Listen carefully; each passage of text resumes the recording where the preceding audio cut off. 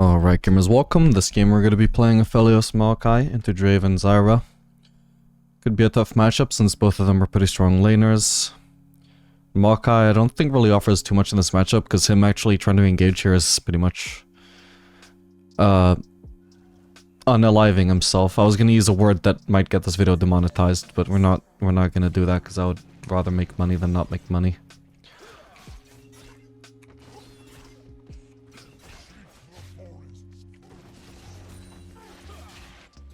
We'll see how the matchup goes.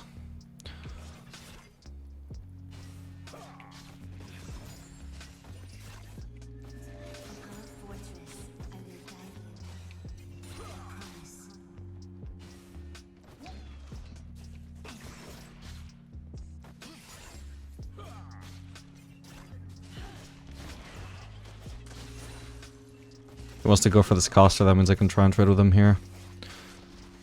Gonna be forced to overextend, so I'll be trading in my wave. He decided to trade back, but I managed to land one more auto on him anyway.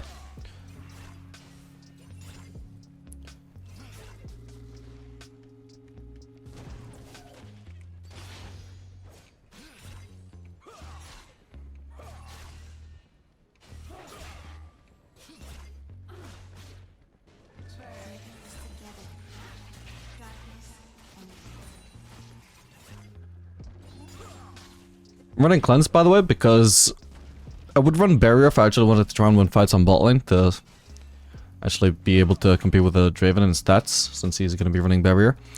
But since we're just intending to play passive because the matchup is pretty bad, I decided, Cleanse will actually help me survive better because the most chance that I have of getting caught is either getting caught by Zyra E, or maybe even by the Draven E slow can also catch me out, so if I can just cleanse either one of those, I should be fine. And then in the mid game, late game is going to be really useful for the Zoe bubble as well, potentially, assuming she actually lands one.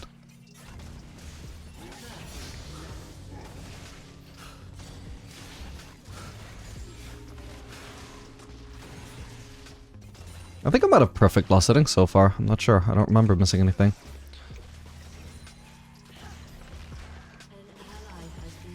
In fact, I'm over perfect loss setting because I'm getting Zyra plants as well.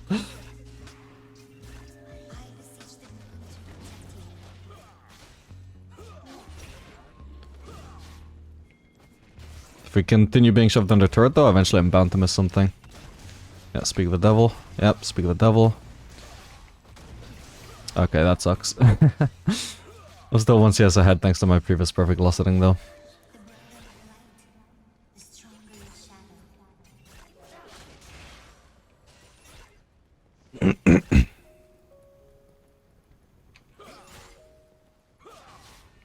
So far though, yeah, they could be doing a better job of actually pressuring us. Remember, we're gonna hard out scale. I assume Maokai probably outscales Zyra, but at the very least, Aphelios hard outscales Draven. You know, I haven't even cast an ability yet. Like, I've literally not had to trade with him. I have actively tried to trade with Draven in the level 1 just because I knew I could outrange him really hard and he didn't have his W yet. But since then, I've just played passive and yeah, there's not been a single trade.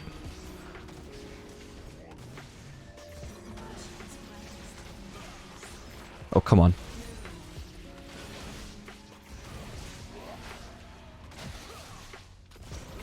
Should have queued. I should have auto-queued. Okay, not too bad. Still even in CS with Draven. Actually, 1 CS ahead, potentially. I'm gonna get him to walk into these flames.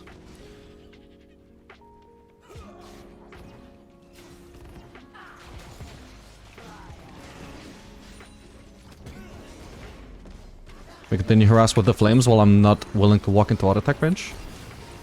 I'm cleansing the ignite.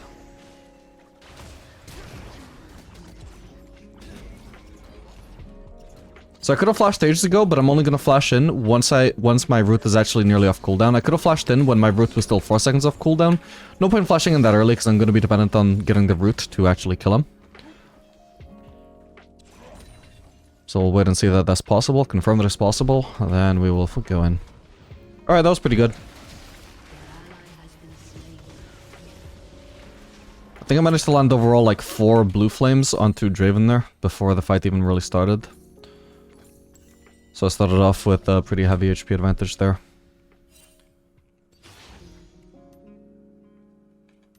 Alright, I'm gonna start full maxing E now.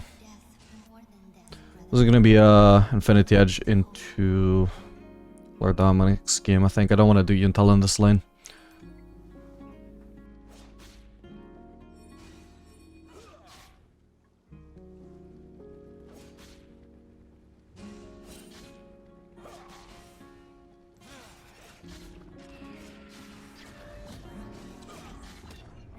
I really have bad weapons for trading here, by the way, so I gotta be careful not to engage in any trades.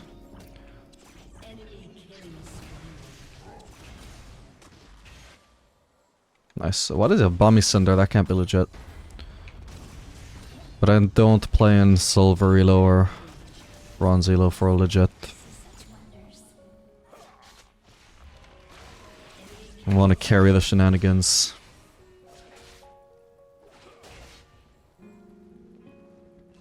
It's hard to walk up to Zara here, or to this melee knowing that Zara can just try and stymie with an E from there. Even though we have the lead, we still gotta be careful. It's still a bad matchup.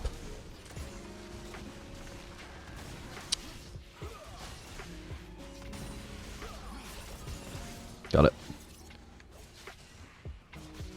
Draven's also doing a pretty good job farming for how low elo it is.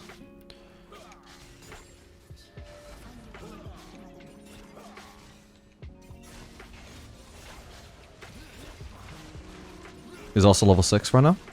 We're about to be level 6, there we go. Actually I don't know if I should be doing this. Okay, somehow that worked out, but honestly I shouldn't have approached Draven there.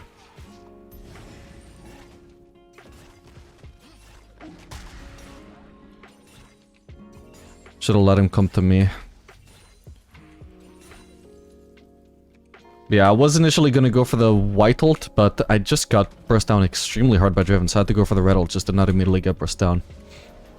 It's the sort of fight that I think I could have taken if I actually had barrier up, but I'm not even running barrier, and even if I was, it wouldn't have been up there. Okay, this crit cloak is not gonna be as nice as doing double dagger, but it's gonna get me to a much sooner Infinity Edge, which I think will pay off.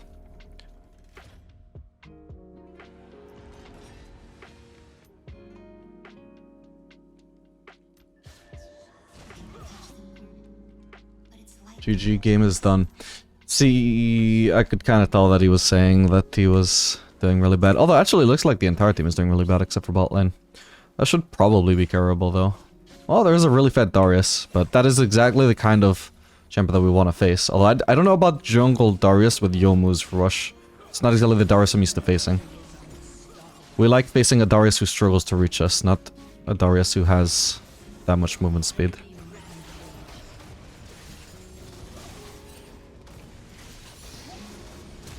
Oh. And he's dead. That's one Makai. Still has exhaust up too. And if I shove this wave, then I will have Infinity Edge. I don't think there's any reason why I need to stick around here, is there? Oh, Zara could freeze here. I think I'm gonna have to try and stop that. I could just shove another wave as well. Because this is not a kind of wave anyway, and since I was forced to stick around this long. That's fine, we're just pressuring Zara. She already, the waste of her re there is actually pretty bad. Like, if she wants to freeze, being able to halt the wave in its path with her E would have been really useful. And now because we're facing like kind of wave, it doesn't matter that I spent so much time trying to secure this recall without letting her freeze. I still have all the time in the world to get this base off, and Draven won't be able to crash the wave anyway. I feel like this is pretty risky for Makai. It does have exhaust up, but like if Zara walks into lane and they happen to see him there, I am way too far away and I don't think he would be able to reach the turret in time without flash. Thankfully he didn't get found. So now he's in a perfect flank position. So this could pay off. Doesn't look like I'm good. Nice one.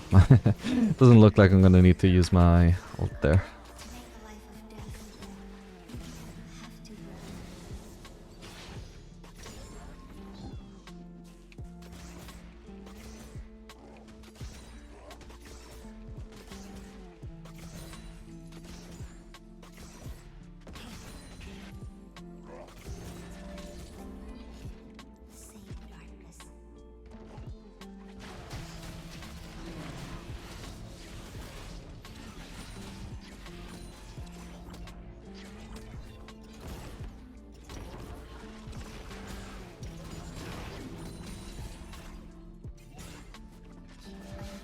Honestly, I'm strong enough that maybe I would be able to 1v2 if they run at me in this wave, but...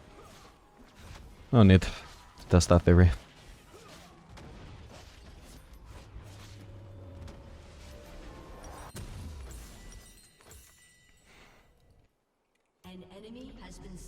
Could have gone for Berserkers, but since I already have Infinity Edge, I want to just get that extra crit cloak. Every crit right now is just an insane amount of damage. No way he's doing the same thing again. No way it works twice in a row, right? No way. Surely Draven respects it this time. Yeah, he's not that dumb. It was worth a shot.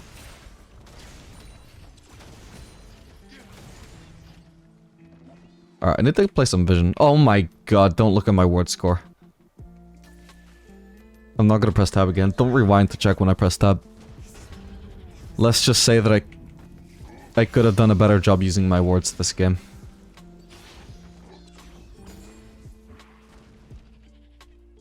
Oh, god damn it, I said I wouldn't.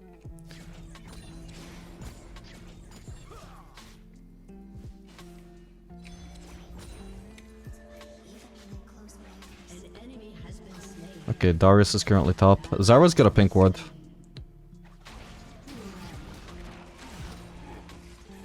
Ow. I want to protect the trinket, but it's not worth sacrificing huge amounts of farm for. Zara's playing it smart. Ooh, actually this could be good. Won't even bother following up with the red key, that was a clear one shot. Well played, Maokai. Holy shit, we still get a chance to clear that pink and protect the trinket. Oh, it's not terribly important, I gotta say, but...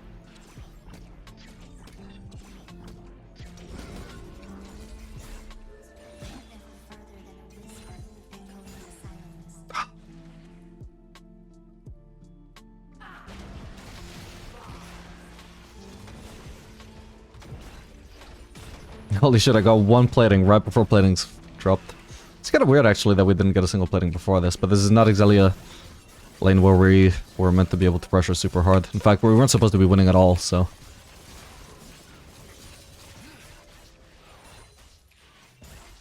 But even with the lead, it's not exactly like we can just walk up to the turret and start hitting it.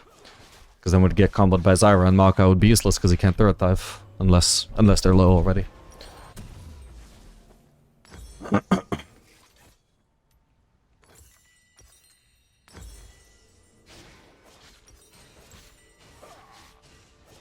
What is better, Noomquiver or a Longsword, actually? It's basically 5 AD versus 5% crit. I don't know what's better there.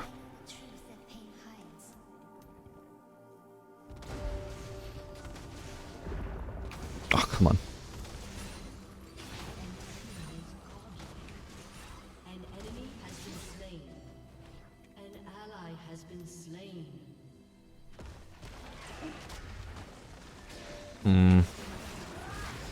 Oh, crap.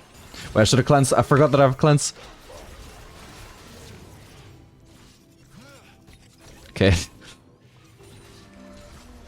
Yeah, my bad. If I'd cleansed sooner. No way. Oh, I didn't crit. Oh, dude, I should have gone for the longsword. That might have killed. Nah, surely 5 AD wouldn't have made the difference. Oh, come on. Give me one crit, man. I think I literally outed him 3 times in a row with 45% and I don't think it crit a single time. I could have just ulted, but it felt like surely I shouldn't have had to ult there. Well played, Maokai. Oh, we just barely got beat the first turret. Oh, and that got them the Feats of War bear as well, or whatever it's called. Feats of Strength. Feats of Warfare is the 3 kills one.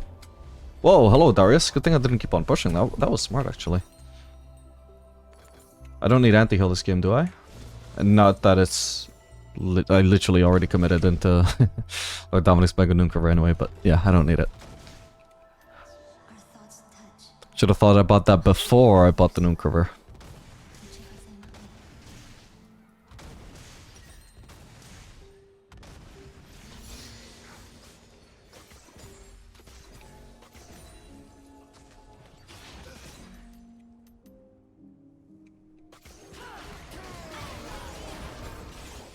Nice. I figured if I could land one auto, then my QR would probably kill her, but without the QR, I doubted I could kill her. Seems like my math exactly paid off. Maybe I got lucky with crits, maybe I didn't, I don't know.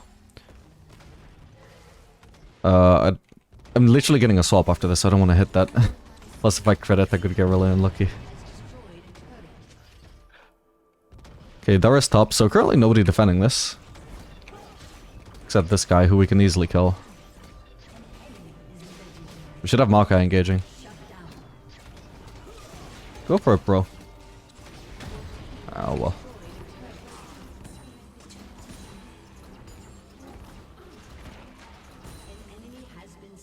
We can also try and just look to steal camps here. Very nice of Mazahar, by the way, that he just rotated bot without me needing to say anything, because I ended up getting a lot done with this rotation. I don't know why Zoe was just randomly already dead, but it just meant that we could take that turret for free. And we would have also probably, I'm sure, had the kill on Draven for free if Maokai engaged, but oh well.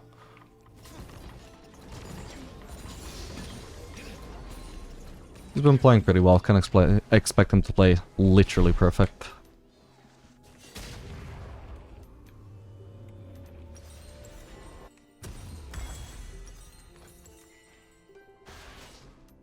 Okay, it might be a Phantom Dancer angle here, just so I can kite the Darius more effectively. He is fairly tanky as well, so I can't reasonably expect to one-shot him with abilities.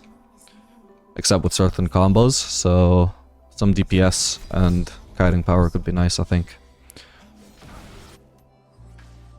There's not really enough of a wave to bother with there, so I'm just going to pick up the red. And be near my team in case they need the help.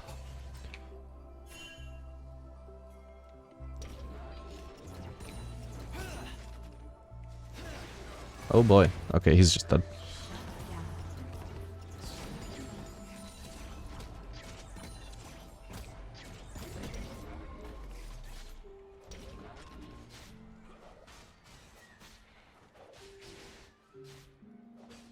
An ally has been slain. Your team has destroyed a turret. How can I help you? If Draven greeds for a CS here, I can try and combo him. I've got a pretty good one-shot combo here. Oh. Huh. Wow. I didn't even need to use my chakrams. Actually, it wouldn't have mattered what ult I had there. The swap didn't matter at all. Yeah, that was crazy burst. I might be able to catch Darius here as well. Oh man. Okay, he did die to the red buff, thankfully. Okay, nice. So if we have enough chakrams, we do one-shot Zarya plants. That's good to know. I'm gonna assume it takes at least 2 chakrams, maybe 4 though.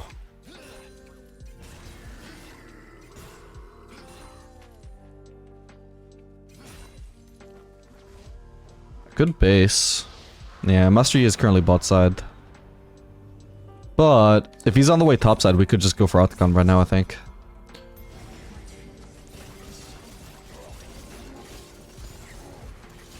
I can basically one-shot it with these weapons too, so long as it doesn't focus my sentry at least.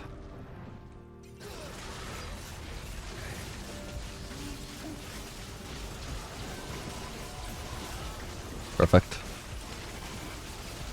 I wasn't lying. I basically one-shot it in 1 sentry rotation. Alright, time to base, I suppose. Actually, I'm pretty close to Phantom Dancer. Maybe I could keep on pushing. I've got Maokai with me. I just need to know I'm not getting flanked by Darius. We need some vision here. Whoa! What the hell? My god. Oh yes, keep him in the sentry. Oh! Honestly, I misplaced my sentry really hard because I was trying to focus Zarya, but she was not really focusable, so then I realized, oh, I should have placed it on San. Ooh. What am I even losing HP to here? I must have been hit by her E without realizing it.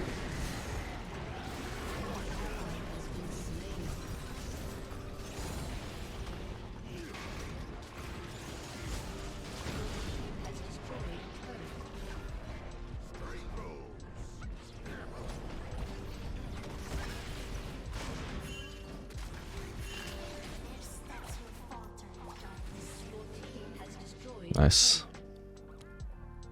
I don't currently have cleanse to try and fight her. And she has exhaust. I Okay, she's not chasing. Time to get out.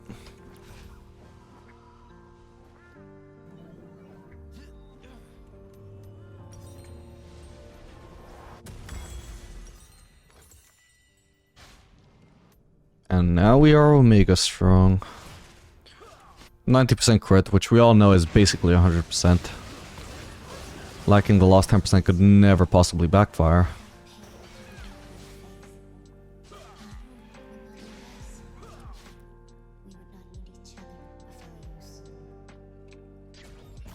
I think from here I may as well switch back to the regular rotation too.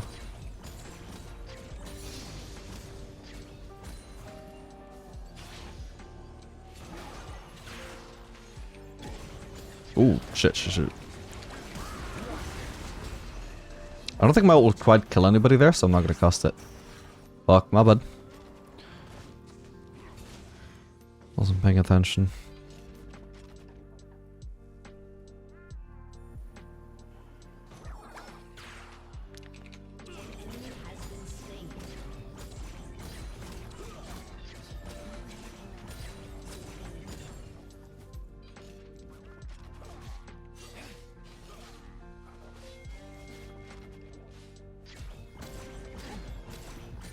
For having just a Phantom Dancer, my attack speed feels really smooth. That's the Aphelios buff for you. Oh, don't mind if I do. I can take a big one.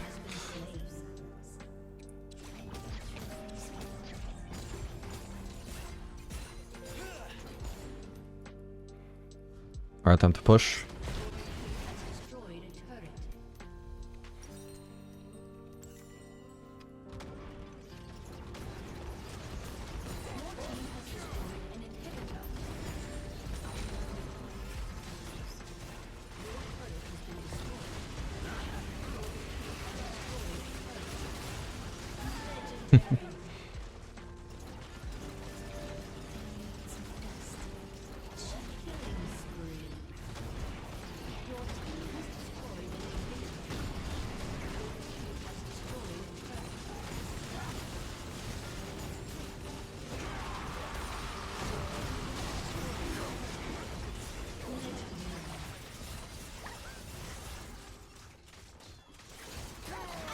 Oh, I missed. Oh, that sucks. Alright, GG. Alright, gamers, welcome. This game we're going to be playing Aphelios Lux into Smolder Thresh. I'm going to walk behind the wave here in case there's going to be a hook from Thresh coming from the brush. Huh, weird bug. That happens to me every other game.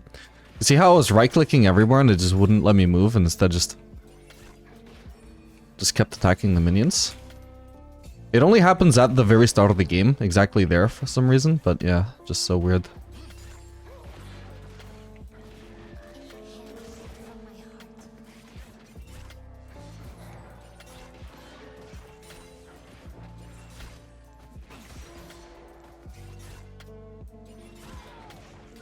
I don't place a ward there because Thresh will move into that brush eventually. Or maybe not. I guess they overpushed.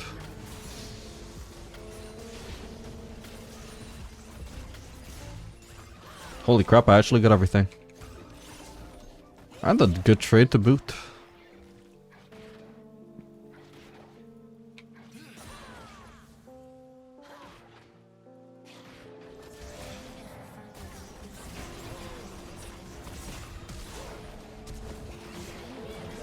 Nice one.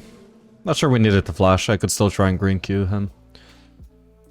But oh well. I guess her passive was about to expire. Or would soon expire, so she needed to flash. If she wanted to get that.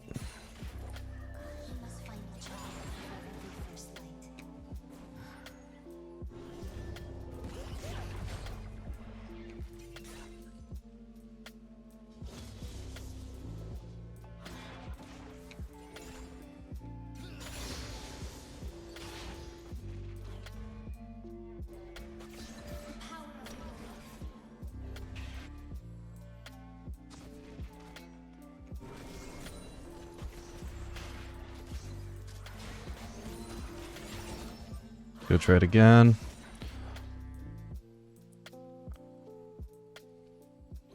I'm saving my last bit of red ammo in case I can combo Smolder. What? Okay, I did mark him. Nice. I would have actually auto-thresh there since he was in my range, but... Okay, he does again. Nice. Yeah, I would have auto-thresh and then marked Smolder, but because I was trying to get the PTA mark on Smolder, I felt it prudent to not auto-attack Thresh, because that would have just reset the PTA on Smolder. But if I didn't have to care about PTA, then just auto-attacking Thresh there would have been a free auto, before going for the green mark auto. Since the green mark is an auto-attack reset, so I would have had basically more auto-attacks in the same time period overall.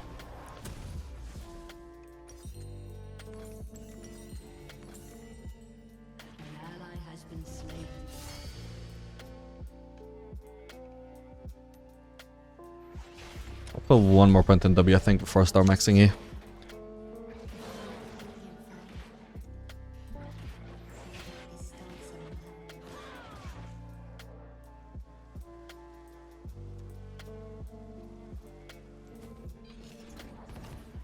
Fuck it, I'm just gonna blue Q, otherwise I think I'm not gonna be able to get every single one of those melees.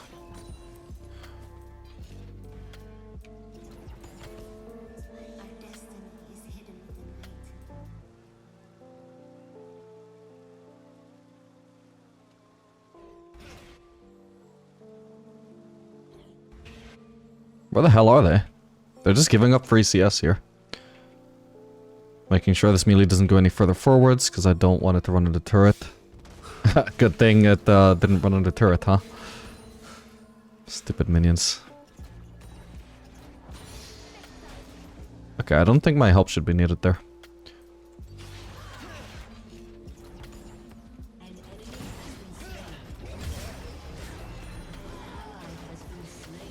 I've got cleanse if I need it here.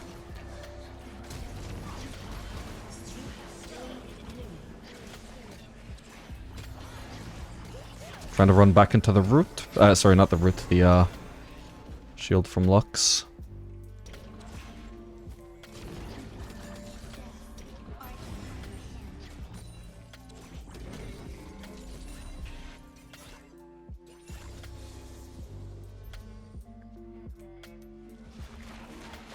Ooh, there's a honey fruit. Whoa, what the? Oh, come on, I'm probably just dead here. Okay, maybe not for now, but god damn it, I was about to be like, oh yeah, I'm gonna gain HP, but no, I lost HP instead. Okay, we need Lux. I don't know what the hell has been taking Lux along, by the way. Oh, god damn it. Oh no. We are so screwed here. I can try and kill the Kayn though. Ah, yeah, the ult, it is what it is. Yeah, I'm not sure what Lux was doing, but she took forever to get here. She just tried to harass Smolder and the turret, I suppose. Well, that blows. Didn't have the numbers advantage we should have had there. I shouldn't have also lost this HP. Just wasn't paying attention to begin with.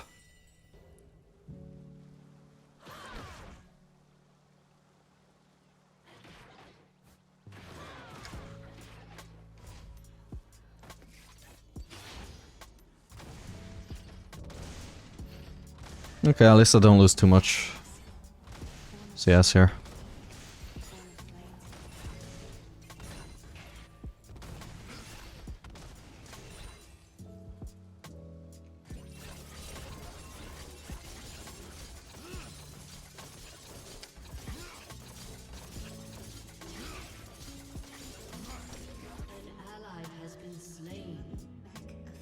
We'll want to pick up that rose eventually, but it doesn't have to be right now. Wait, why am I even dropping this? I could have just comboed him with green. Actually? Okay, got him. Nice.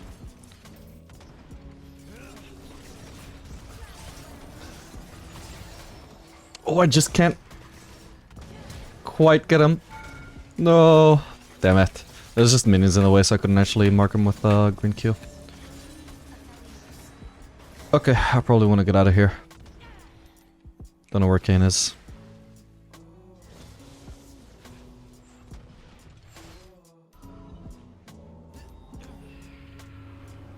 Or maybe I could just shove one more wave. This is... Oh my god, of course he appears Exilius to say that. Oh? Huh. Okay, well he's really low now.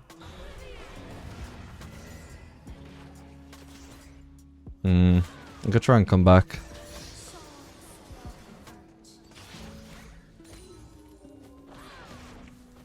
So much for shoving the wave though, I'm not gonna get to do that now.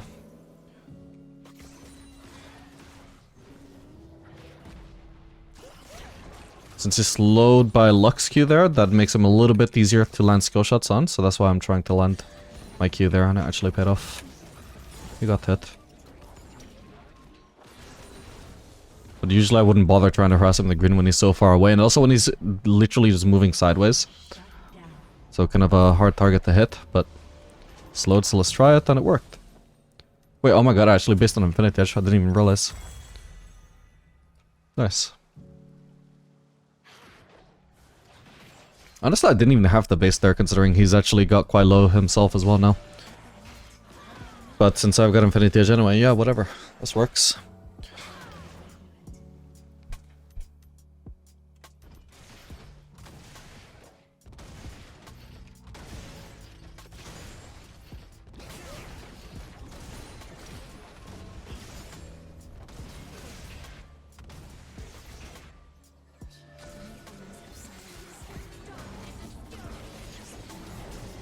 Oh, if she'd just been more patient, I'd have root coming.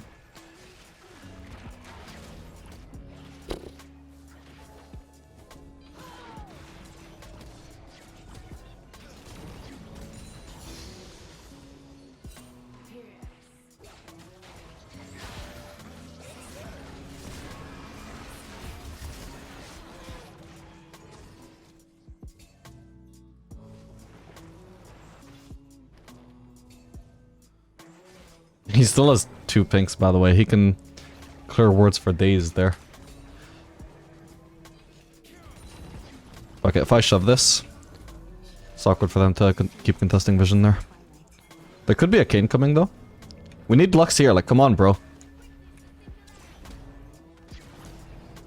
I'll let her hit it once. That way I make sure that I get the last hit. But I'm not actually going to replace the ward there, because he could just place another pink. Or red trinket. I don't know if he has another charge. Jesus Christ. This is a good sign that Kayn might be around. Actually, he probably just tried to get away with that because he saw the pink ward there. But yeah, like, when he plays like this, it's hard to know whether he's bluffing or stupid or if Kayn is actually around, so he's confident that he can just aggressively walk up like that and it's going to be a 3v2. No, Kayn was top, so he's either bluffing or stupid, one or the other.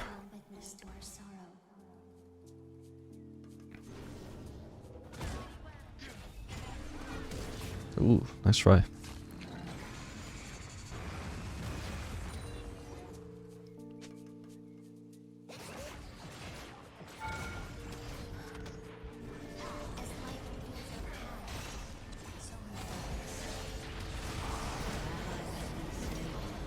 Nice.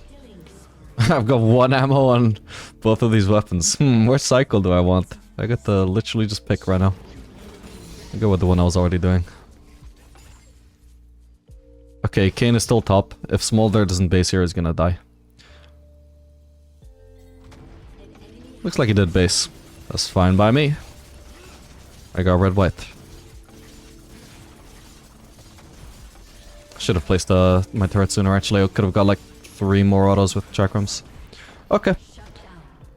I don't have to stick around for another wave. Please drop the aggro. Holy shit, these goddamn minions. We got Lux on the way.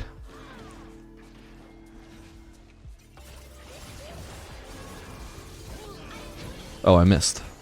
Whoops. I crit. Holy shit, I was gonna have to flash for the next auto, but because I crit, I didn't need to. Oh my god. I almost did it again. Nice. Well, I'll shove another wave then. God, I got 3 platings and also a kill. Does Ree one-shot that? I don't think it would have. She should have just exploded that. Oh well. Holy shit, I'm actually just gonna get the turret. Is it first turret, right? Yep. Huge.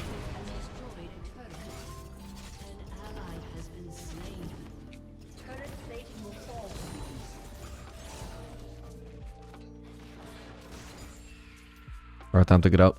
I got a huge base now, goddamn.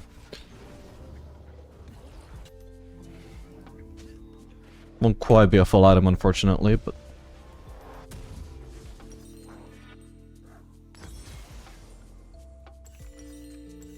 You know, the... Actually, never mind. I was gonna say... Their comp is actually fairly unlikely to get a lot of armor, so I could actually just go for collect the second item here, since I can get it so early. I can just go for, like, Giga Snowballing. But actually, we are literally leaning against somebody who gets extra armor from his passive, and also builds a tank item. So against Thresh, because there are scenarios where I'm going to be dealing damage to Thresh, and Lord Dominik's would be substantially more damage than Collector against him. Oh. I probably should just do Lord Dominik second anyway.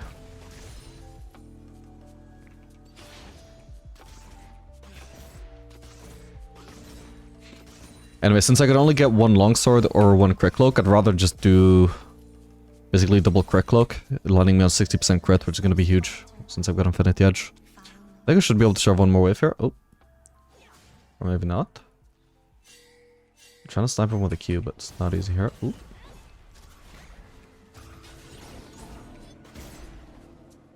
Nice. Oh, hello, Riven. What are you doing here? Smolder's top. Let me clear this wave as fast as I can then, because I don't want to stick around here too long. Oh my god. No! How sad is that? Every skill shot just barely doesn't reach. Oh, I'm getting blocked around Zyra, otherwise I would have been willing to pick that pink up. Oh well. Is this rune behind? No, she's actually fairly strong. She's also a Smurf as well, by the way. So I gotta watch out for her. In fact, I'm surprised she's not already tried to jump me, because based on the information I've seen, she probably could have actually jumped me because she had allies around. Maybe she just also assumed I did. Well, that's just awkward, isn't it? I can no longer clear that even if I walk in the brush.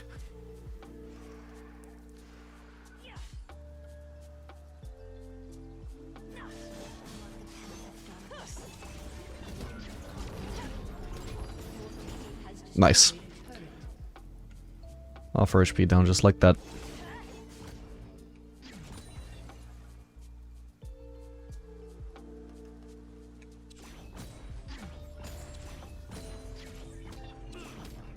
Guess she could try some kind of cheese where if she's good enough, maybe she knows a combo where she can just one-shot me by queuing onto me through this brush.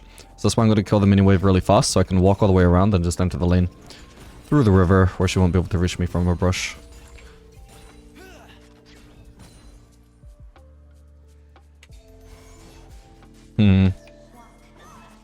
She is still really low though. If I don't have vision here. Thing is, I wish Lux was on the way, because I need vision of these brushes to actually kill her. I can't really face check.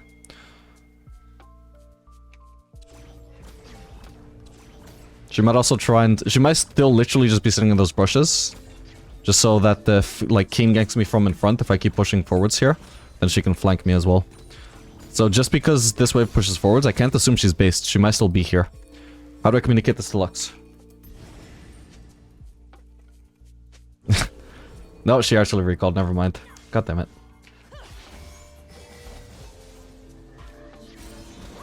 Okay.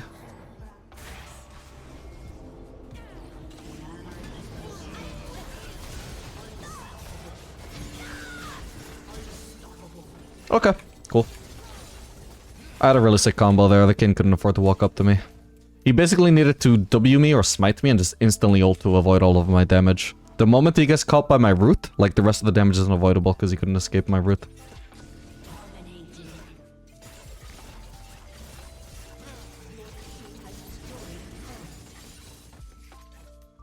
Anyway, I think Riven is probably not that good at Riven. I mean, her run rate on Riven is good, but like she's certainly not a Smurf of my caliber, that's for sure.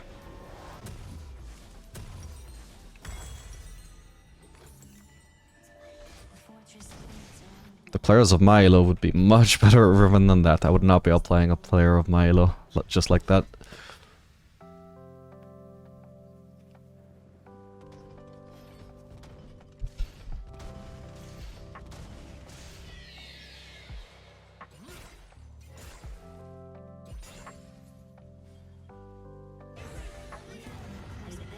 Nice.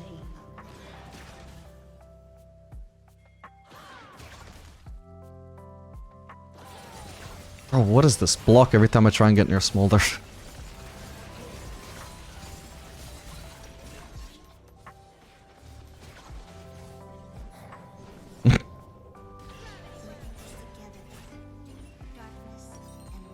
Okay, we'll try the Phantom Dancer again. I'm liking this overall more than Rune's though. This feels more consistent. Rune Sentence just does absolutely nothing. Killing spree. To be honest, I have no reason to shove this in.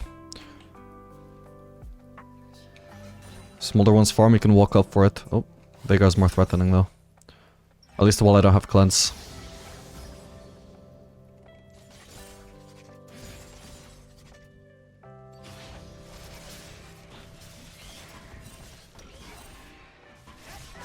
Got it. Holy crap, he is fast. Got him. Yeah, I'm surprised I actually managed to get him range for that green mark in the end.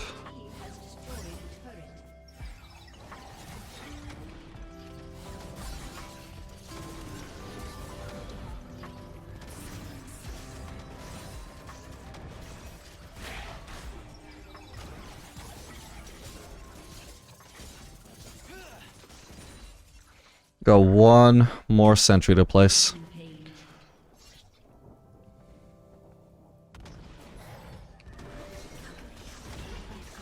Oh my god. I could flash him Vigor to kill him, I'm not sure it would be worth it though. Oh man. Can't believe that didn't kill him. Maybe we flank Riven? Nah, never mind. Lux isn't even following me, it's less likely we'll kill.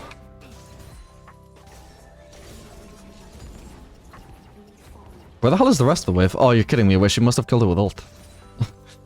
Oh, man. Okay, let's try and get this Drake.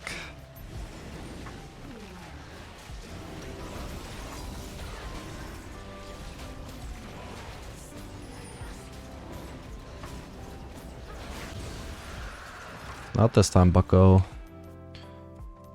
Is probably gonna take this wave. God damn it, she is. Maybe I should have gone bot. I just want to get one wave in base though. Like, not even a wave. Like, this is enough.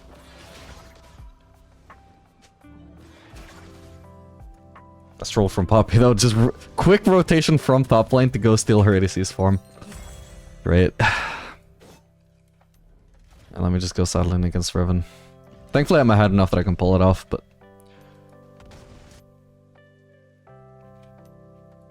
my top laner shouldn't be going out of their way to try and force me to do this.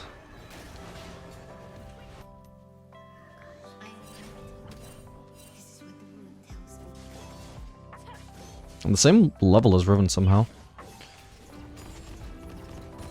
She should have high damage right now with the Black Cleaver and the Eclipse.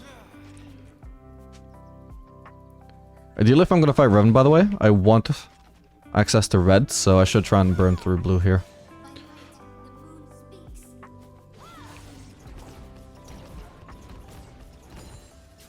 And just having blue on less than 10 ammo is perfect. Then I can just blue Q and red ult. I don't need to quite just get rid of blue immediately right now.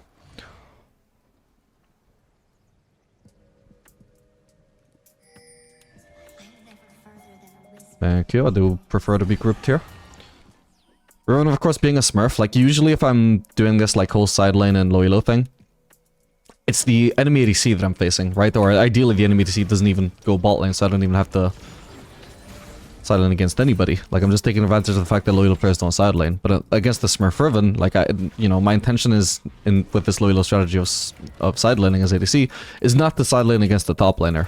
Even if in this case, like, in theory I'm strong enough that I probably would beat her 1v1. I don't want to be, like, stuck on a side lane trying to match the Riven, where I'm an easy target for a Kayn gank, 2v1 gank, you know?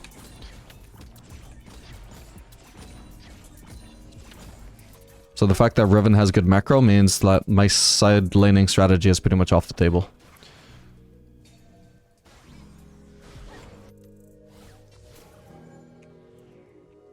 Okay, this seems like there's gonna be a fight here. I'll ignore the mid lane farm. I wouldn't even be able to reach it yet, so...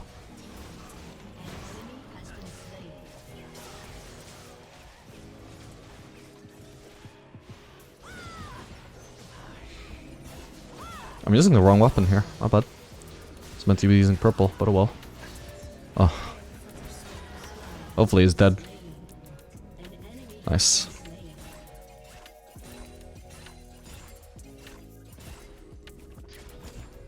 He killed Zara so he can't get out the con now. Well, I mean, we could though. We could.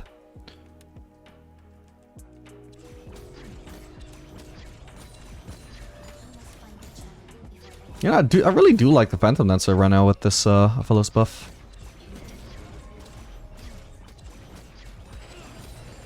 Feels smooth.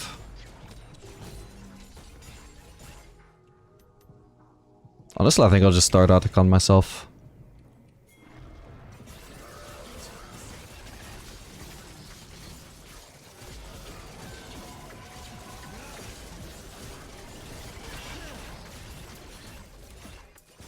Easy peasy.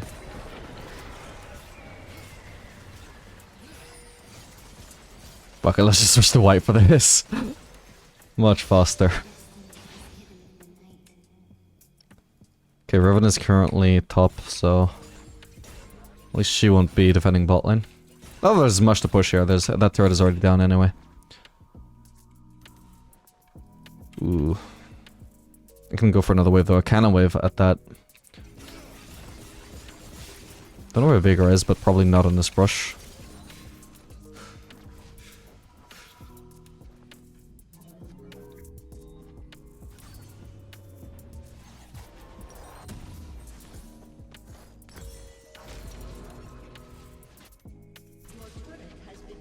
So for now, like, I'm the only person on my team, probably, that has good macro, so we see... If I don't defend this, Riven gets this turret for free. So I have to defend it. Now, if I was actually not so insanely ahead and she could easily turret dive me, I would spam ping my team for help, and I would actually... Personally, I would just leave. I would leave this turret to die. If I know that me trying to defend this is just gonna get me killed, well, why would I get myself killed and also give her the turret? You know, I'm just gonna let her take the turret at that point. Specifically because I'm really strong, I have more options. I actually can defend. Whoa, hello. She's trying it. That was a close one. Holy crap. I think if I didn't actually go for the cleanse there, I would have died. I needed to maximize my damage there.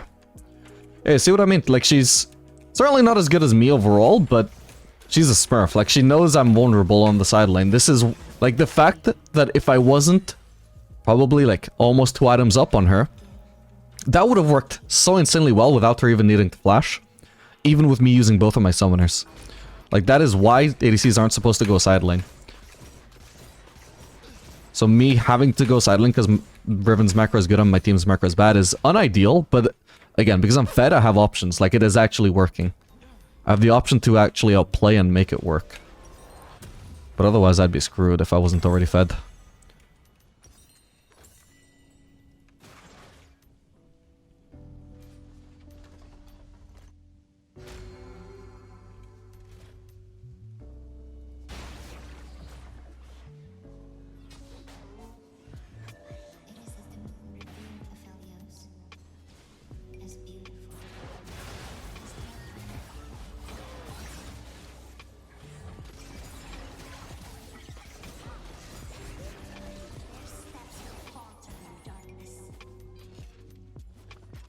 Could do with basing for Vamp Scepter soon.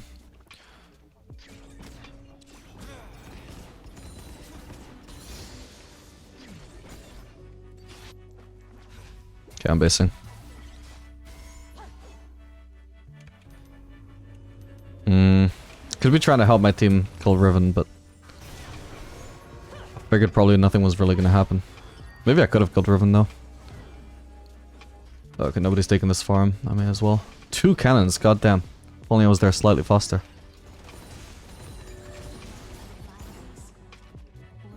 Alright. I'm not staying top lane though. I can probably take golems though. I think Zara's gonna go for red. And Yone's farming mid, so I'm in the market for some extra farm here, you could say.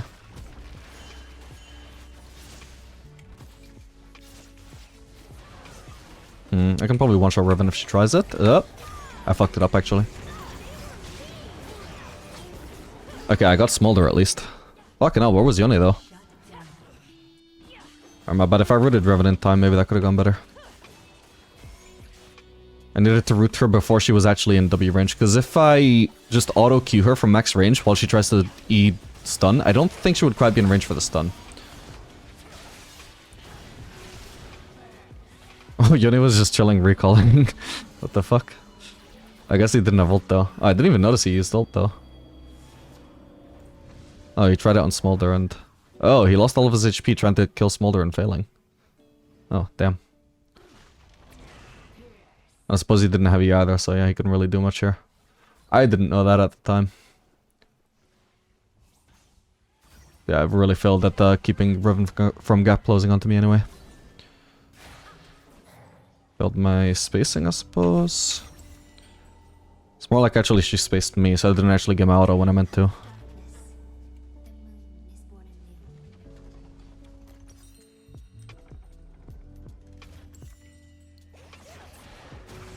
Or hopefully next base I can get my Bloodthirster.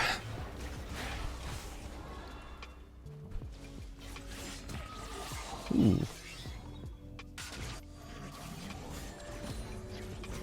Damn it. Oh man, they get sold by the way if they steal one more Drake.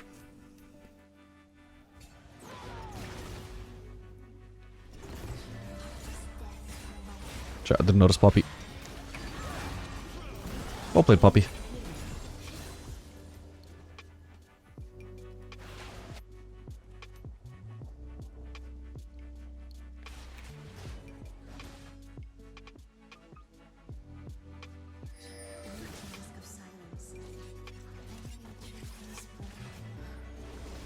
What am I even doing here? I should be pushing another mid lane wave. Holy crap, my CS per minute is high, by the way. Again, only because I was, like, this is a game where I was forced to side lane, but I was fed enough that I could get away with it. But I was forced to side lane against Riven. Is the main thing. Like, usually it's not been a problem to side lane in low elo, because it's just, like, the other ADC that I'm facing. If that. A little bit risky to keep pushing here, but I've got good dueling weapons. In fact, I think I could just keep pushing this. The main threats right now that I... like, aside from Riven, are Kayn and Veigar, and we see Veigar bot.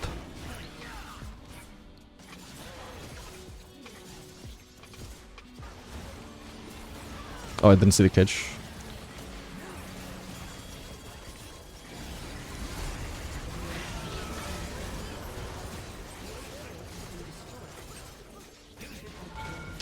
It's just not worth flashing on him. As satisfying as it would be to get a quadra there. Yeah, my damage is crazy.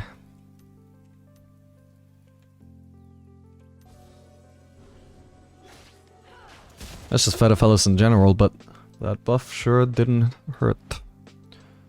Ah, Snow Blast Cone.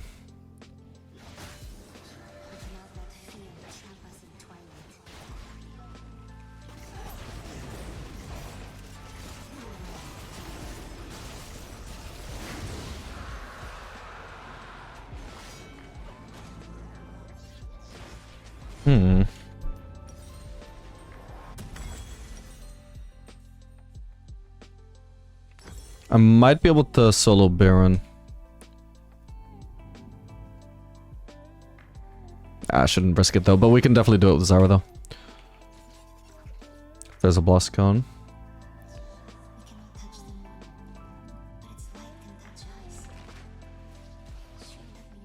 Does my sentry focus Baron if Baron isn't focusing me actually?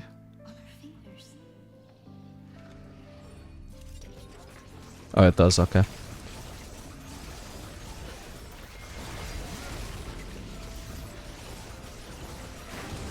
Yep, we just melt it.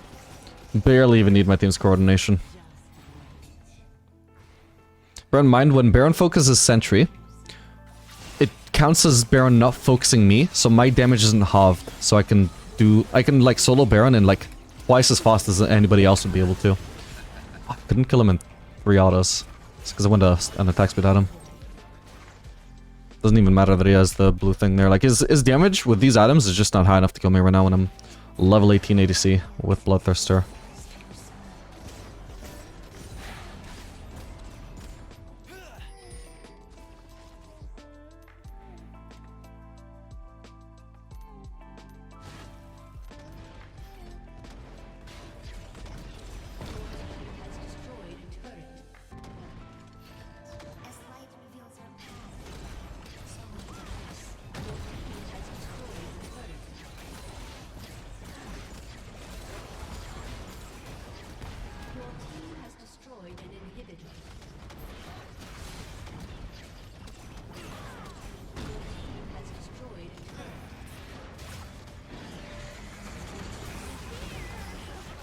Kinda low now.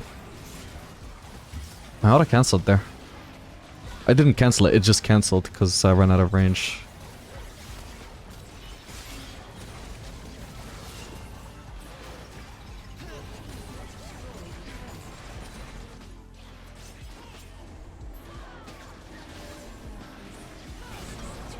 Oh crap.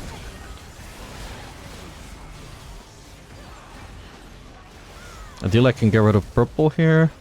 I was like a try and end, but... Oh! Okay, that was awkward. Alright, GG.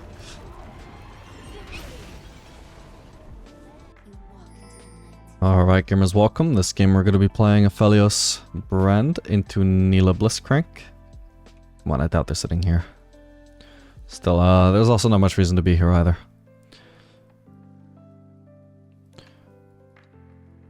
Alright, so... Nila is a pretty hard counter to Aphelios. Blitzcrank is also kind of tough. At least Brand is good into Nila, because Nila sucks into mages. But I think Brand will also potentially suck against Blitzcrank. At the very least, so if Brand gets hooked, he should hopefully just be able to dump his full combo on somebody, or even just his ult. Would do a lot of damage by itself.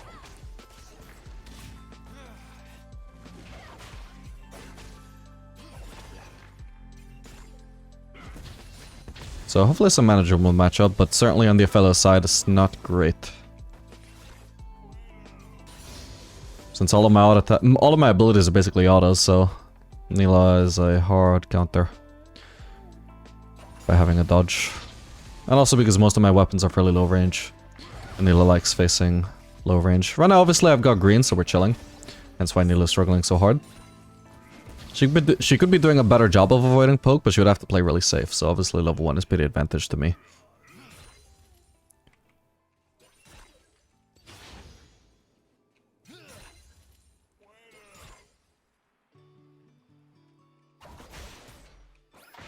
Oh, crap.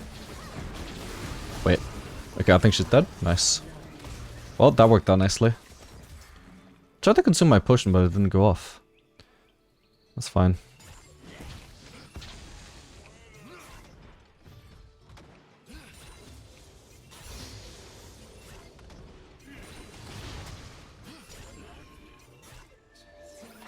Wait, no way I got hooked again. Well, I deserve it. My bad, I did not notice there was a gap in the minions there. The bright side is Nila got nothing. He needs to leave. Don't stay on push. You have no reason to stay here. Leave. Stop AoEing the wave. Alright, I'm gonna do double longsword. I'm not actually building collector or anything, but I know my second item should almost certainly be Lord Dominic's or Mortal Reminder or something. So for now, while I can't get any components towards Infinity Edge, besides Quick Cloak, which would be terrible, I'm just gonna settle for this double longsword. If we need to sell one later on, that's an option.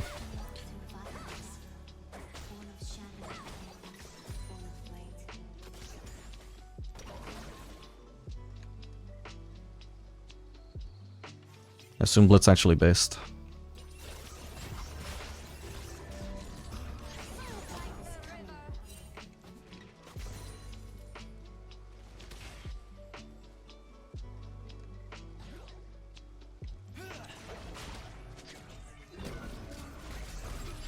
One more auto? Oh, okay. That's fine.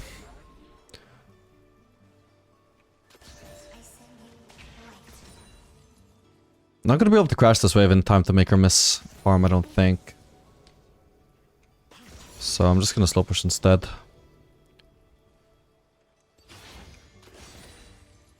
Can go for an ACS, buddy.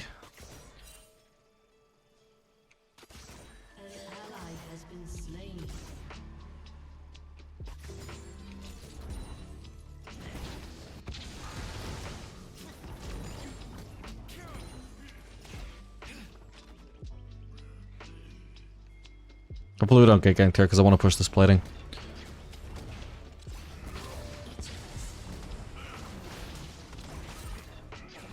Okay, that should give me it. I have a moment to place a ward. But I have a pink ward or a red trinket, so I'm not going to be able to contest that.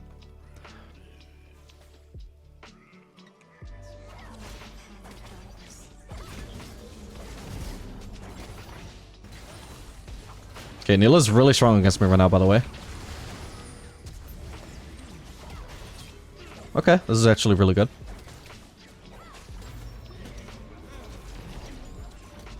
Sadly, the enemy jungler is here, so we can't fully chase down there. Whoa, so is the enemy mid laner, for that matter. Holy crap, what a collapse.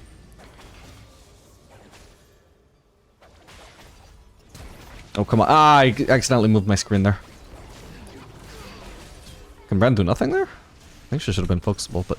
Yeah, fuck, I couldn't properly adjust my movement, because as soon as I aimed up, it moved my screen and fucked up where I was pathing to. That blows. Good play from the Bliss, though. It was gonna be hard to juke either way. I didn't expect that from him.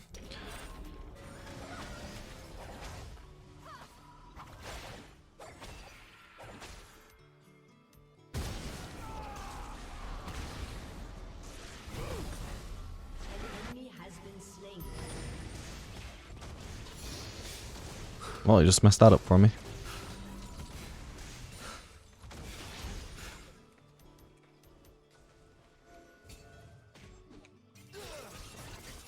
I don't know if I can make Nila miss farm, but we can try. If I get ganked here, that's just unfortunate.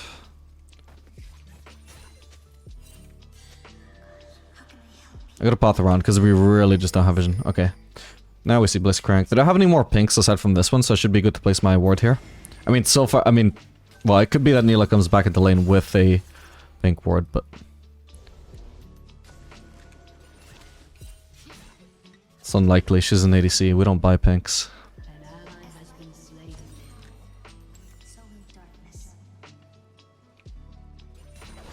Actually, Berserkers could be quite good in this matchup, I just realized. I might want to do that early-ish. I've already got plenty of AD as it is with this double longsword pickaxe setup. So, Berserkers are going to be really nice in the matchup because they allow me to kite Nila more effectively and dodge Blitz hooks more effectively as well.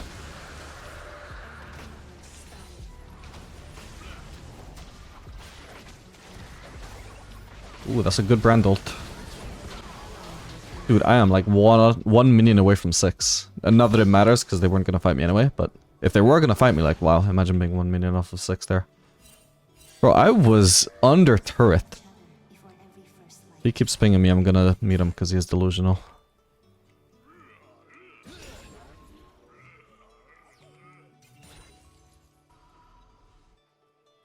Did Blitz hook there or did I imagine that? Ooh, Kindred is there.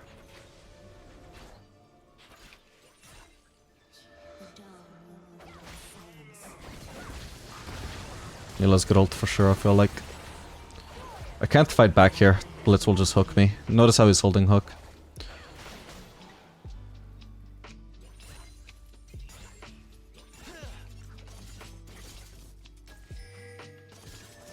I want to like not let them base and I want to fight them, but I also know that Kindred is still around, which would make fighting awkward. Okay, Blitz is gone. I'm probably basing, so I'll just try and crash. Oop. Crap. Didn't mean to click the cannon in the first place.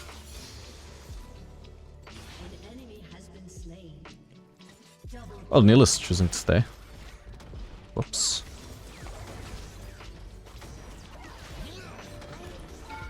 Oh, she has Bear, she's dead there. Yeah, nice. Oh, right, she has exhaust. I completely forgot to mention, by the way. They're running double exhaust for some weird reason.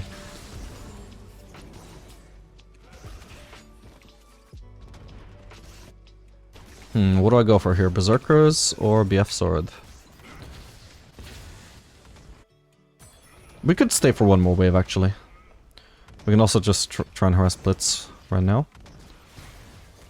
Okay, that's fine. But this is not a cannon wave. I can get hooked here. So long as we're not getting ganked, that's fine. I wouldn't even be under turret. Yeah, Nila's gonna take so long to get into lane that I think the timing just works out for us to shove in a wave for free.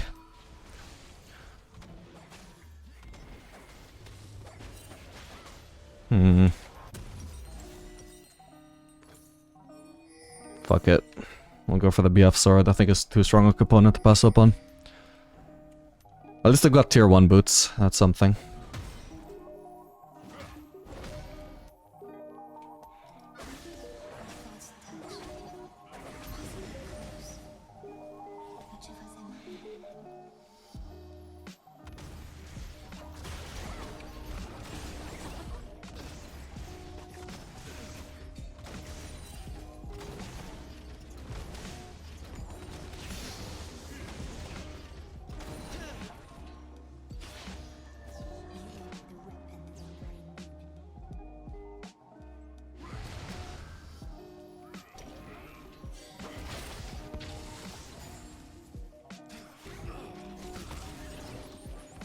Cool, okay, she's really low now thanks to Brent.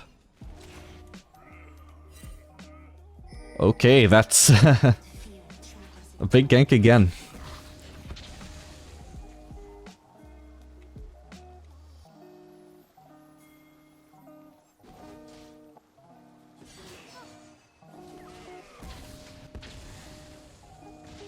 Uh-oh.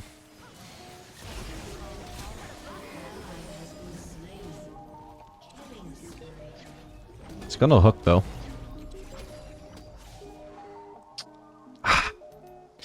Kinda, if I had ulted him, I probably could have killed him, but I just don't have much information here. I'm gonna guess Kindred isn't just camping this brush, so I can actually go ward. She might be on this though. That's gone. She might be on our wolves then. I can't really safely farm right now anyway, so I may as well check. Okay, the wolves are there.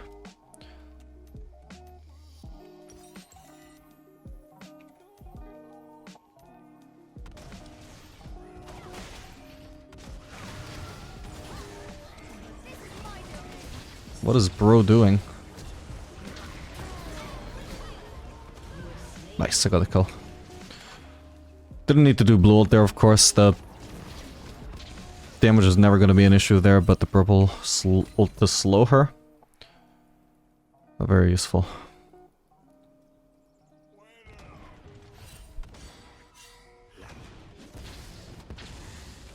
I just want a base. I got my Infinity Edge. Yeah, so for a matchup where I said really early Berserkers are really nice, this sure is a delayed Berserkers, but that's just how it worked out.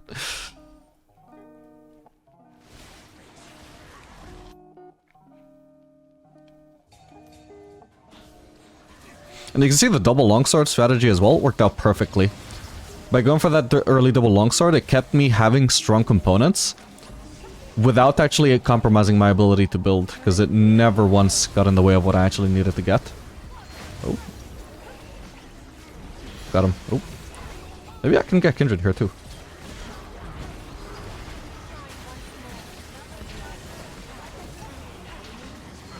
Oh, Jesus.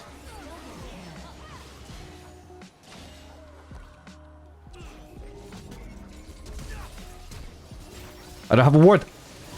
No! No!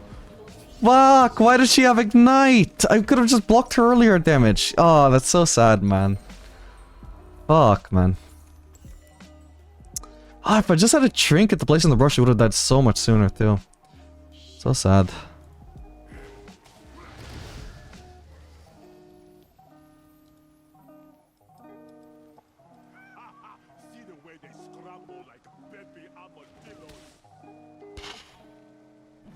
So unexpected. The electrocute only procced at the very end as well.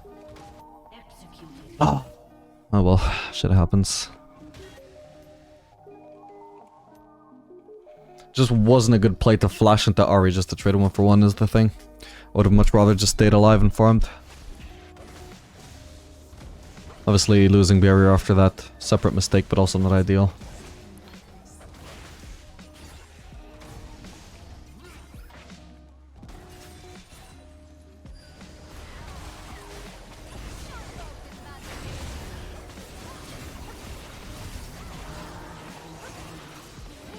We'll go for Kindred here if we can. I shall finish off Blitz. Ah, oh well.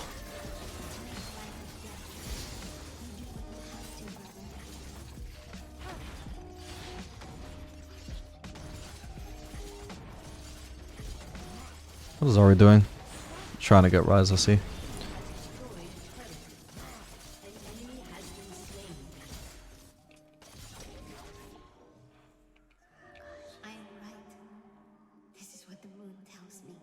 By the way, you probably shouldn't really run over Hill and Loyalo.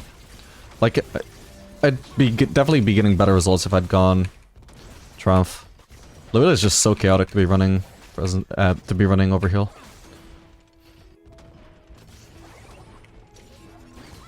Okay, she wasted her movement speed to actually close the gap. Nice. She couldn't reach me without using her movement speed, but she couldn't beat me without using her W for movement speed, but she also couldn't beat me while wasting her W for movement speed, so that wasn't a good fight for her to take. That also is only true because I was running white, so I'm actually stronger than her in melee range there, even though she's supposed to shit on melees. She doesn't shit on melee range Aphelios when he has white, even if no checkums, unless she can actually dodge his autos. Okay, nice, we just got huge from this. Should I try and help? Nah, I can just get out of there.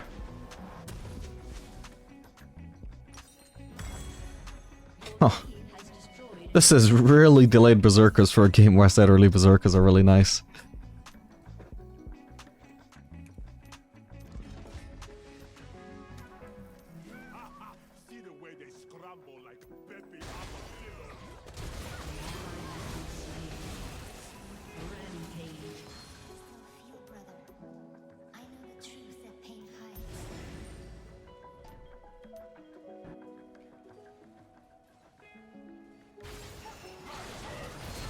Come on, Rise. Oh, man.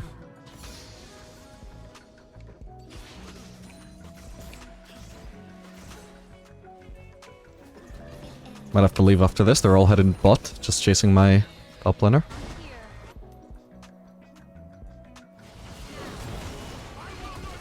Oh my god, he's taking forever to die, by the way. Jesus. What is Kindred gonna do here? Oh, run from Kha'Zix.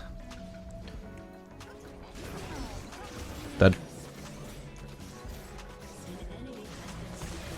Alright, let's get this Drake. Brand may as well soak up that farm. I can't believe I'm saying this, but this is a time where it's actually an advantage that our support is a mid support. They can just push this. It would have been useful actually if this turret was actually pushable. I thought it was, but never mind. We could actually just try and push this one, I suppose. Okay, don't farm the next wave though. Okay, nice. Got most of it. Whoa!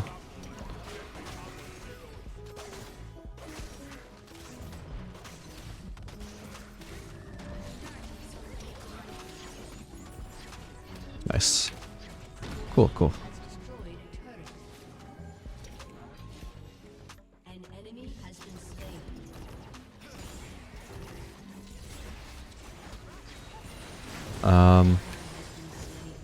Does she have vision?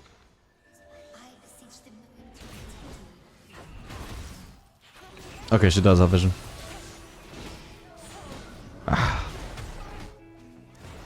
Actually, maybe I can kill Kindred. Oh, this is a big fight. Never mind. I need to get out. No. Jesus Christ. Wait, why did I barrier? I'm falling. My bad. There's nobody even following up. Nice one, Kha'Zix. We're healing up a lot with red and overheal here. They're all dead anyway, so it doesn't matter. All except for Jax. Monsieur Jack.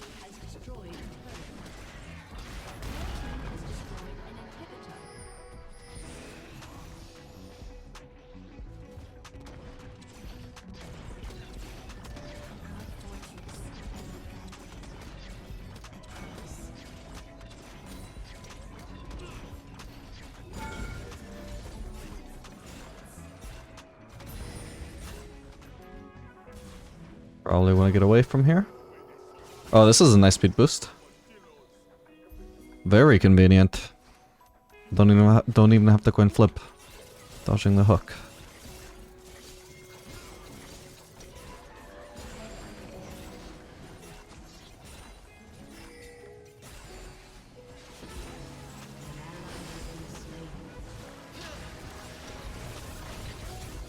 Nice. Cool.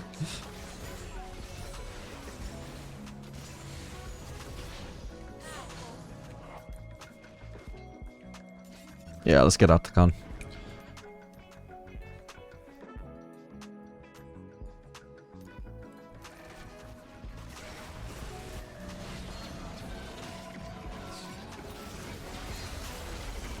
Oh, come on. Targeted my sentry. I could literally just do Phantom Dancer here as well, as the funny thing. Oh, I should be helping. I've got white. I'm literally the most efficient person to be taking those, but I'd already have finished my recall. Yeah, I think I will do Phantom though. Yeah, early Berserkers is nice in this game, by the way. It is true, like, it's just worked out this way, man. What can I say? Oh, my fault I keep being able to afford really big items.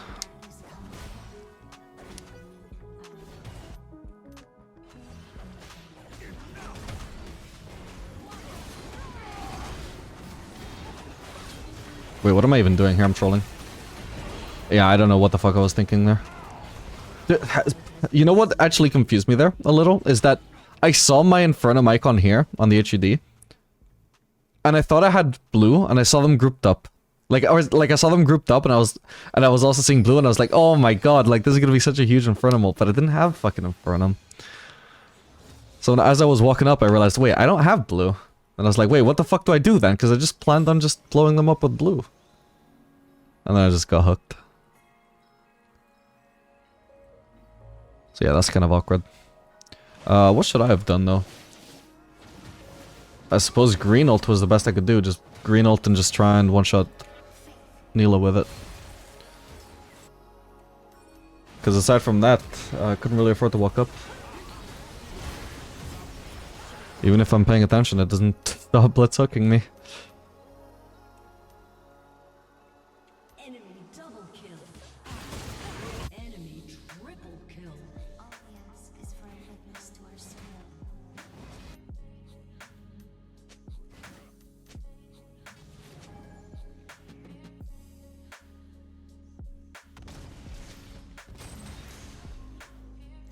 Oh god, I need to get rid of some white ammo here.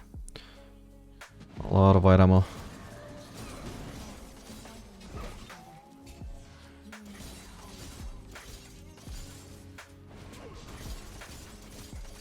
Really?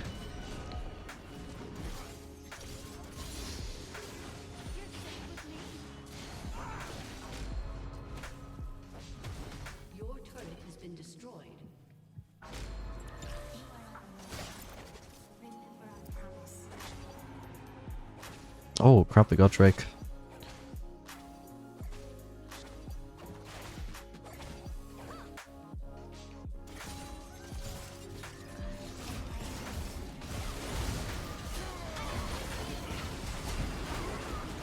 Holy crap, I thought I could kill her, but she exhausted me. Fuck! Yeah, that's how dumb Nila is. That just models for 2.5 seconds. At least I did a lot of damage before I died.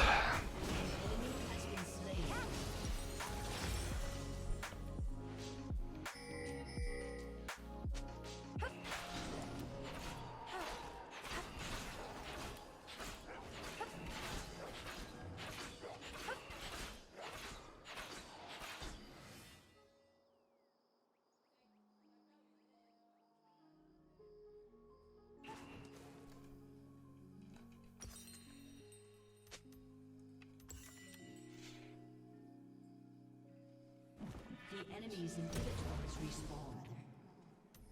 An enemy is unstoppable. I think I'm at a point in my build where actually going back into the regular cycle would be fine. I feel like the regular cycle synergizes with attack speed better than blue-green does. Nice. Can go for the raptors then. This will push into me eventually, but while I'm waiting.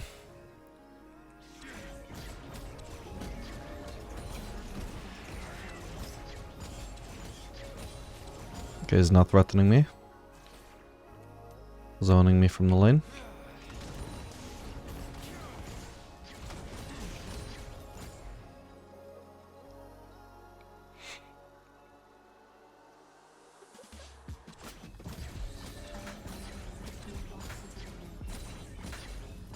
An enemy has been slain. An ally has been slain. Actually, yeah, if Ryze is split pushing, I may as well split push as well. Jax is coming up, but he can only defend against one of us. I gotta make sure that it's 2 lanes he has to defend, not just one. I'll use blue because it does 10% extra auto damage.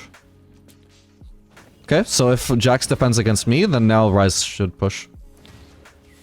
Obviously, Jax can dodge auto, so this is a shitty matchup for me, even as far as bruisers go. Ryze takes the inhib though. Do we just get away with stealing this? Or taking this? Let me just make sure I get it before I die, though. Ooh. Can't try and run over here. Holy crap, it worked.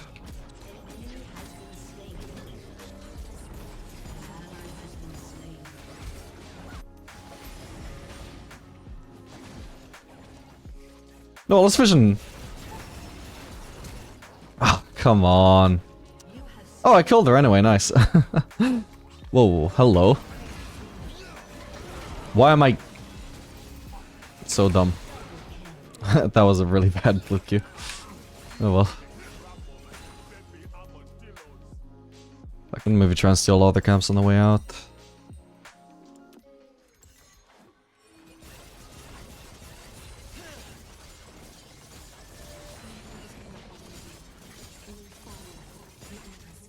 Yeah, we can do Baron as well. Actually, yeah, my team really needs me with that. I'm not gonna take this whole camp. I'll just take the big one. Whatever else I can get it while on the way out.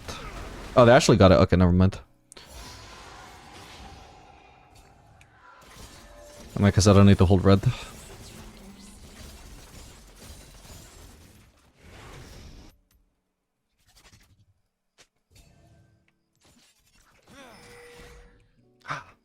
Okay, ideally, I shouldn't base until I have the full collector.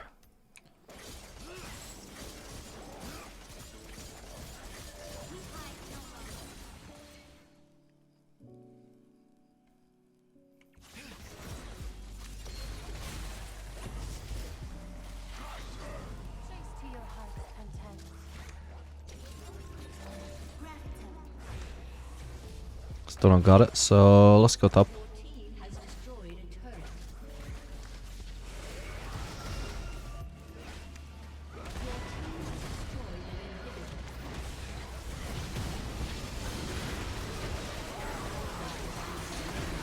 Come on, man.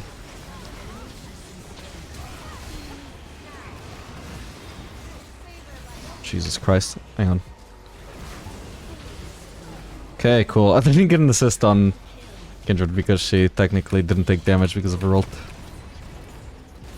Oh man, yeah, I really fucking hate Nila. So, like, Aphelios' skill's way better than her, but in the context of the matchup, she skills better because she just avoids all the fucking damage that makes me skill well. Thankfully, it worked out this time. GG.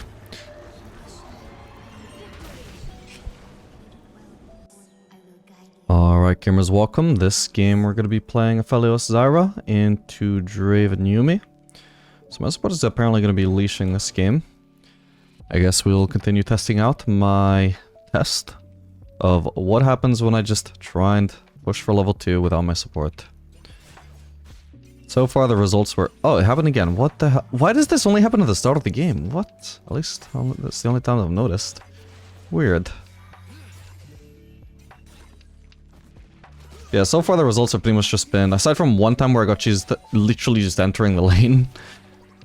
Which was completely, like, random. The enemies didn't even know that my support wasn't there. It's actually been decent results. I mean, here I'm just gonna beat them to level 2. The enemies didn't try and force me off the wave. Zyra's gonna be late to level 2, but in my experience, it hasn't really ever mattered much. Our wave right now, for example, is just too big for them to trade back into us. We'll be able to get our level 2 here.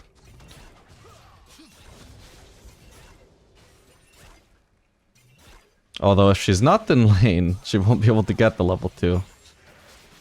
Okay, she is level 2. But she's also dead, which is unrelated. Well, actually she might not be dead. She didn't even exhaust, by the way. Ah, shit, that Yumi Q there. This is good, though.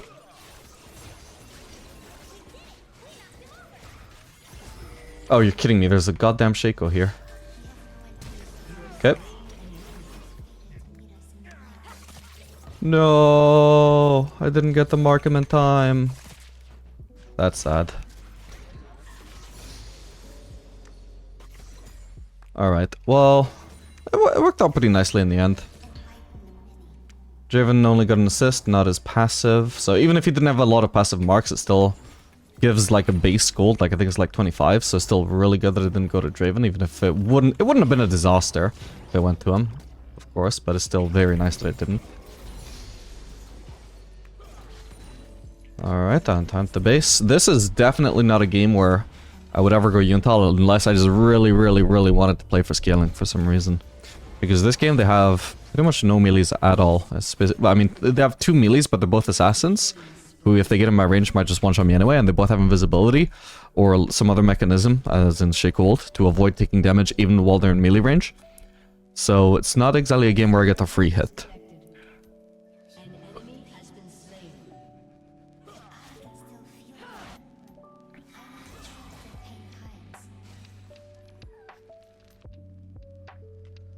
I'm wondering if I should go Water Reminder this game just for Yumi, but probably not.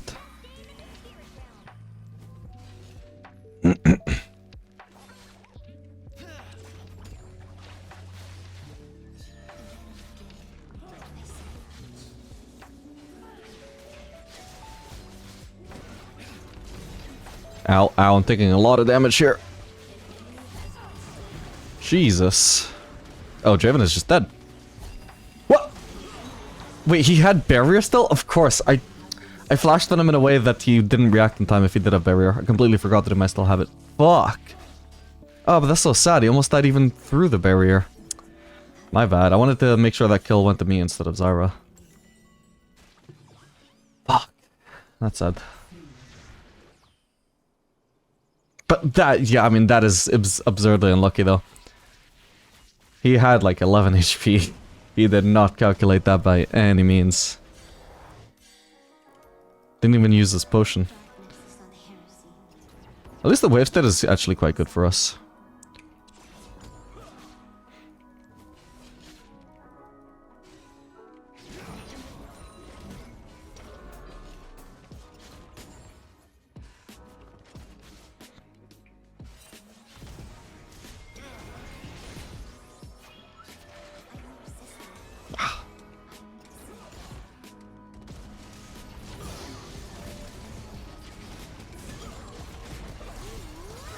I need to walk away if I can. Oh, she's dead. Wow. I will take it. There could be a Shaco coming from me. I really hope not. No, he's topside. Perfect. Then I should be able to crash this wave. I've got red-white, so my DPS will be really high. I need the base, though. I can't really help with this. And thankfully, actually, because I ended up not getting a dagger, because I didn't have enough gold, that just barely actually gets me BF sword here. That's perfect.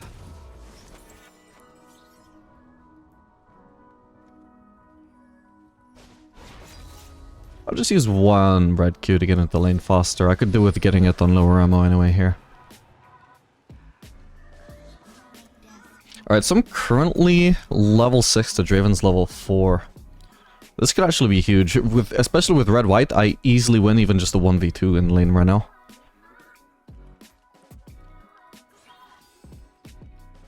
With this level lead.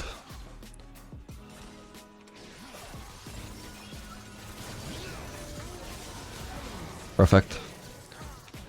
You could have at least waited for me to have any weapon combination but red-white. He was not gonna win this fight. I didn't even drop my sentry because I just knew it wasn't needed. That fight was in the bag. Shaco's bot side, very unfortunately. Oh, but Zyra's forcing me to stay. I don't know why I'm pinging her back. It's not like I can get her to stop pushing. It's already too late.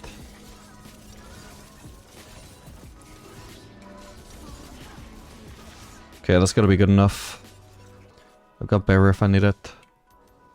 So far, no sign of Shaco. I think I can just base here. Oh, this is a kind of freeze. Huh. That's really annoying, but I can't really stop it.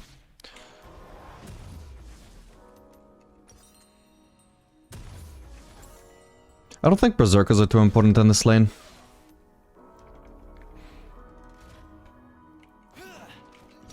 I'll just go for the Lost Infinity Edge component and also one longsword towards my Lord Dominic's. If Draven was going for BT Rush, then I think I would have thought, would have found Mortal Reminder a second item worth. But especially when I'm doing my Lost Whisper item second, I really don't like the idea of it being Mortal Reminder, because building the 200 gold more expensive Lost Whisper item as my second item means that there is a lot of time in the game where being 200 gold down could really screw me over. Whereas if I'm doing it like last item, then what the fuck would it even matter, you know, at that point? Oop. Oh, come on.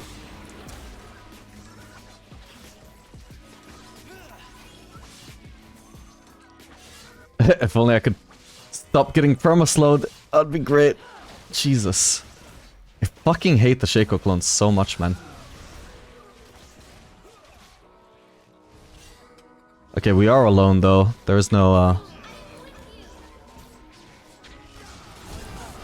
I don't know. I ulted too late to even block the damage. Okay, I don't know where Talon is now. I'm gonna get out of here just in case he... Like, even though I could do with shoving in a wave, if he's coming bot, I don't want to give him a free kill here. He's also quite fed already. I don't want to give him a shutdown for free. If I can avoid it. Well, at least that wasn't for free. My Q didn't even hit him. Oh? She's about to get executed. Yeah. Kinda sad that Zyra wasn't around. Like, if it wasn't me that died there, he would have gone for Zyra. Nobody should have been trying to crash that wave. Ooh, thanks to the Infinity Edge buff, I can base on Infinity Edge here, though. That's great.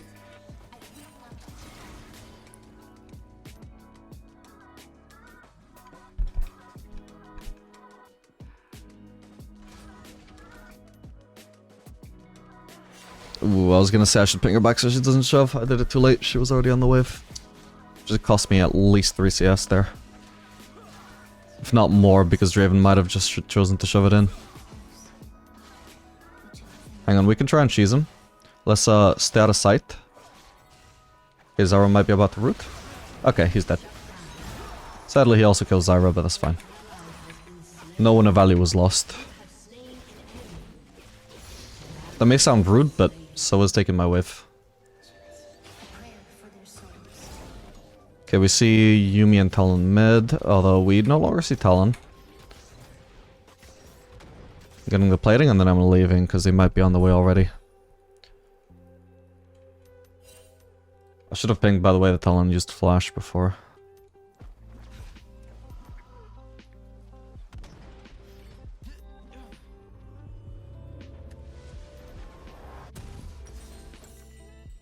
Literally just basing for a quick cloak. Could have big impact.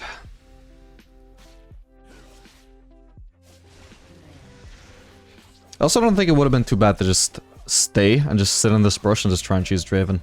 It might have been the more like beneficial move in the long run, but who knows. If I chose to stay though and didn't kill him, then I would have just been wasting my time.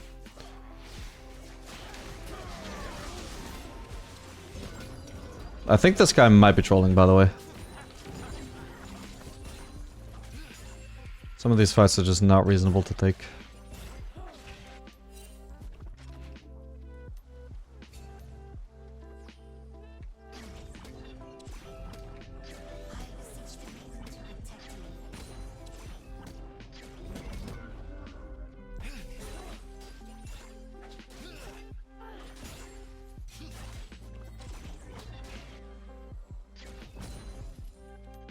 Okay, I think I just saw Talon there, right? That was either Talon or Shaco.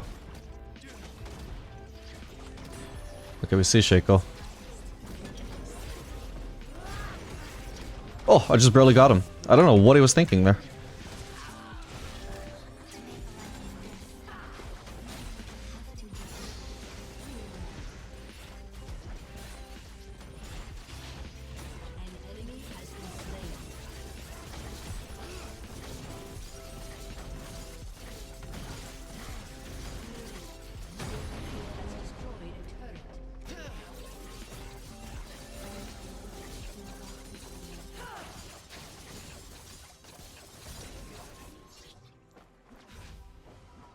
To be fair, I could steal this as well. I'm about to get the perfect weapon combination for it.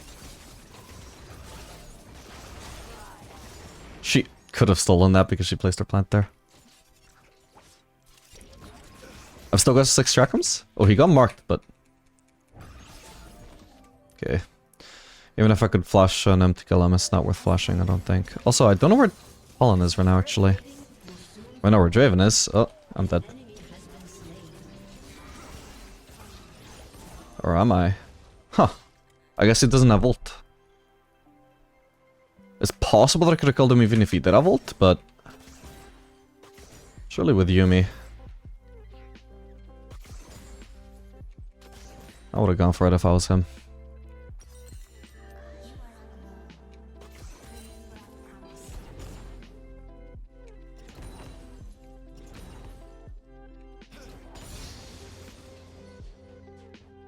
I'm tempted to use my Q to snipe this thing for 310 gold, but just in case somebody were to gank me, and yes, this Draven is definitely running it down at this point, I feel like I should hold on to what little mana I have.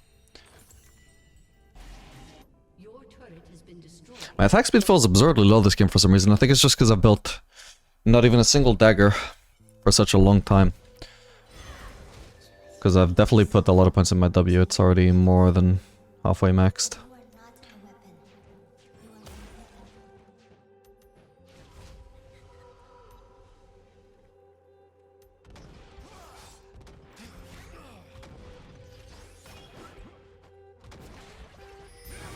Ow. Fuck. Oh, I got him. If I could lost it, maybe. Yeah, still left still enough. Oof, well, that was close. Wasn't a smart play to go for, but it worked out, so. Who are you to criticize? Wait, Talon is now her partner, what the fuck? Jesus. Nah, yeah, it's probably time for that, and then we can go for... well, either Collector or Shield Bow. Maybe Shield Bow might be smarter here against Talon. I think it probably will be.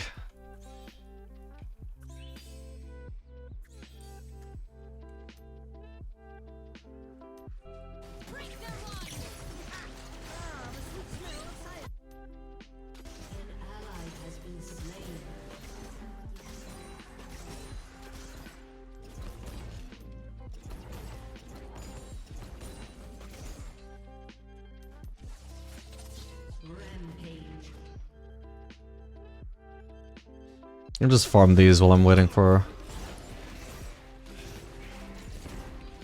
the next wave to push into me so I can farm it without being unsafe. Could also go for the wolves as well, because right now there is just no protection from Talon and Yumi. I don't even have ult up to try and fight them this time, but Talon ult will be up. And possibly Yumi ult as well, because she didn't use it in the previous fight, so... it looks like they were just on the Herald, but... it's hindsight.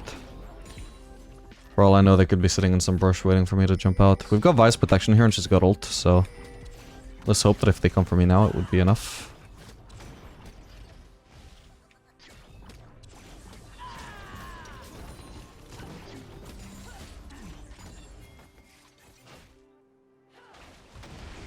We missed.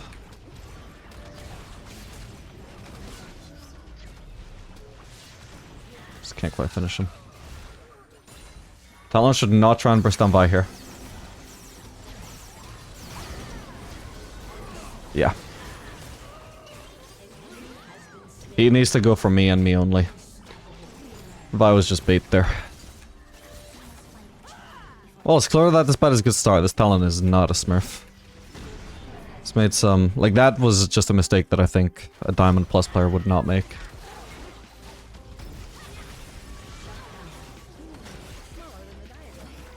Not unless they really underestimated me, I guess.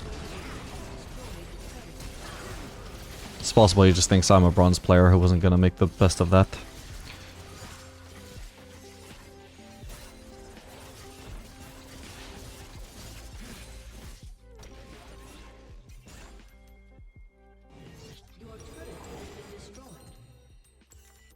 I can base here.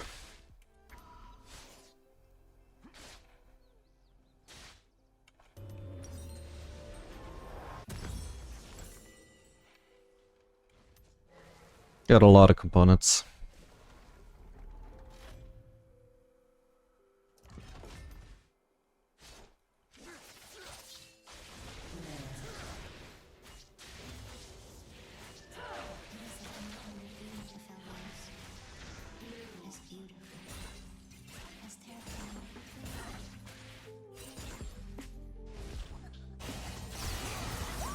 That's the wrong ping. I literally meant the ping on the way.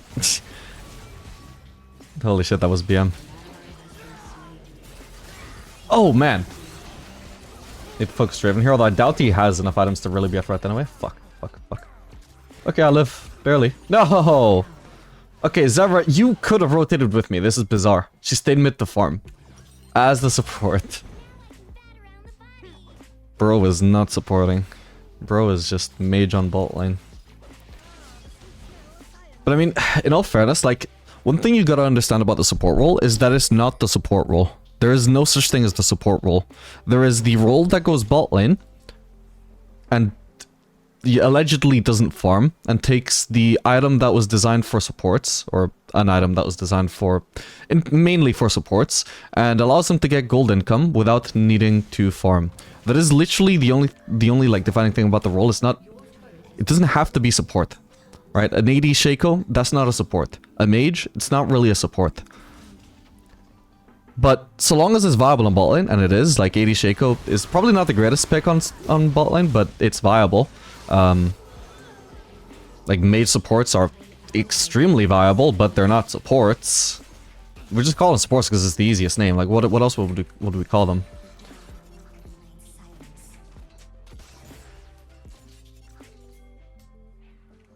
I did come up with a funny term for it once, like an alternate name for supports, for mages who go quote-unquote support, but I can't remember the name right now. Something like non-farming carry or something?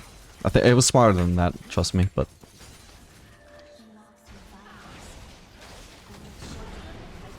Holy shit, he's dead. Yeah, next time you think, like I just did, like, wow, this support is not supporting at all. Like, it may be bad gameplay from them, but, like, they're not technically... They don't have to support. They're not... Their champion isn't the support, and their role is officially labeled support, but there's no reason why they have to support. I mean, like, even if you technically call it supporting, like, you can literally play champions who have no supportive qualities in their kit at all in the support role. Like, you can call it support all you want, it doesn't make it a support, you know?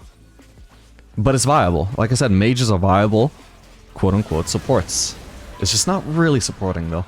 Oh my god, I got feared so I couldn't get that double kill. Oh shit. I wasn't looking.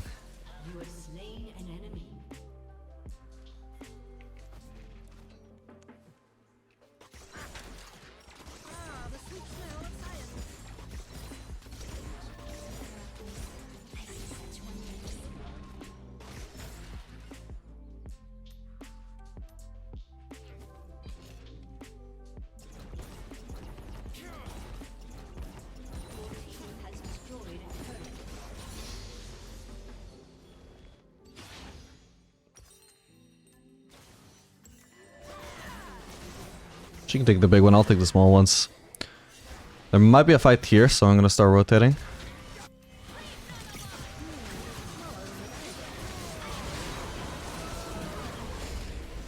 No! I wanted to get Shaco to...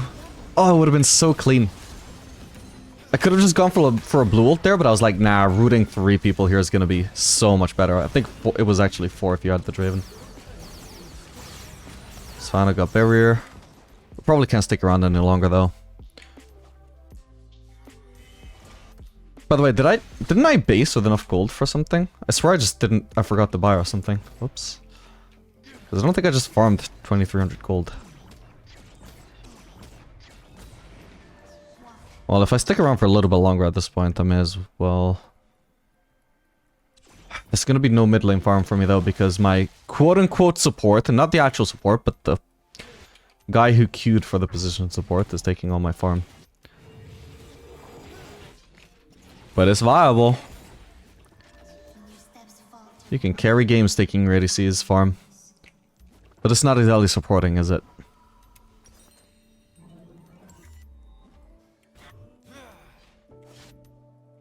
I've already got the item, the gold that I need for my item, but I think I may as well shove one more wave. Draven should be really weak. He's bought the actual items again, but yeah, I mean... yeah, I mean, to be fair, if he did buy... even if he'd never sold his items and rebought them, he would have spent that on damage, not survivability, so that would have worked out the same, but... Yeah, like, he was no threat to me there. He's just done 1.5 item while I was on 3 items.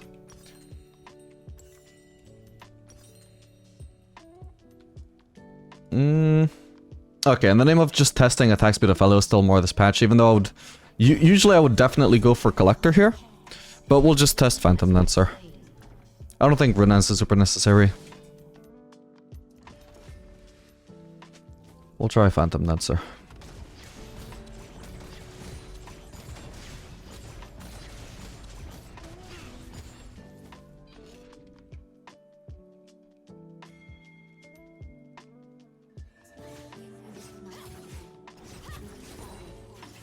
Also, I might try Lethal Temple one game, fully expecting it to be terrible, by the way. Like, there's no chance it is good, but I can test it to prove it, you know? Also, I can switch back to the regular cycle from here, I think.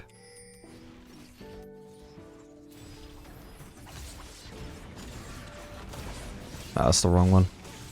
Oh, shit. Damn. That was rough. If I killed the clone sooner, maybe it would have stopped slowing her in time. For the fear to not actually condemn her, but she stayed in the turret range for so long. Ow, ow, ow. Oh, hello. What is this hammer flank? Okay. Jesus. Okay, Draven is splitting, by the way. Oh, we have an AFK, by the way. Oh, for the love of God. But yeah, Draven is splitting and we have an AFK and nobody else has noticed that he's just split pushing, so it's gonna have to be me. You know, I mean, I keep pointing out that this works in low elo. The enemies just don't notice you splitting, or they disrespect you, they think, ah, he'll stop pushing. Oh, actually, I rally based, but oh well. I'm already here. Huh, this might actually allow me to catch him out here, maybe? Very unlikely, though. I would have to go on a long chase, but I do have Phantom Dancer, and he presumably doesn't. If I'm lucky, I just predicted that he would end up over here. Yep.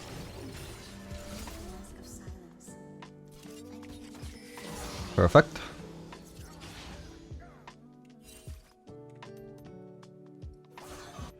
Okay, I can actually do something really funny here. Let me just confirm something. Ah, there's no blast cone. Okay, that's fine. I can still do something funny, but oh my god, hang on. Really? How long was he camping there for? I don't think he was camping for long. I don't think there was too many turrets there. I think he just was at the right place at the right time to choose me. Yeah, there was only one turret. Well, I think he only just placed that second one, yeah. So there was really only one already there. But that does mean that he did get slightly lucky, though. Like, surely there's no way... Like, what I would usually do would be to just push top. I would have walked over here and started pushing this. But then I realized, oh, actually, but I'm almost full build anyway, and I really need to carry this game. So I'll actually prioritize grouping with a team. Then I was like, oh, but actually, with these weapons, I can actually try and solo Baron soon. So I'll start wasting red Q. And, oh, I might as well check if the red is up while I'm just spending a lot of time... waiting for my red Q to come off cooldown so I can get rid of the ammo. And there's just no way Hammer Dinger predicted the whole thought process. I don't think they would have vision there either, because that's an unusual place to just go out of your way to ward when you're not currently fighting there. So I don't know. That guy might have just been trying a really unlikely cheese and it just happened to work out.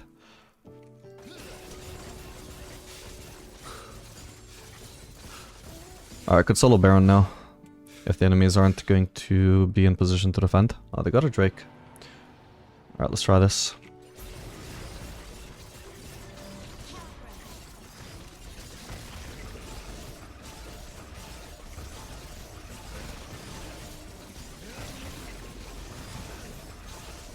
Okay, actually it's a lot faster to do Baron if I let my sentry tank it. Okay, so the funny thing is they had vision there, but what could they do to stop it without already being around? Nothing. I just melted it way too fast. They couldn't possibly do anything. They did not have time to rotate from Drake to Baron in the time that I soloed it.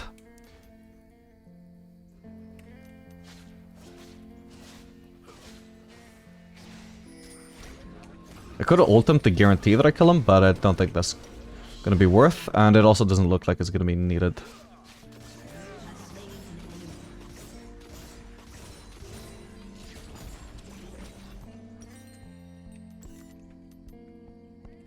Okay, for now, I think I just keep pushing. It doesn't look like they're going to be defending, right?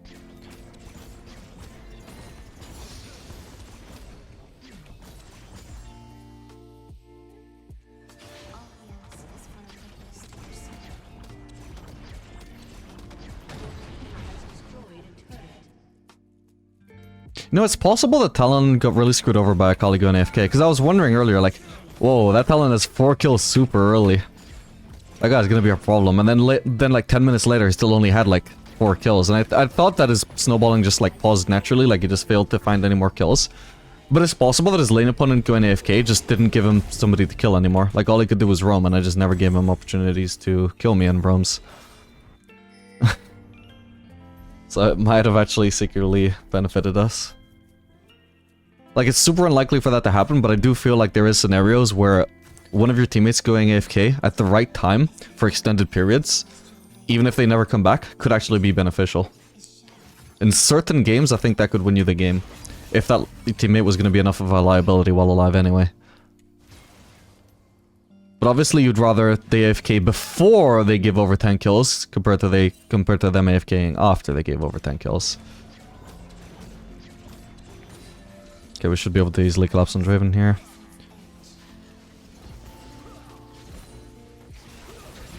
Oh, Atacon was still up.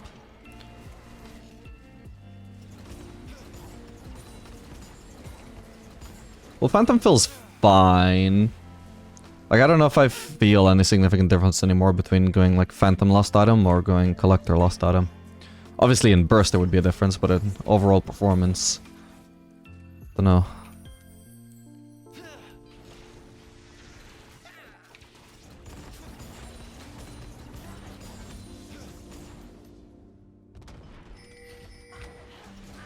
Alan is just trying to pull off a miracle split here. He's taking Yumi with him as well though, so it might just be too much to ask for his team to just defend all of that. Oop, I shouldn't have killed that, my bad. Got him. Talon's going for it. We don't have any minions actually in the turret though, this is awkward. Oh, I missed. Okay, well he can no longer defend. Yeah, I think the reasonable move honestly would have been for any of my teammates to recall just in case we lost the base race. But like I said, like split pushing Lulu is just so OP because people just disrespect it so much. Like especially if you're somebody who isn't even supposed to be split pushing, like the ADC. GG. Alright, this game we're going to be playing Aphelios Lulu into Varus Bard. Gonna be annoying in the sense that Bard is kind of like a soft counter to just the mobile ADCs in general, since we don't have a dash to dodge his ultimate. So we're gonna be easy to catch out throughout the game by the Bard, assuming he has allies around him that can catch us out from the ult. Why did that happen again? That happened in the first game too. Weird. Well, at least it keeps happening at times where nothing is happening, so there's no punishment. Also, Varus could be a threat just because he's really strong in the early game. We're gonna overall want to play pretty passive in this matchup.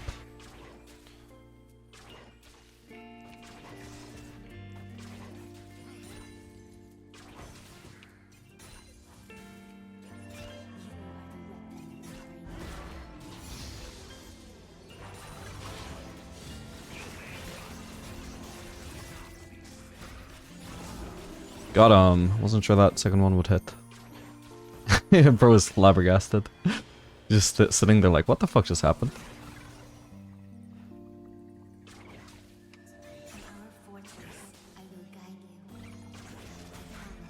Ah, I missed. Wait, is there an enemy jungler around or what? Nope.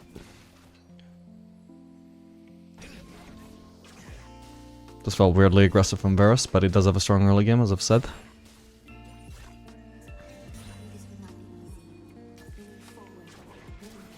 Fuck. Okay, nice trade from Lulu. Oh, come on.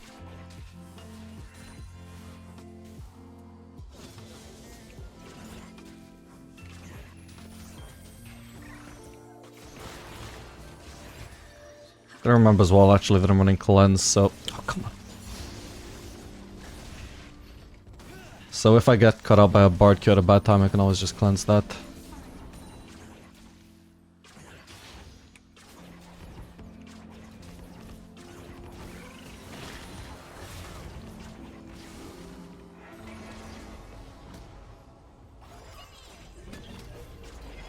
Wait, I ran out of mana. Okay, no summoners in the enemy bot lane besides Flash.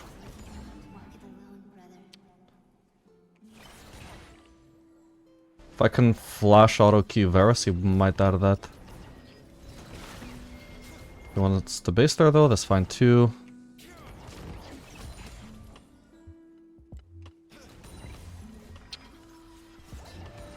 Okay, here we go. Can only base on pickaxe here, but I think this isn't like a perfect example of a Yuntal game anyway. So that's fine.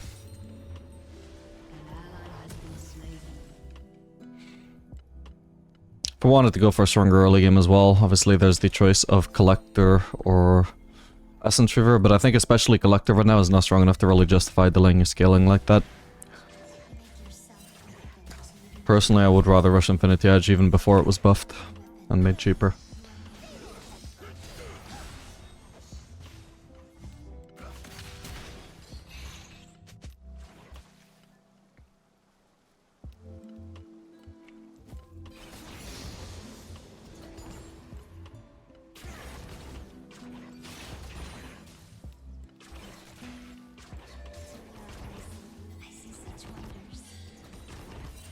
Trying to harass with Varus. Harass Varus with flames as much as I can here. Just to get as big a lead as possible for free.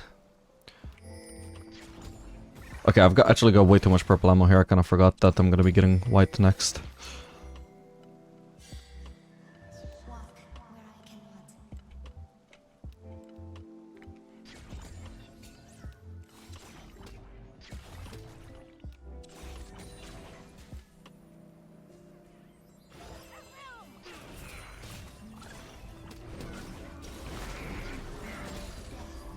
Okay, good trade.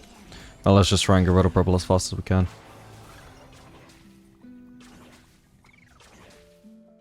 I can go place a deeper ward as well, keep us safer from Wukong. Is it good enough? God damn it, of course there's a pink there. I'm gonna have to clear that. It's annoying because I'm losing minions here, but I can't just leave the ward there. Ready to be cleared by the enemy team, or Wukong, if he ever does path through there, will know that we don't actually have vision there. So he could just gank us there. Maybe flash on Varus there, but he would also just flash. We'll just be glad that Lulu got a good trade by herself. We don't have to agree to follow it up.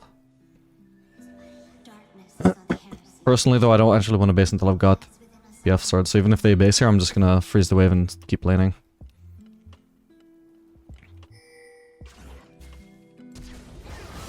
Perfect.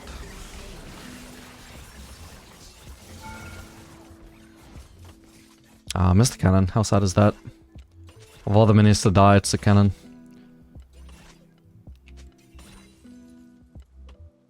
But yeah, like I said, I don't actually want to base until I've got BF sword, so personally I'm just chilling. I'll leave the wave here. I don't think my team should need my help either. There's no sign of Wukong, at least for now. Just in case he does eventually show up, I'll thin it out as much as I can without breaking the wave state.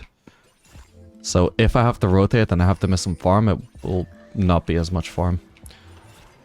Also, actually, I'm starting to get enough gold now. Oh.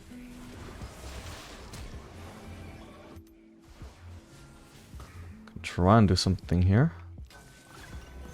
Can maybe catch out Wukong here. Oh, come on. How sad is that? Okay, I've got ult now. Ooh. Nice try from Varus.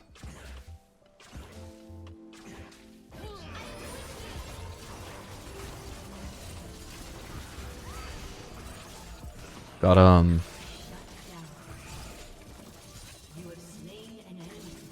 Sad that Lulu somehow died. But oh well.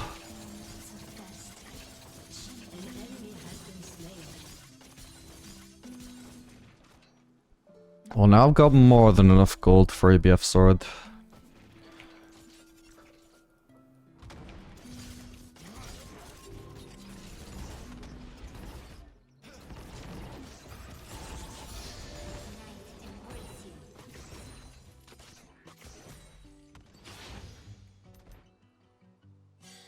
Alright, time to base. An enemy has been slain.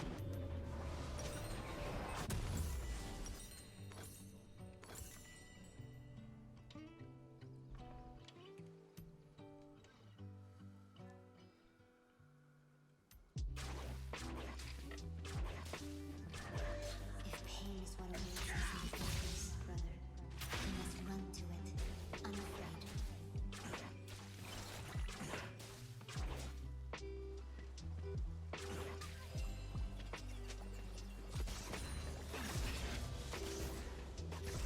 An ally has been slain. We're in this together. Darkness and light. We don't know where Bard is right now. He could try and set up a gank with his ult. We're really vulnerable to it without flash up. In fact, this could be a matchup where we could have considered running Cosmic Insight, so we have more flash up time and more safety against the Bard.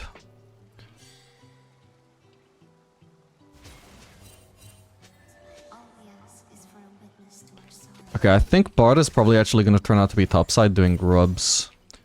Based off of what we can see right now. So if Lil isn't going to be roaming. Just need to crash and pressure as hard as we can.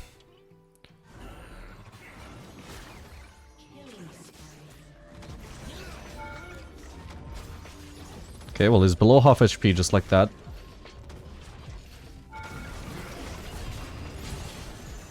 Sadly I can't kill, but he's a lot worse off for that than I am. We both had to trade a summoner there.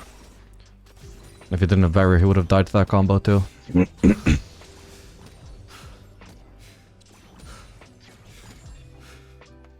Important thing to note about harassing with green like that is so long as you land one auto attack before you ult, your ult will proc PTA. So it's going to be a lot of damage, a lot of poke damage. And in that instance, I was able to land 2 autos. So more than enough for the PTA proc. That is only true though, by the way, I guess I should specify, if you are only targeting one target with your green ult. Because if both of them get hit by the PTA, or, yeah, well, yeah, if both of them get stacked on by the PTA, then the PTA mark will basically reset onto your main target.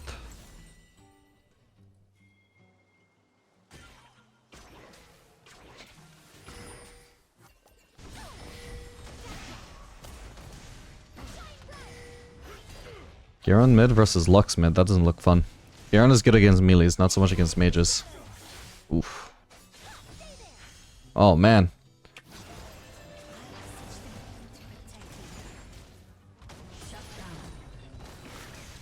That blows. I should pick up this rose.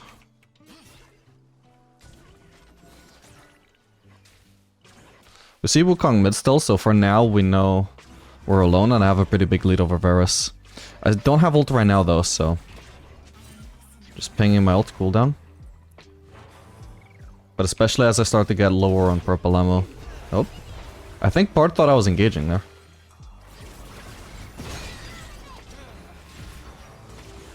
Holy shit, I need the flash actually. Weird. I think that was an overreaction from Bard, but it still caught me out anyway. Like I said, I'm really vulnerable to fucking Bard. Gives them like 2 seconds to position however they want while I'm just stuck.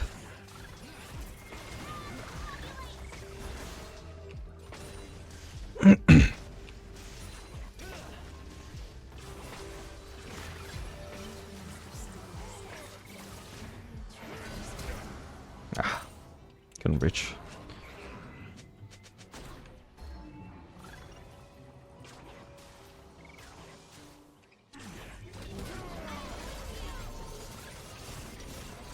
Okay, cool. You got caught out by an unexpected combo.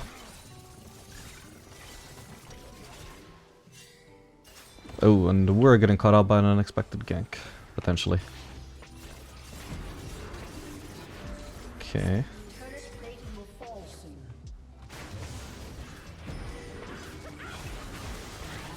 Hey, I got the kill. That wasn't expected.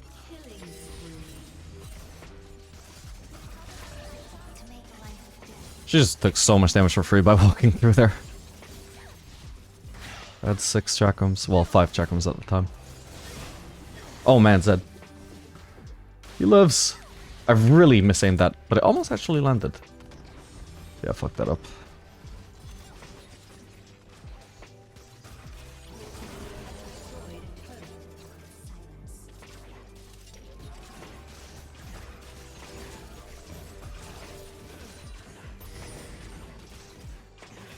Okay, time to base. I've got a lot of gold here.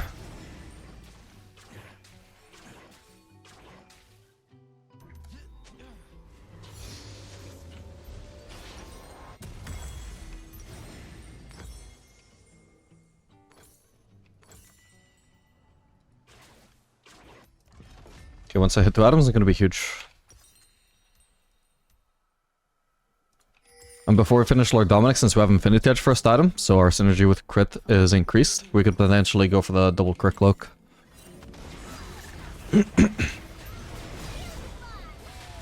Oh damn.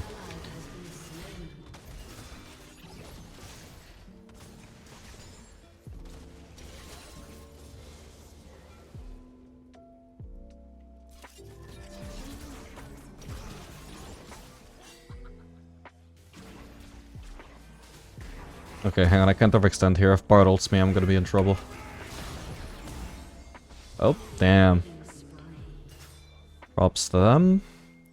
Don't know how Garen got caught out there though.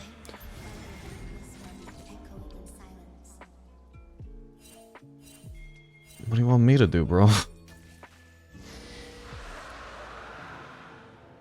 Hang on, there's a fight happening there. Maybe I can help. I think I probably should have just gone for the turret though. We look too grouped here. Yeah, like I don't get there in time to do anything. Oh well. I was peer pressured by the Garen pings. I'm gonna mute him.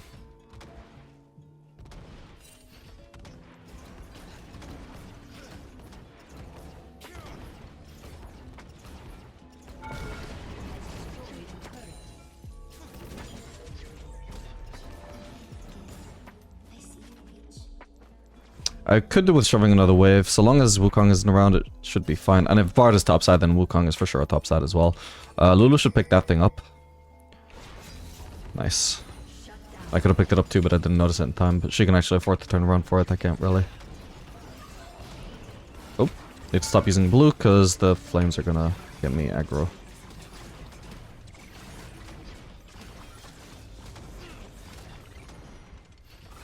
Okay. Hopefully on the next push we finish this. Whoa! Well, that was really awkward timing, goddammit. Fuck.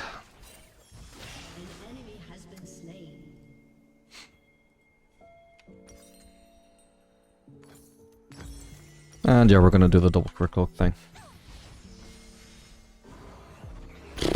Well, I could have at least avoided the Luxie, who knows. But I just didn't really have practical weapons there.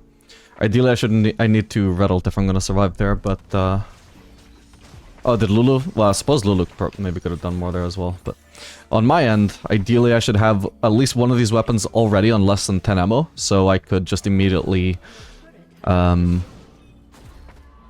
ult. So the best chance that I would have had, so I executed it wrong, but the best chance I would have had would have been to not bother rooting Varus at all. I just auto-attack him twice with blue, and then blue Q, and then ult, and that would swap to red, and the red ult survivability might allow me to burst down Varus there, and if not survive the fight in the long run, then at least trade a 1-for-1. So Lulu, I guess, could have done better if she hadn't just randomly frozen up there, but either way, I executed wrong, so it might not have mattered.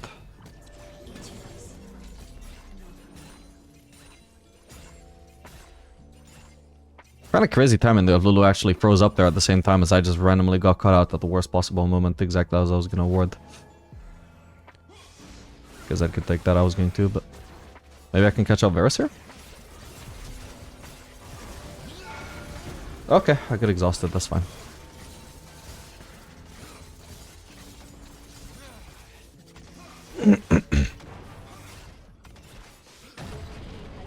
Unfortunately shared between me and Zed, but I'll take it. Still a lot of gold for the team. God damn it, not again. What is with my luck here, man? God damn it. Okay, but we definitely should have had Lulu with us either way. Who is she supporting on mid lane? No one. Oh, this is such awkward gold though, just not being able to base on Last Whisper. This is still just... As much as they've improved the Lord Dominic's build path over the past year or whenever it was, not being able to base on anything until this huge Last Whisper spike is... just really annoying when you keep constantly basing not on enough for this.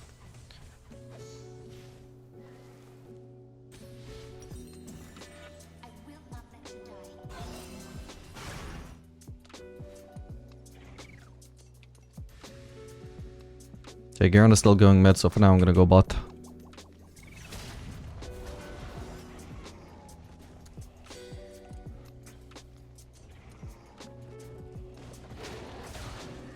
Oh, vision of him. How annoying.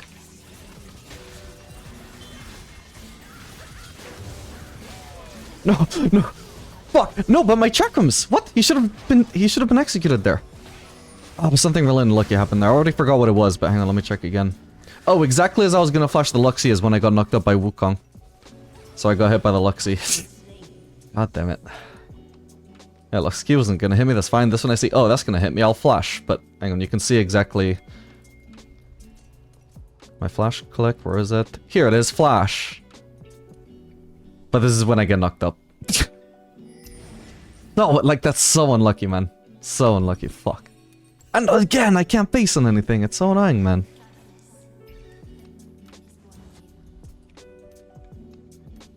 Okay, Drake is spawning, I need to go top. I mean bot. I could also just choose to disregard the fight and just get a shitload of free farm bot. Like if we were to lose this bot fight anyway, that would be the ideal option, but hang on. My team should probably not be fighting. I'm at least farming one wave before I join them.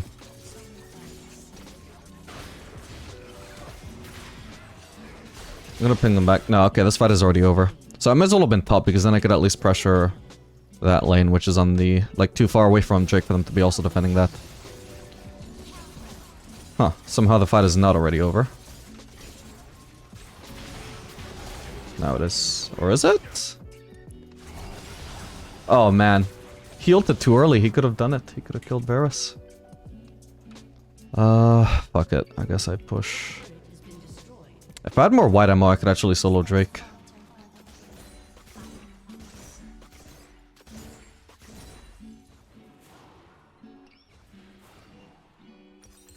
Got Lord Dominic's, but we can try and steal this first. Before we base.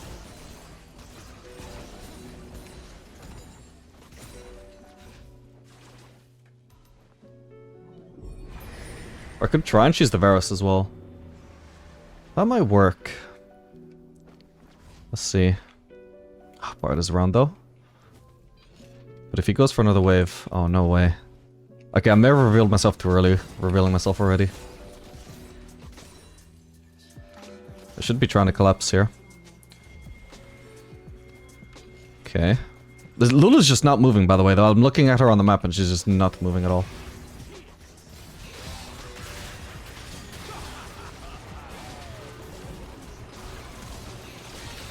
Okay, huge. The Solace is huge.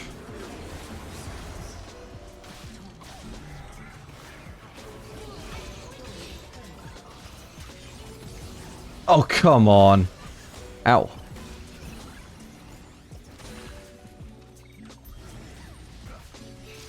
Damn. That was my green mark amplified by the fact that my ult hit 3 people, so he was getting hit by an additional 2 marks, which deal like, I don't know, 20% extra damage per mark. So he took 40% extra damage from my green ult and it still just wasn't enough, just barely. That's why I came so close, even though it might not have looked to you like it was even close to killing Varus. This is probably something actually a lot of people don't know. Like, I certainly didn't know about this until I wrote my Aphelios guide, but... Yeah, like you actually get more damage out of your green mark depending on how many people your green mark hit. That's true for the non-ult as well. What am I going for now? Collector or shield bow? I think we'll go for collector.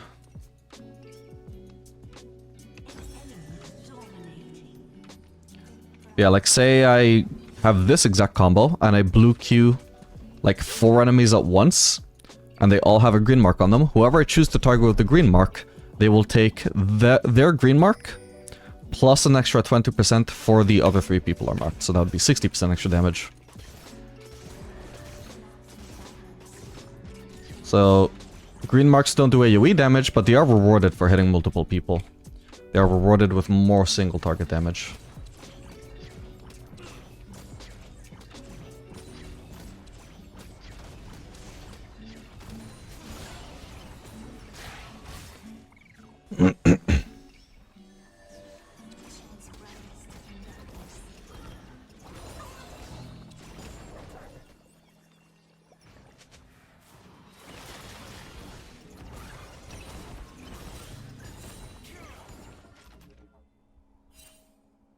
Oh yeah, they could be on that.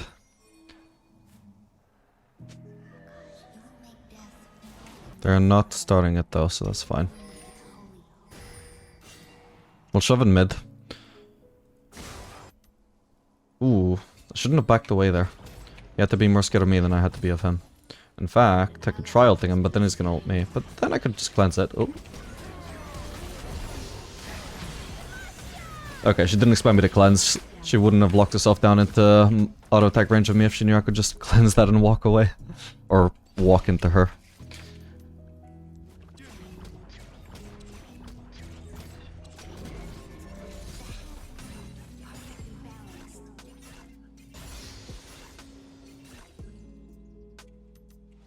I think I keep pushing for now. There's at least 4 people accounted for right now. Oh, and Wukong is bot. Somebody might kill me for taking this, but that's fine. It should be worth... Oh, goddammit. This wasn't accounted for. Alright, time to get out. I don't want to overchase here. Yeah, I'm gonna have to leave.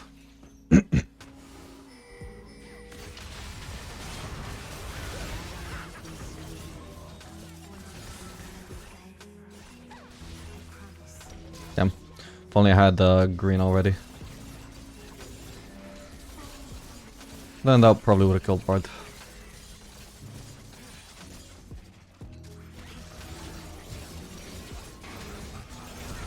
Okay, he's dead.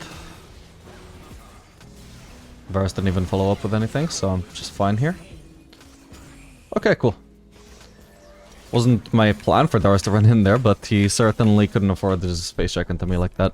That's why we like facing people like Darius. But, like, the difference between what Aphelios likes to face in terms of, like, divers and what he doesn't is if it's a champion who has to literally walk into his face slowly, that is something that is good for Aphelios to face. If it's something like Diana, who just ults in on you from 800 range away and then one-shots before you get a chance to do anything, that is bad. Aphelios wants melees, to face melees, and he wants to face, like, champions who have to run at him, but I wouldn't say that divers tend to fit that definition. It's more like juggernauts he likes facing.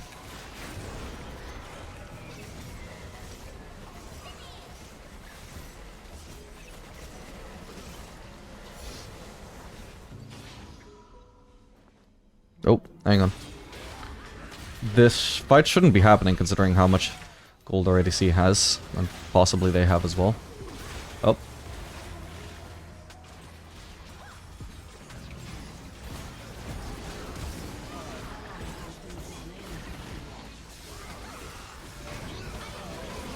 Oh, I almost had Lux as well, fuck. Yeah, I didn't have perfect weapons for dealing with Darius this time. I had very slightly bursty weapons, but not one-shot weapons and not super insane DPS weapons either. Which is ideally what I need against somebody that tanky, not burst.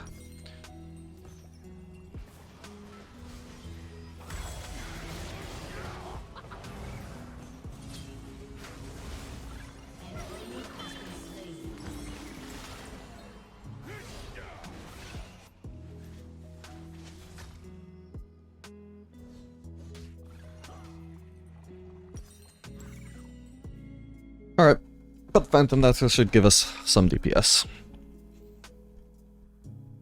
Shield Bow could also be an option, but I think with this patch, with Aphelios having more synergy with attack speed, it's worth at least trying out the Phantom Dancer and see how it goes.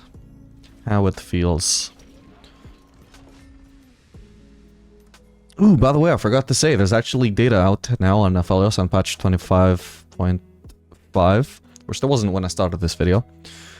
So currently, Aphelios' win rate on this patch has gone up by minus 0.5%. Which is to say it's gone down by 0.5%. Which, to be fair, is not entirely unexpected. Because his pick rate has gone up by, I don't know, like 20% or something. So there's going to be a bunch of Aphelios newbies. And even then, like, there's not that much sample size either. So even this data could be, like, wrong so far. I would say in a week or two, we'll have a good idea of where the buff actually landed. Once the noobs have gone. Because the hype won't last all patch. At least I assume not. Alright, I could do with basing, I suppose. My team are all topside.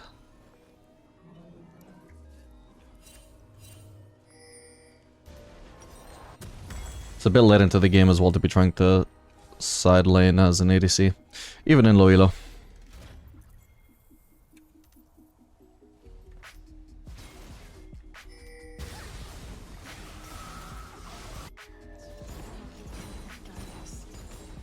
I'll try and join in now. Oh boy.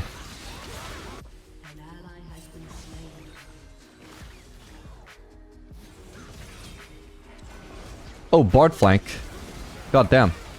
Wait. Okay, I randomly killed Lux. Nice. Yeah, that was awkward. I didn't need to set that, my bad. Hello. Where did he come from? And why was he there? I think I can just switch to the regular rotation now.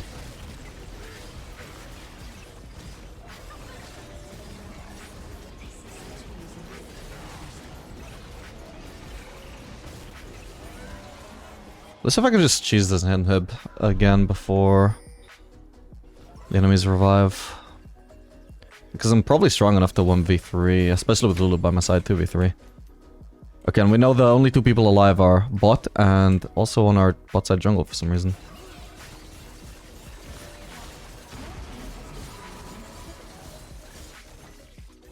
Should be able to get out now. Gotta try and stay unpredictable somewhat for the Bard ult, or be ready to dodge as well. Okay, there's no objectives up on the maps. I think I've got all the time in the world right now to just see if they've got any camps and steal them. It looks like they might not though. Okay, they have one.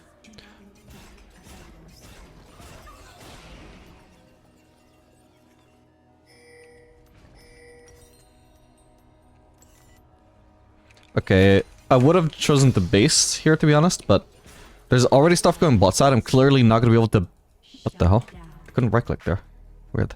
I'm clearly not going to have time to base and get the bot lane before that fight happens. So now they died and I don't have any teammates to group on bot lane with. So instead of recalling, I may as well push top and we'll see. Do the enemies just not defend in classic Loyal fashion?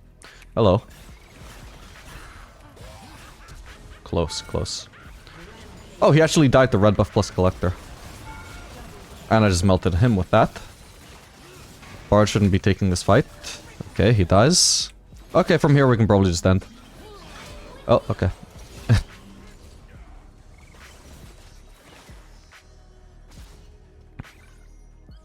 Well, that was even worse than not defending. They sort of defended, but not really. They just really... They just died for nothing.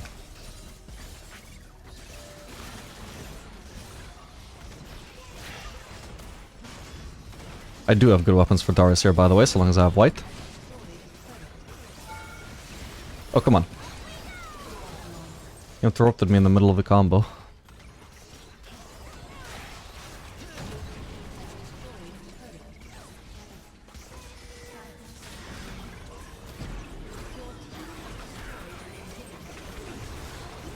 Oh, come on. We have a Garen behind us, by the way. Bro just doesn't realize we're ending the game. Fair enough. That's fine. we'll get the win anyway. GG.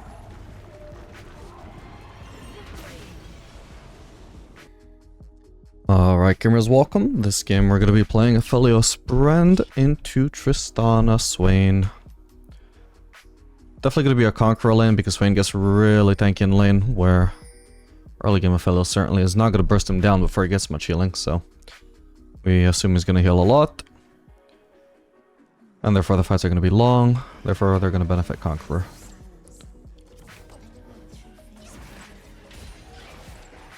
Switch focus to Tristana while we're fighting.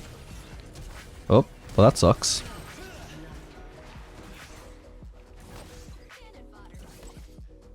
Friend got a little too caught out there.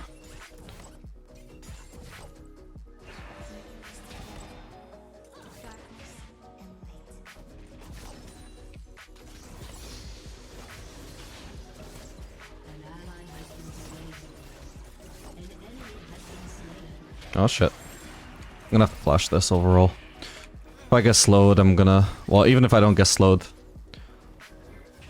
Tristana's gonna land the full combo on me, and then because of the slow, I might end up actually dying, so I would have to flash away, so I may as well flash away before all that happens. Preserve myself a little HP I have left.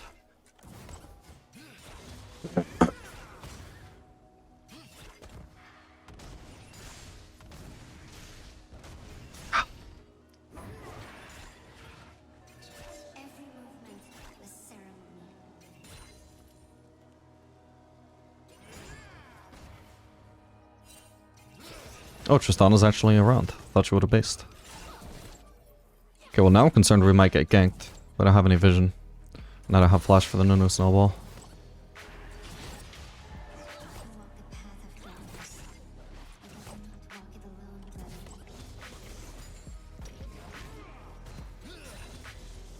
Yeah, we are for sure getting ganked at some point. Okay, I'll ward here. Brand could ward there. That'll give us a good chance. Oh, this wave actually crashed. I didn't realize. Oh, it's probably him dead again, but we'll see. Actually, this is Tristana dead.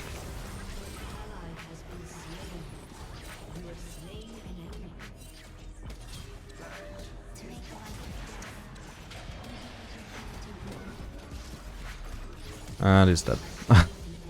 Okay, we can leave the wave here. This is fine. Oh, why is this melee walking forwards? Bit awkward, but hopefully it still pushes towards us. Either way, like, so if I get ganked by Nunu, I just die, so I don't like the idea of staying to push. But yeah, sadly this isn't actually going to push towards us, and I think it literally was just the melee walking forwards by itself that made the difference. Sad.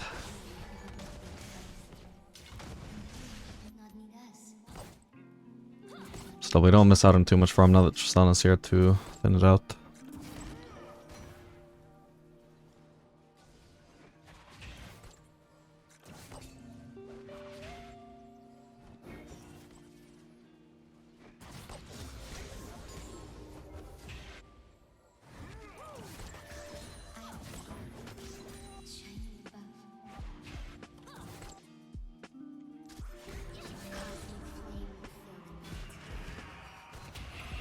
Got Hepic's a mini block.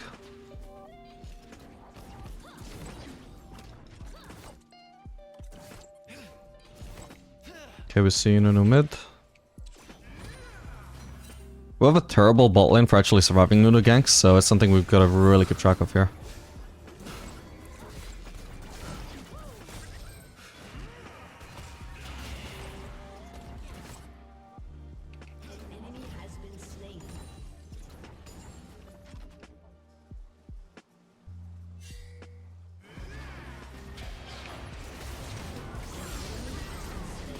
Perfect. Okay, that worked out pretty nicely. An ally has been slain.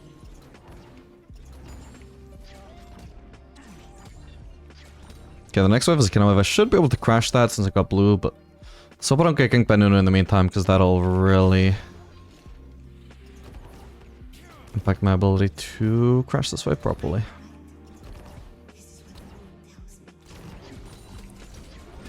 Cancelled an auto. No, I lost the... Oh my god, I lost like 3 minions there. Oh, but I shouldn't have missed out on the cannon at the very least. God damn it, I just cancelled the auto with my purple Q. Fuck! That's crazy how much CS I missed off of just one misclick though. Oh, for fuck's sake. I'm level 6 though. We know they have vision there, I can't exactly choose from it.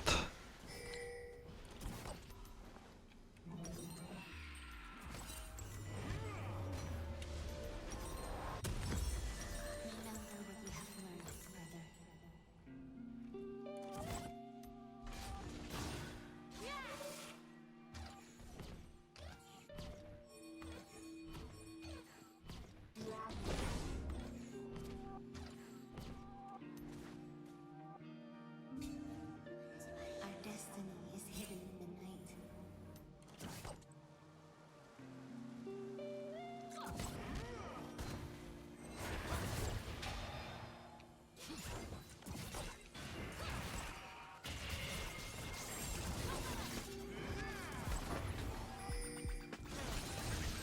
Remember, I've got level 6 and they don't, so... They overcommitted there. If Brand managed to land and engage, we could easily win a fight there. So even though I was fighting against the wave, I was willing to try and bait them.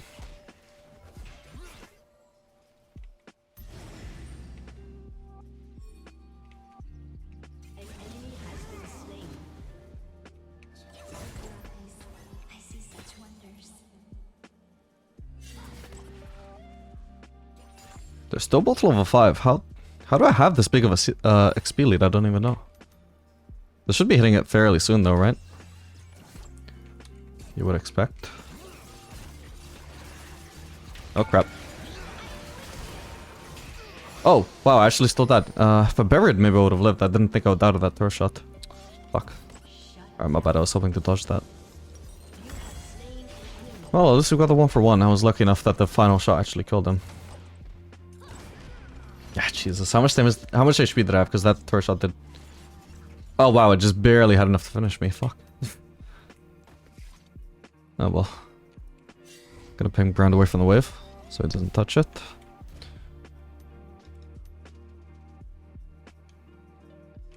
Guess my shutdown went to Swain. Could be worse, it could have gone to Tristana.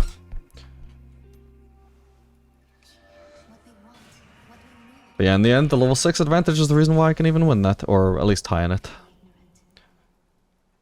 So when we're facing Swain, now that he's level 6, by far the best weapons we can have are red-white. At the very least I need white, and ideally I would want ult as well. Because I need a lot of DPS to actually kill Swain in a timely manner. The annoying thing is that Tristana is also a really heavy priority target, so I don't necessarily get to focus Swain here. Oh, fuck me. Jesus, like, the fact that this could have worked and it could have killed me was fucking crazy. I was not out of position there. Not against fucking normal champions.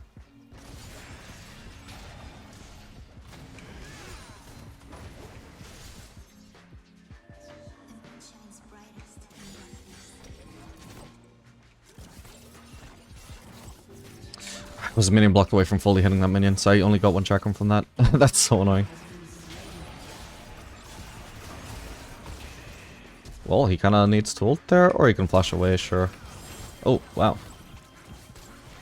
Okay, well he just didn't ult. What the hell? My chakram's run out.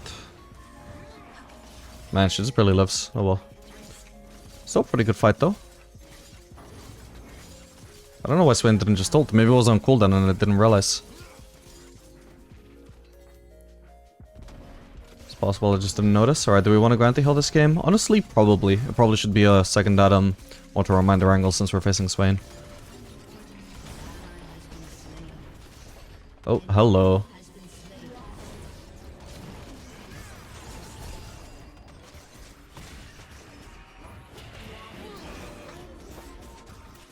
No, she got her shield up in time. Oh, but she died to Brand still. Ah! Damn, he actually had no mana to fight, otherwise that would have been such a good fight.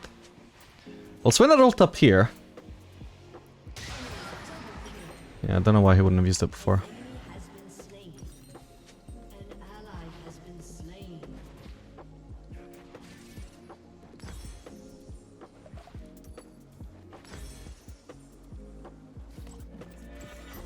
Fuck it.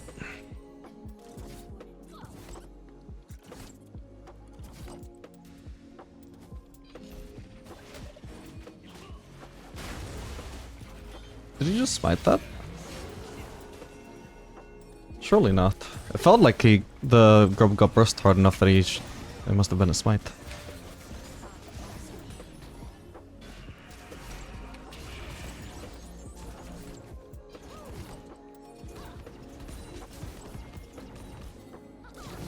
We just got sniped, so I can follow up with that.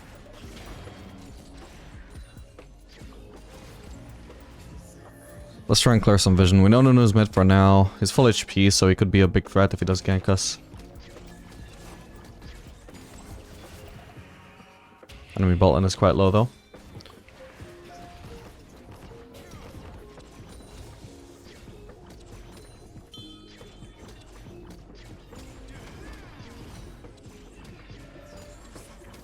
Ah, fuck. Whoops.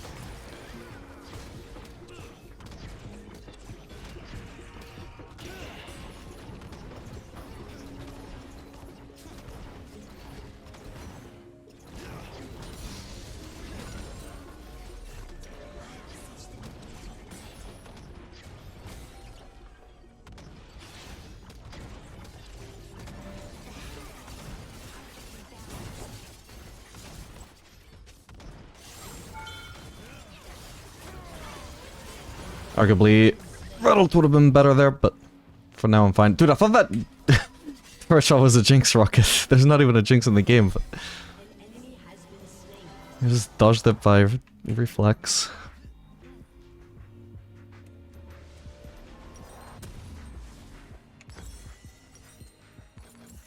I don't have that much synergy with crit yet, since I don't have an Infinity Edge, so I think I'd rather just do double longsword.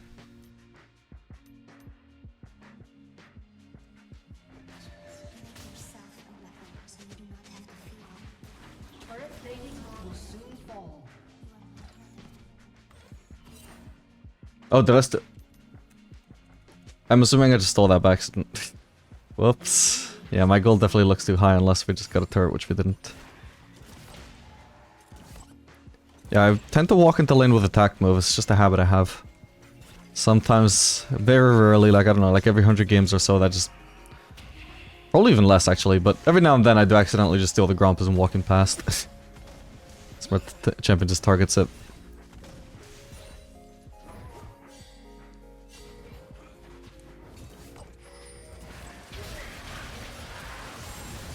Fuck. No! No, man! Come on. Oh, for fuck's sake. Dude, he rushed Zonya's. That can't be legit. He just really lives. That's actually crazy. No way Swain is meant to rush Zonya's, right?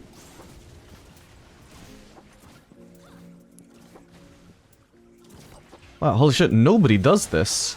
Zonya's rush Swain is done in 0.04% of games. I had no idea he was gonna rush Zonya's, holy shit. God damn. What a cheese. Oh? Damn, she just barely dies. Wow, they got so fucking lucky. Yeah, the Swain does no damage with that build, actually. Oh no, sorry, I'm trolling. He does Zonya's rush really in 1.53% of games, because actually his first item is supposed to be a support item. I was looking at before the support item. Still, 1% of games, man, Jesus.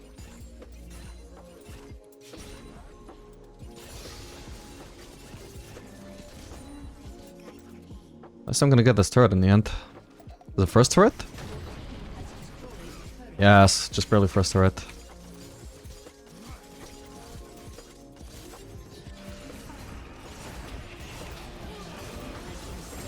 Oh, come on. And there's a Nunu here for good measure. God damn it, man. My luck. You just have everything that needs to survive every time. Alright, no flash Swain.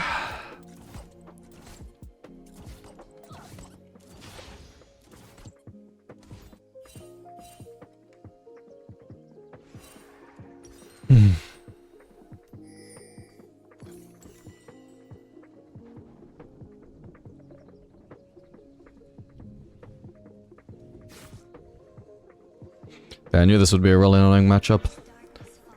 Both of them are just really high priority targets that I need to focus, but that's obviously an ideal.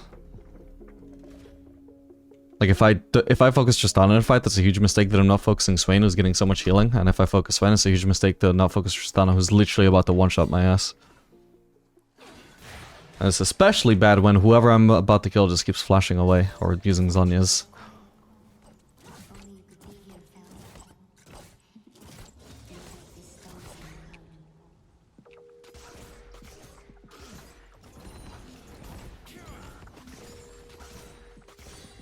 I'm not even that ahead of Trist anymore. Actually, I might not even be ahead at all, really. I gotta assume we're even right now, and if we're even, then Tristana beats Aphelios in a fight. Unless I have, like, red-white at least.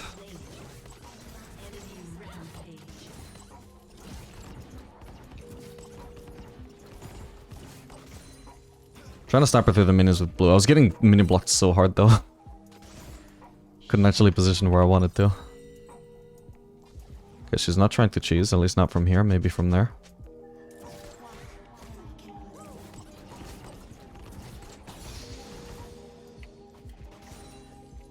Don't know where Nunu is.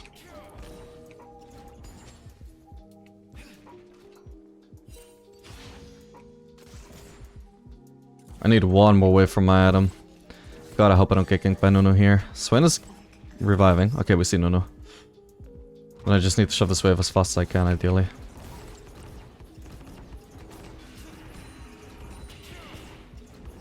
And I missed the cannon, god damn it. Still got my item at least. I wasn't willing to use blue Q just in case to secure that. Oh, god damn it, I'm dead. Where am I? Okay, she actually died, god bless. Used up my weapons in the wrong order, but overall, I can be at least happy that I got the kill back. Yeah, it's just not my game. Thankfully I killed her, that's something, but... Just the worst possible events happen every time. Like, I needed to stay one more wave, otherwise it's just really troll for me. But even Nunu being mid is just obviously not good enough. Nice one, LeBlanc. LeBlanc is really behind, actually. Look at her farm, 50 CS down.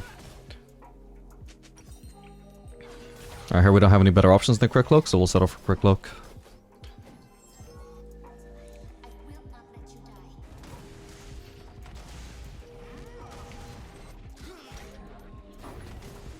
Whoa, Swain.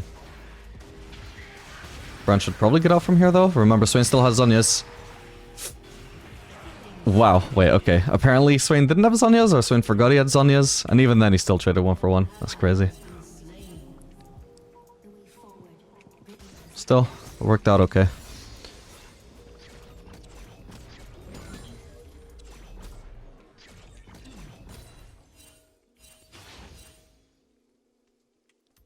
For now, I should hopefully be fine.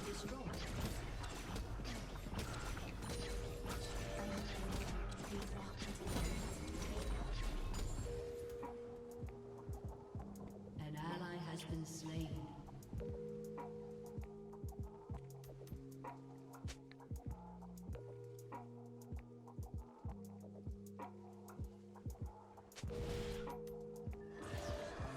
Touch them, but it's light they touch us.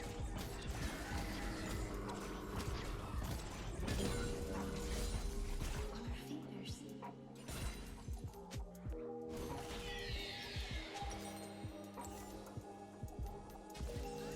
I should be able to defend that turret, so I'm gonna go farm this. Once I get Infinity Edge, I'm gonna be huge.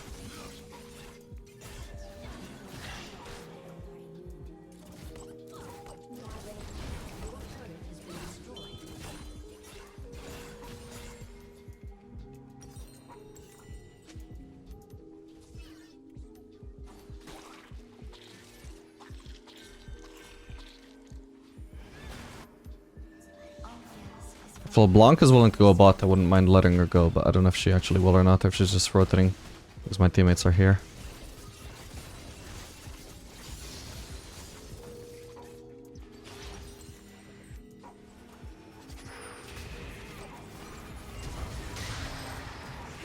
No! Why kick him away right before you're about to die anyway? Oh well. I don't want to walk into that bomb.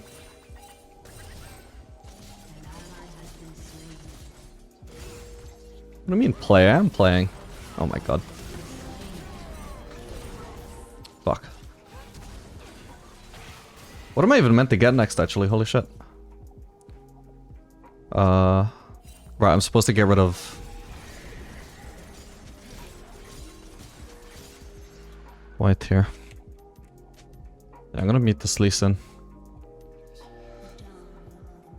If I'm lucky... Oh, hello. Jesus. I was not expecting to walk into Darius there. It's about to say, like, if I'm lucky, nobody defends this.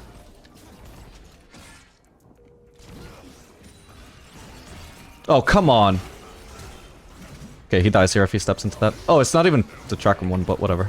Sorry, the Calibrum. No, why is Tristana here too? If nobody comes to defend, follow 3 people. That should be free farm for one of my teammates, but nobody's catching it. For now, at least. They could also try and get that turret. Yeah, it is true that Drake is up as well. It would be great if we could get that.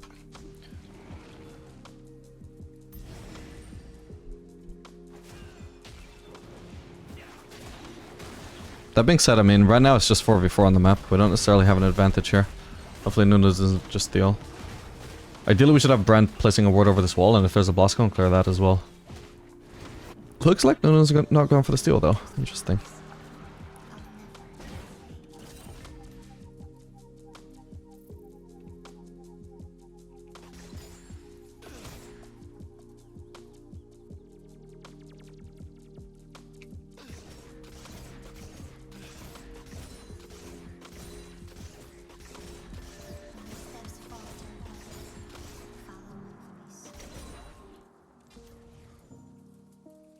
Oh god.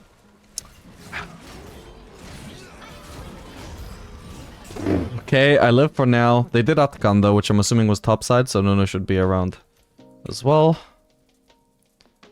Oh my god, the amount of times the Stars just keeps walking into almost melee range of me while I'm not paying attention. Or this time while I was fish checking. Okay, soon I'll have Infinity Edge.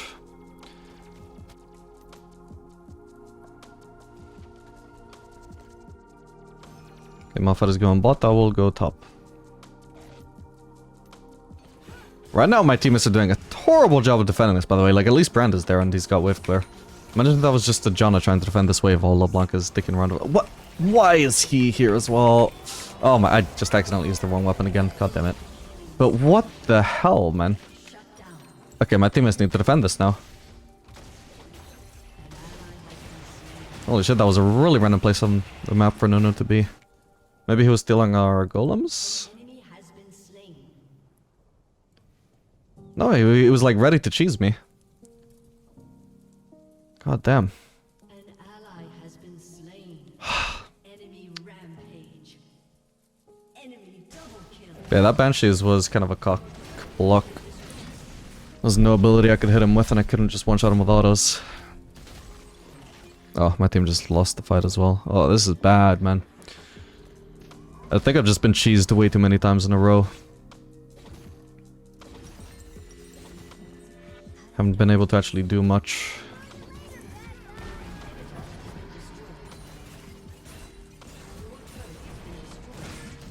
I'm really strong, but I haven't really properly been in a fight. Whoa! Suddenly Nuno gets away. Also got the Darius though. Darius who also flashed trying to kill me, but it didn't work. Another attempt cheese, you could say. Oh, Brand over chased. Oh shit. Okay, she's not gonna kill me, thank god. Maybe she didn't have ult.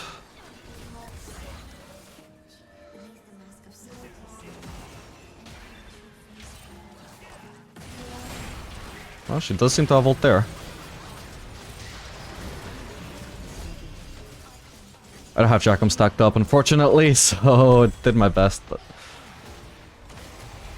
Oh man, this fight is just too chaotic.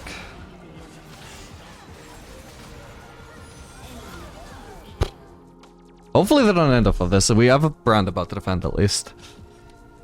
Oh my god. Wait, I actually got solo killed by Swain entirely? Jesus. Okay, in all fairness, I did start like 60% HP, but still. When you count my barrier, he basically did my entire HP bar.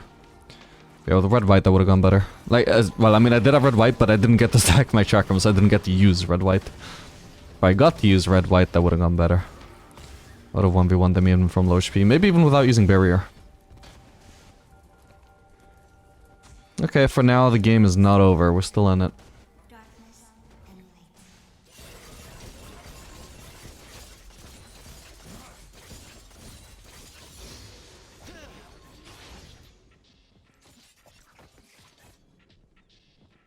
I think here I'll use Runans. I feel like I've had more chances to do AoE this game.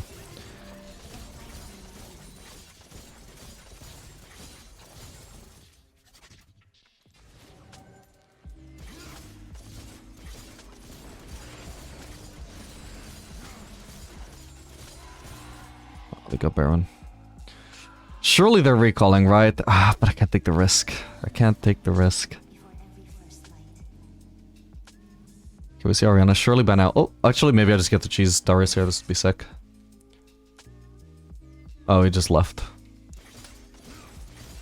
Sure then.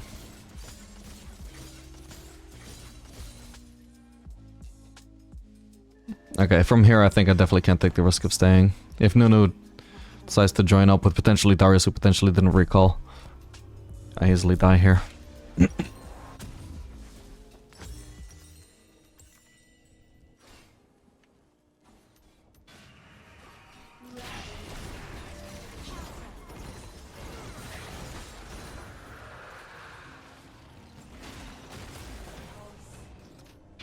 Somebody block it for me. Oh, for fuck's sake. I should have just flashed. But, like, it would have been so much better for LeBlanc to tank it. But I should... there's no reason why I should have trusted her. Fuck's sake. Yeah, I don't like playing against Nunu as Aphelios. Just have no response for stuff like that. With a pre-made Braum, it can work, for sure. And Loela is just a fucking disaster, though.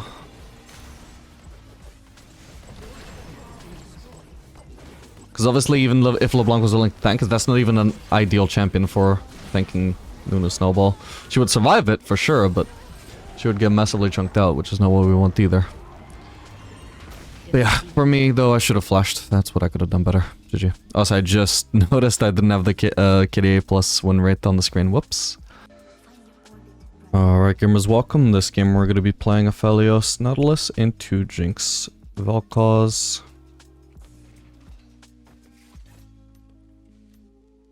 Actually not running into a tank support this time, and also their comp isn't that tanky either, so we're not running Conqueror this game.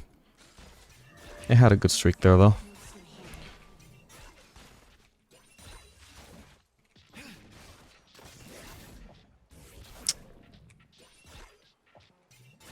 This goddamn curve in the mini wave was so awkward, I had to move backwards to try and move into the minions. Like, he straight up missed, but because of that curve I just walked into it.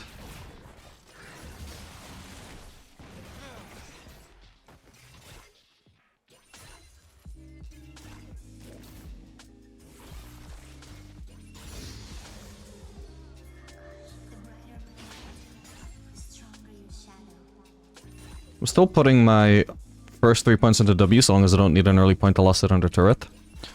And then from there is just when I start maxing E.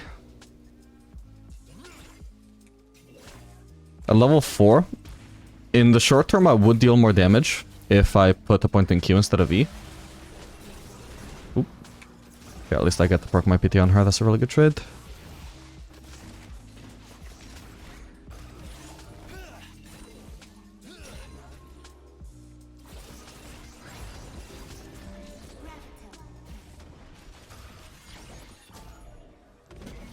He's not hiding behind minions, so we just get to land a full combo there. Perfect.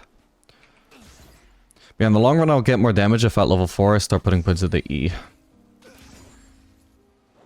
These early points in W that I put in W are mainly because like points in E at this stage would just be too useless when I'm not actually even dealing damage and I'm not even close to like basing for my first AD component yet. But I also want them to be worth... I want them to scale better than just a point in Q would, because Q is the worst scaling skill point. So my logic is I just put the first early points in W, where they're going to do something useful in the early game, unlike points in lethality would. And then I start maxing E shortly after, when it's going to be close to actually being the most impactful skill point. Which is mainly going to kick in at level 6.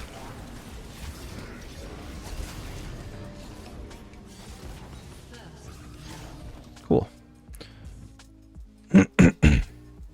I can still do Untel here if I want to as well, but it's not really that important for sure. If I have to base on a pickaxe, which I think I will because I think we just saw Jinx base. Then I'll crash this and I'll base on pickaxe. Just make sure. Oh, hang on. Oh, no mana again. Damn. If only I could like flash auto Q, he would die to that. Hopefully they don't have a warden here. Okay, they don't. Perfect.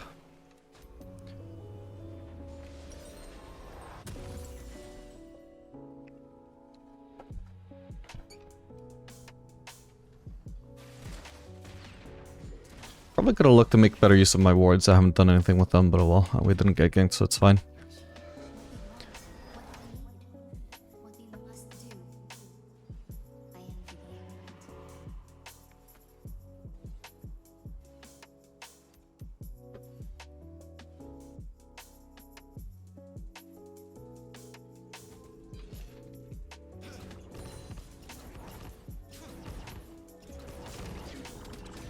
I'm gonna soak up as much of this as I can before Nautilus arrives into lane, so I get the most soul XP possible.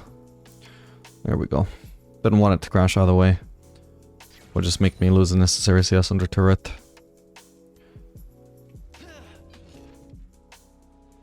And ideally I'd like to get rid of blue before purple here, to be on the right cycle for the early game. Whisper, echoing in silence.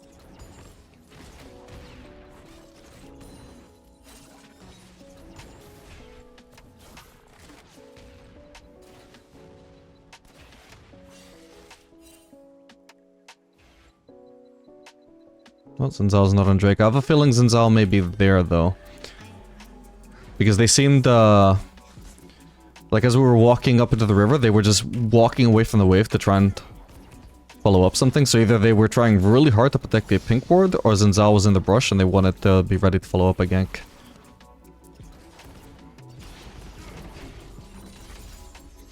Oops. Does that hook? Alright, we should be able to... check now. Okay, so there's not a pink, so most likely Zinzal was around. They seem to have a ward at least. Damn it, I'm too slow to dodge.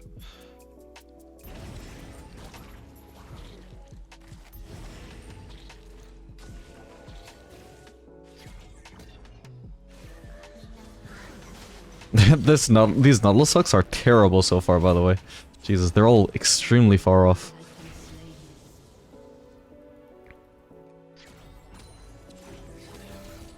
Every slash, resurrection.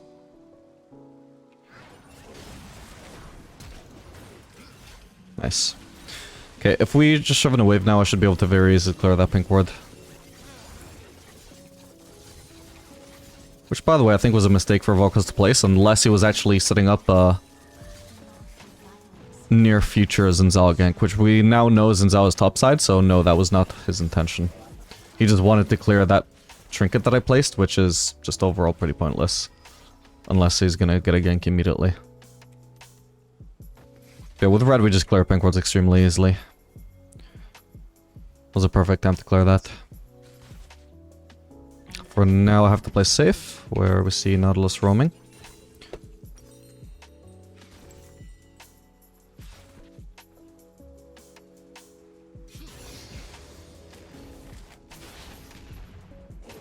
Nautilus flank here could be really good.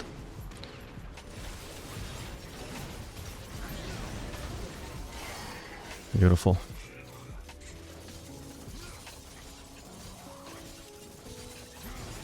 Using white there just to extend the duration of my chakrams.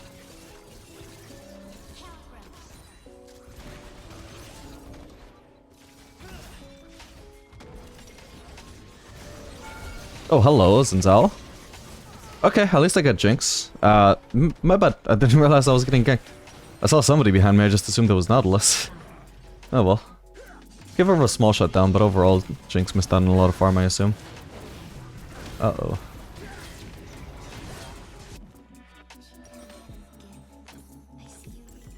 I'll settle for the one dagger. I want to rush into lane here and make sure I don't miss much farm. What is going on there?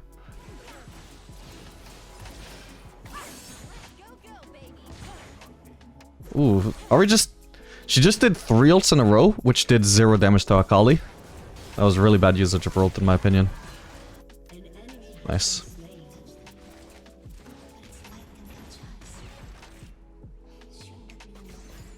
Like, our ult isn't just dashes, it does damage as well. If you're in the middle of an intense 1v1, you want to try and use them to actually deal damage. Not just reposition.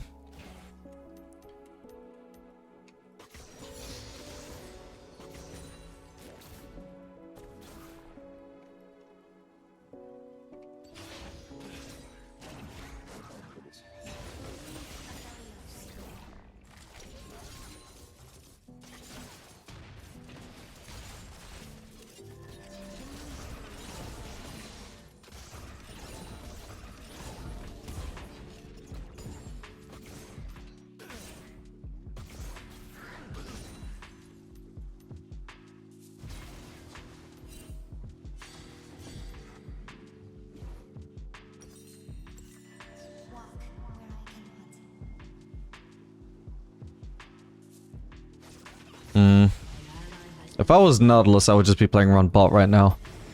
We're unlikely to be able to contest grubs either way. Oh, I'm gonna be careful, they could try and force here.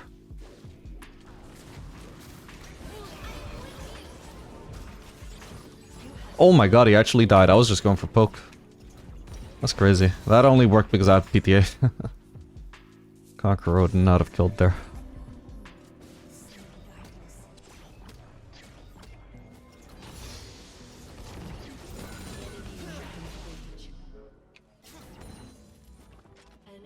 Maybe I can go for the plating here.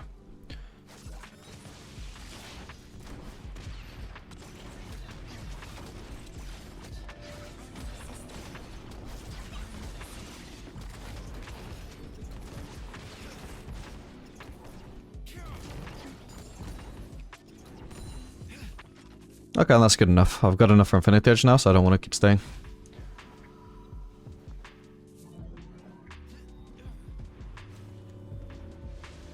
I can actually go for Yuntal here if I want to, right? Fuck it.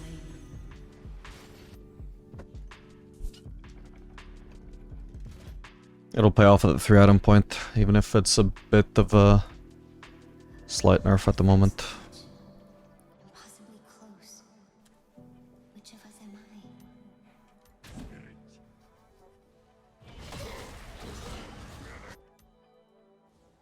This does force me to do Infinity Edge second item as well, but that's fine.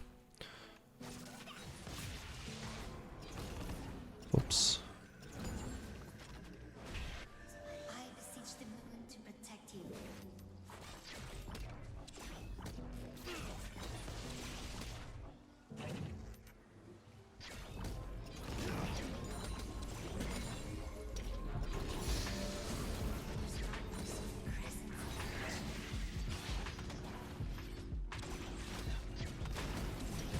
Another plating.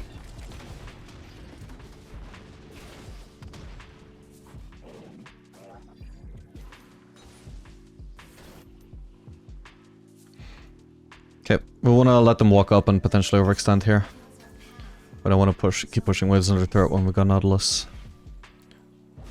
Well, he has other ideas. He's like, no, let them be safe, let them be safe. I want the challenge.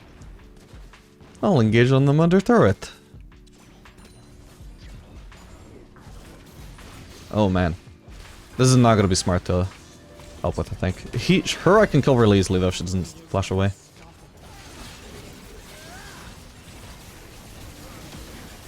Beautiful. Perfect. Well played, Udyr. An enemy has been slain.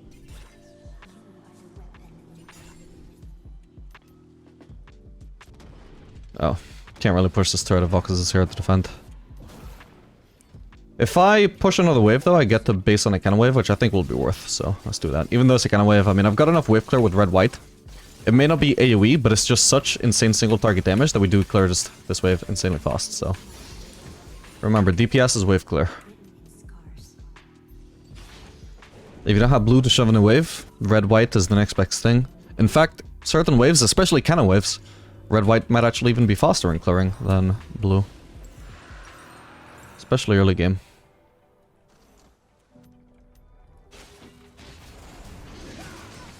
That's one here. You got the Drake.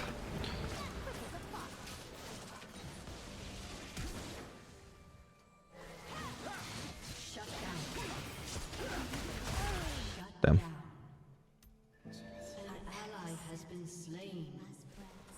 Taken by our enemies.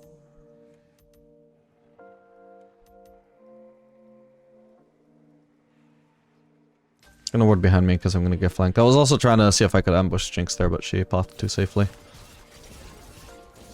Really good trade. I just landed like 2 red Q hits on her and then 1 regular auto. And it just did half of her HP. That's kind of nuts. Potentially try and go for a kill when I've got my ult here.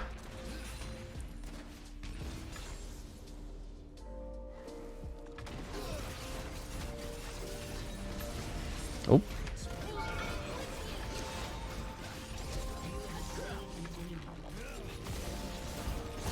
Why do I even bother using Berry though?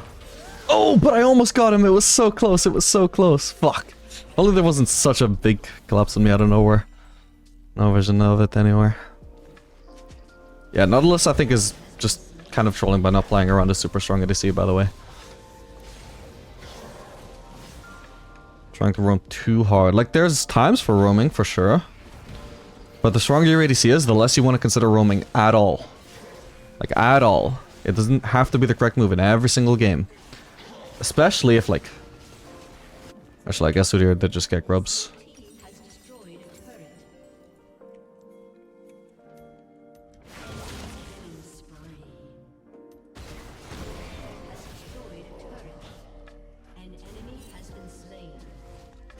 At least they got Nessus in the end. Certainly wasn't useless to roam. Although I think it took way too long to finally pay off. It was way too long of leaving his ADC 1v2, or 1v3 even.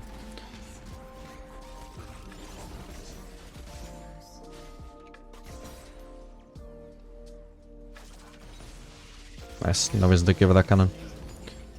Okay, Valkyr's is topside too now.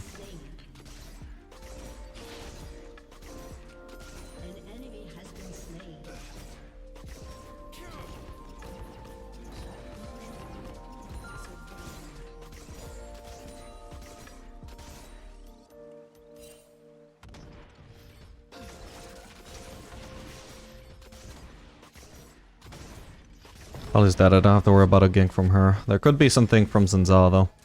No, actually, no, sorry, he's dead as well. Never mind. But I'm just, should just be free to push her, I think.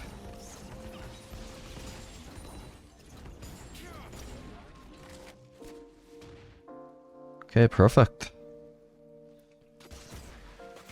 Did both of these just spawn? Could be.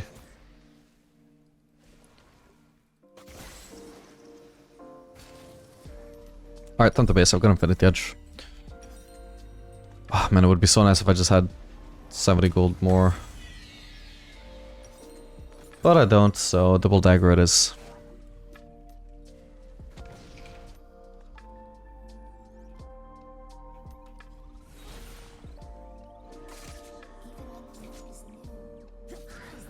Obviously, if I had 70 gold more, I would have just done Crit Cloak.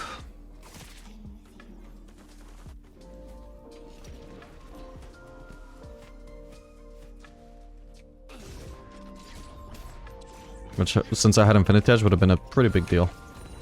For it to double dagger. That was about 472 damage onto Akali. If I can catch her in a root, she probably gets one shot.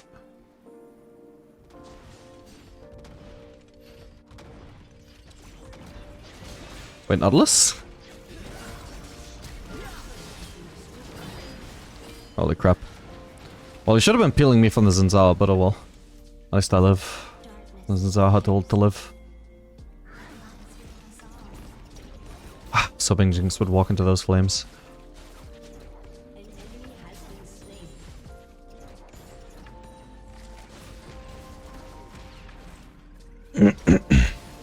Ow.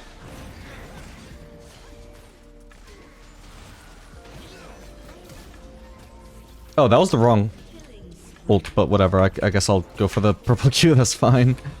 I don't think it would have killed him either way. I'll just auto-attack with the red a bit, because I could do with lifestealing slightly. Nice. Maybe I can even push this turret. Some of them were low at least, right? And I think it was Jinx that flashed away.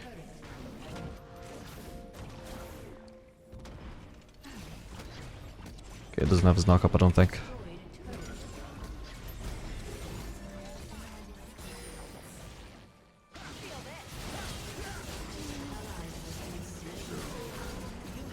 Early got the Valkos. Okay, cool. Time to get out now.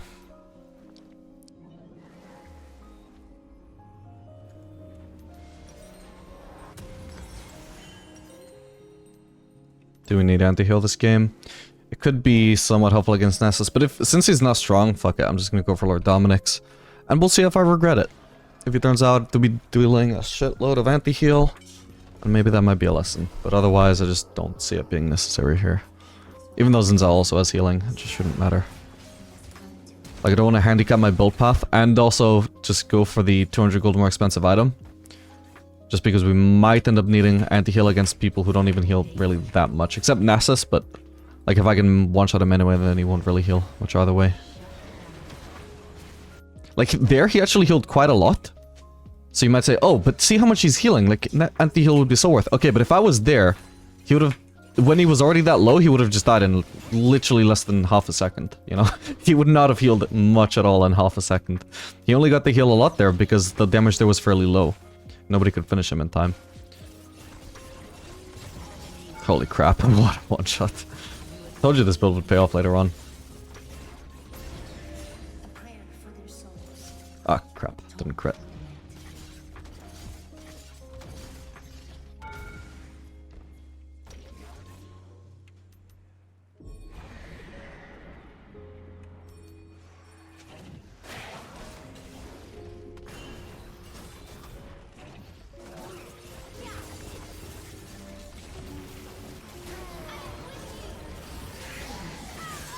I knew I wouldn't even have to bury her there, she didn't have the damage done. For the execute to do much there. Cool. Also, I can try and go for the enemy red buff now. If Zinzal happens to walk in on me, I should probably one-shot him. Just that. Okay, red buff is here. Can also go for Raptors. Okay, we know where Zinzal is, so I don't have to be afraid of him. So I'm just gonna steal his entire bot side, top side, sorry.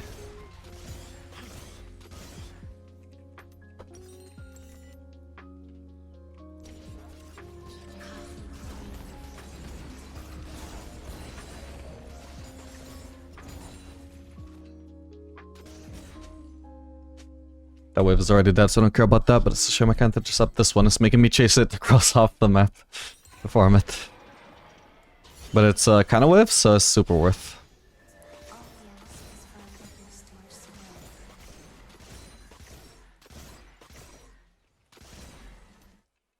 And this is certainly not a game where we do 4th Atom Zeal. We do not need damage DPS, and we don't have Conqueror, so our synergy with attack speed is lessened, even post-Aphelios buff. Plus, most of their comp is not the kind of champions that I want at DPS, it's mostly champs that I want to one-shot. Oop, this could be really bad, actually. This sucks. Okay. My bad, I didn't notice him walking up. I can actually 1v1 Nessus with these in this scenario, if I have white. Any kind of weapon involving white would be great there, but if I don't have white, then my attack speed just gets too crippled when he uses his W on me. The reason why white would be different is because white is unaffected by attack speed. Not completely unaffected, but mostly unaffected by attack speed. That goes for building attack speed, and that goes for being debuffed in attack speed. The attack speed from white is mostly dependent on the distance between you and the target, not so much on your own attack speed. So with the kind of lead that I have, I would have just melted Nessus from melee range if I had white. Especially if I had red-white, but even without that, I could just drop Sentry with the green-white and just get the auto-attack resets, and that also would have been really good.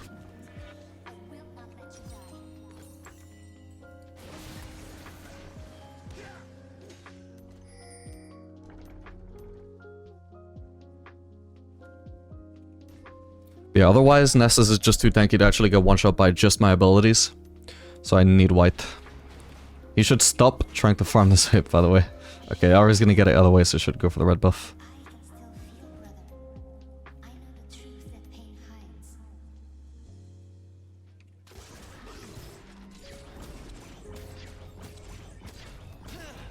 Go for red and then wolves, I suppose. Because Ari's gonna probably get another mid lane wave here. Nautilus just died somehow. Actually, it looks like I get to go for wolves and also the mid lane wave, because she actually left. Which is good for me, because this is actually very smart macro from her. She could have farmed either wave. She could have gone mid or top. Hang on. If she gets too close, I might just kill her. If I have ult up, I am actually very strong against the Kali. Particularly if I have purple up, because if I can just root her and know where she is. Hang on.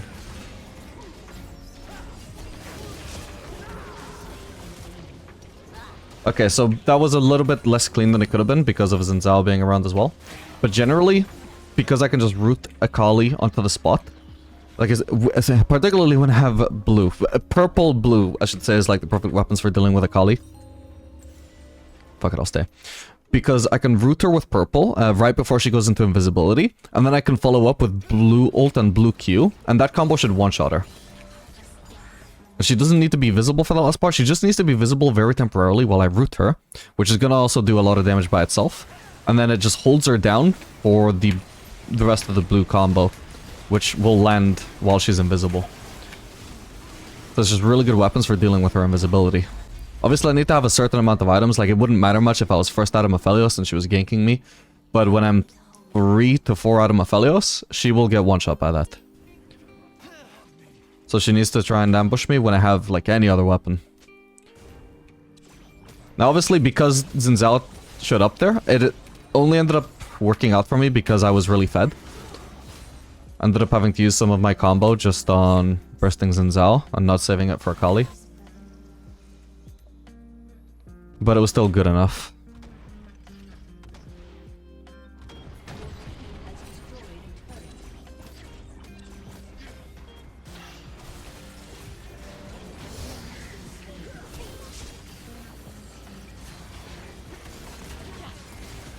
Nice. Didn't steal fast enough.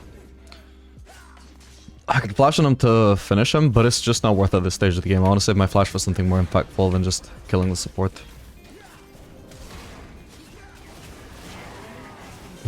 Well, Udyr can use his flash however he wants, but for me, I'd much rather Udyr waste his flash than I waste my flash.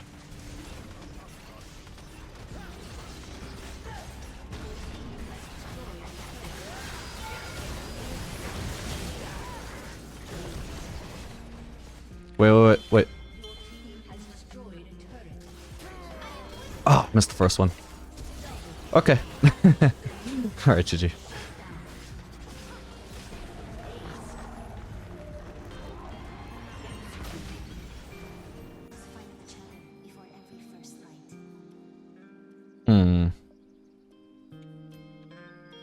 Alright, gamers, welcome. This game we're going to be playing Aphelios Morgana into Jinx Quinn. And as promised, I'm going to be trying out Lethal Tempo Aphelios. This is going to be really terrible, basically, whenever I'm using red. Because it doesn't get stacked at all by red, even though it really should. Red Q. Sorry, I meant red Q, not just red autos. Red Q is supposed to be like a minimum of 6 autos. And it stacks PTA, it stacks Conqueror, it stacks Fleet. But it doesn't stack Lethal Tempo. For absolutely no reason. So that is probably the main reason why Lethal Tempo sucks in Aphelios. Because if it were stacked by it, it would probably be viable at least. But instead it probably just sucks. But we'll see. Okay, my support is once again leashing. So let's see what happens when I don't leash.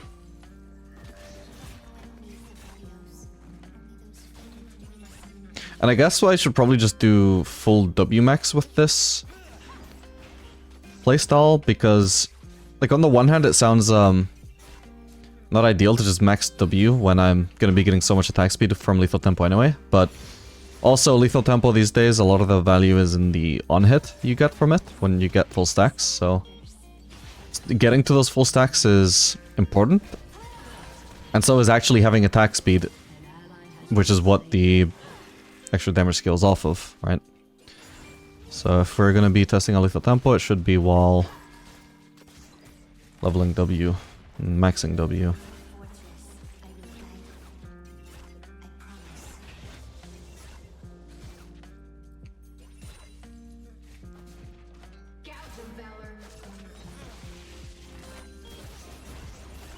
Yep, as you see, 0 lethal tempo stacks.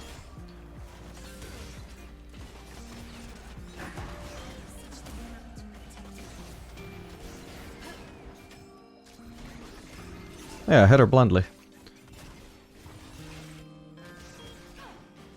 Okay, right now autos are dealing an extra 8 damage, more or less. I have a ward there. I'm gonna use red Q here just to heal up.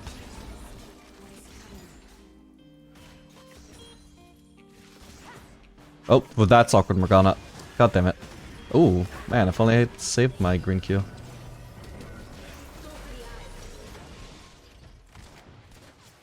If I can snipe her, she... I was gonna say will die. Now she sadly won't. That is really sad. Damn. I'm not gonna waste my last mana. Well, not my last mana, but... got very little mana. I don't want to waste unnecessary mana if it's not gonna result in a kill. I could flash on her and kill her there, but... I might honestly just die afterwards. She's so deep into the turret. So I think we'll let her live for now. I'd like her to be more overextended before I flash on her. Oh, also wait, she has heal. Huh. I was gonna say, like, in my thought process the entire time, I was like, well, yeah, I mean, Jinx will be running barrier, she's Quinn, so they won't have heal. No, they have heal, even though Quinn seems like the... I mean, not that Quinn support is meta or by any means, but certainly wouldn't be expecting her to run heal of all things. Alright, who's their jungler? Viego. Probably should have checked that out sooner, but okay, it's not a super high gank pressure jungler.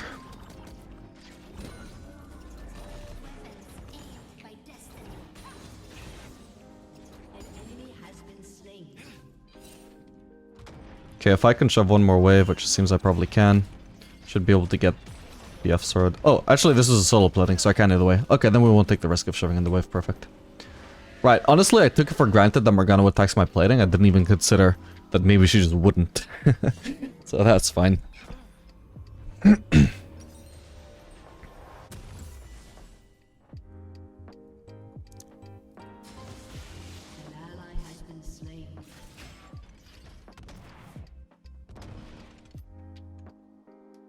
Cho'Gath already has 3 deaths 5 minutes into the game.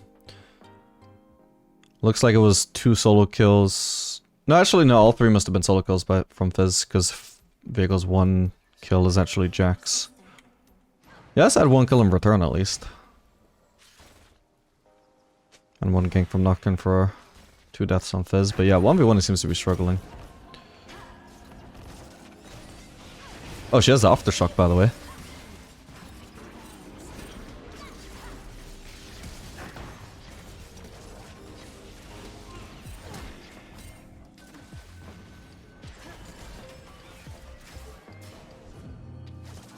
Shit.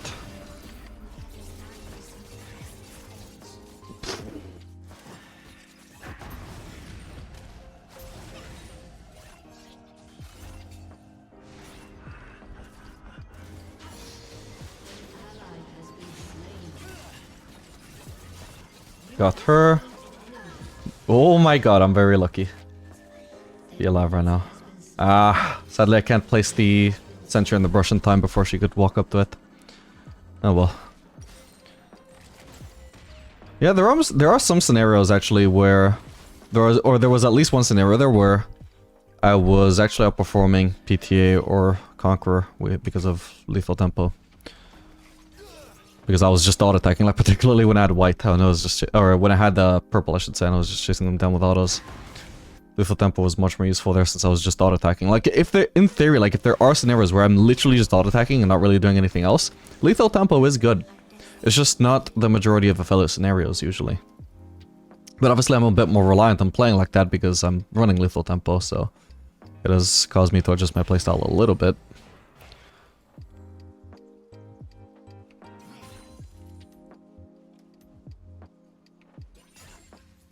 Actually, do I want to go Yuntal? I feel like that would be smart with lethal tempo, right?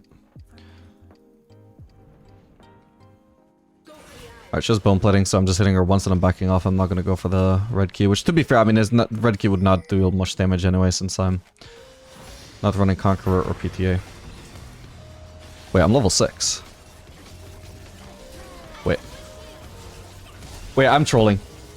Okay, at least she's dead as well, but my bad. I didn't realize I was going to run out of ammo there, by the way. Also, was Viego behind us this whole time? I thought that was our jungler. Huh. My bad.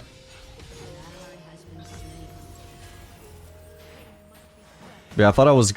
my intention there was actually to red ult. I didn't realize I was running out of ammo there. My bad. If I did realize I was going to run out of red ult, I would have just white ulted instead of green ulted. I think Chakram's there overall would have been a lot more useful than green ulting her when she was full HP. Because obviously when she's full HP, the fight is going to be longer than if she's low HP, right? So if the fight is longer, that just favors getting extra chakrams.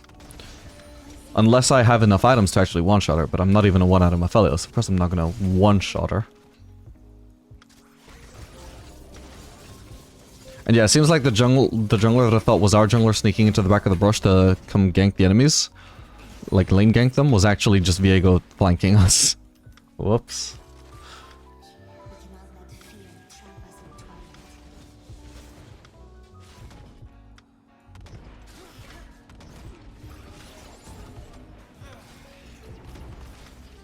Hey, I got the scout slingshot damage there. I'm not gonna lie though, this aftershock Quinn is annoying.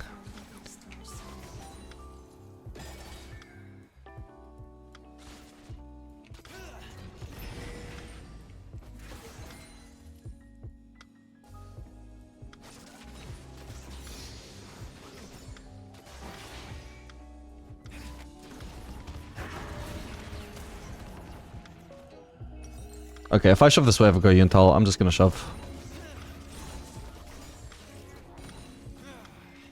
Let's get out of here. Oh, by the way, my professor isn't working this game for some reason. Maybe if I try reopening it now. No, it just gives me that. Oh well. Maybe the Riot API is broken or something.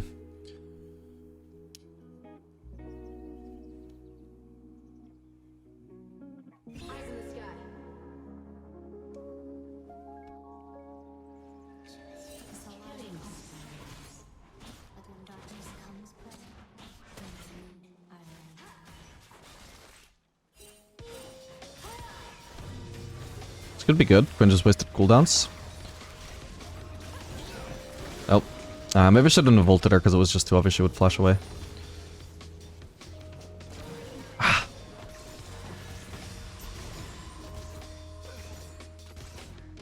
gotta say though, like of all the games to test PTA, test lethal tempo in, probably didn't pick the greatest one. Because we're not actually facing that much front line, especially not in lane. This is not exactly a lane where I should get too many chances to just auto-attack for like 10 autos straight, which is where lethal tempo would shine. But this is probably going to be the last game of the video and I didn't get the idea until recently, so it's gotta be this game.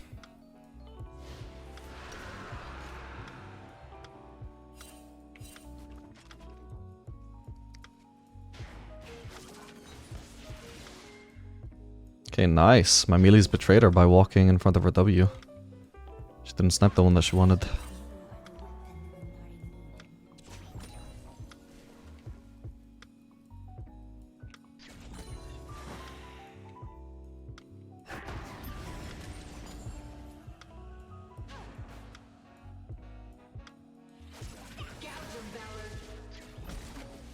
It's pretty boring the way this is going right now, but if they're gonna offer this much respect, we just enjoy how much So yes, we're denying. No matter how boring it is. Rampage. Okay, we see if you go top side. We're not much good at pushing under turret either, so... We just want a slow push. No, I would stay. Just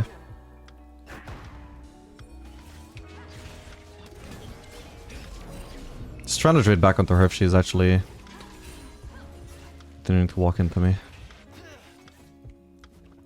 Shut down.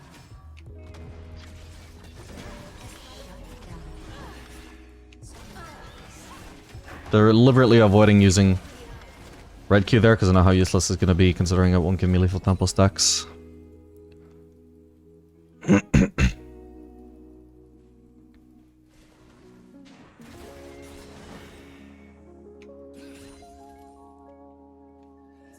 Darkness is not heresy. It lies within us all.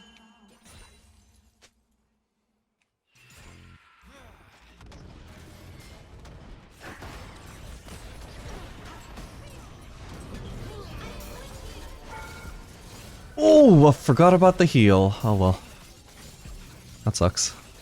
There might be a Jinx ult coming for me soon. Oh my... I was gonna say, like, or rather I was thinking that Morgana was in the way, so I guess I'm fine. But no, she just walked out. Oh, thank god it didn't kill me. Like, there was two different considerations in my mind. One, I'm not sure if the ult kills me. Two, Morgana seems to be currently pathing in the way of it anyway. But then, yeah, wow. Thank god at least the first thing was, like, well, not exactly correct, because I wasn't thinking that it wouldn't kill me. I was more like, huh, I'm unsure if this kills me or not. Thankfully it didn't.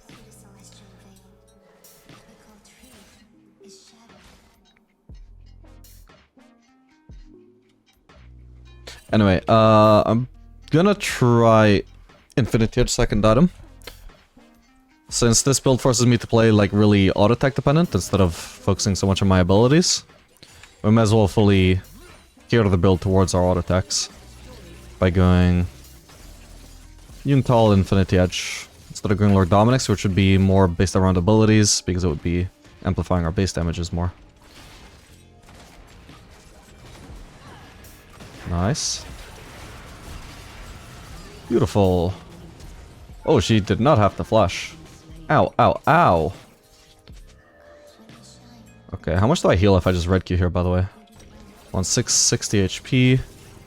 Yeah, I gained almost 100 just from red Qing there. So much better than using my 1 red ammo and 1 red auto, which would be much less healing.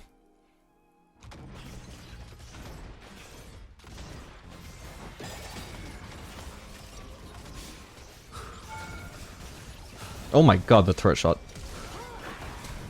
Oh my god, I'm so lucky. Holy shit. Didn't think she would have the damage to kill me, but she very nearly did. I'm lucky that I lived.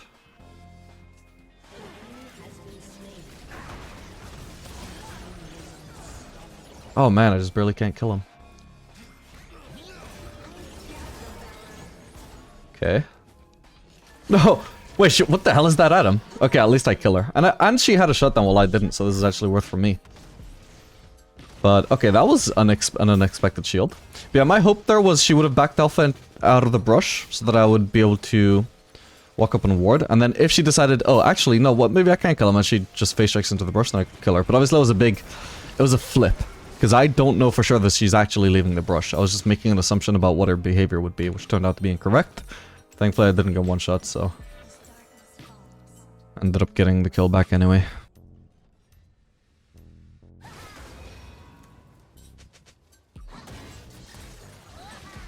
Okay, 24-second uptime on lethal tempo so far isn't bad. Damage dealt is not amazing, but it's whatever.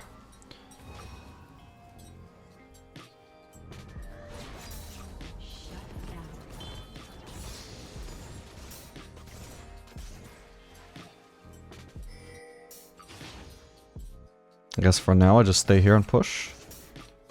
At least this wave and then I return bot.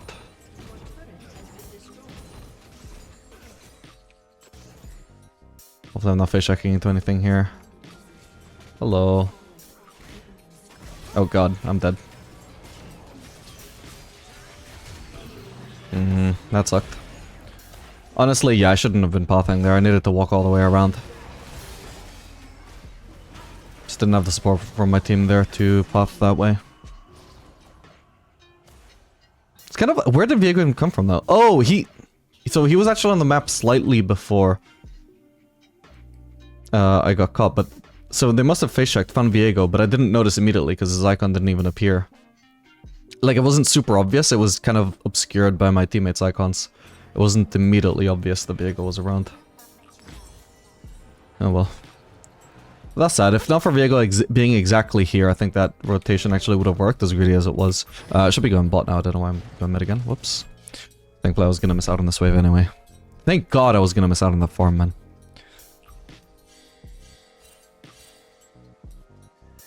If pain is what awaits us in the darkness, brother, we must run to it, unafraid. Oh man, I was going to get it.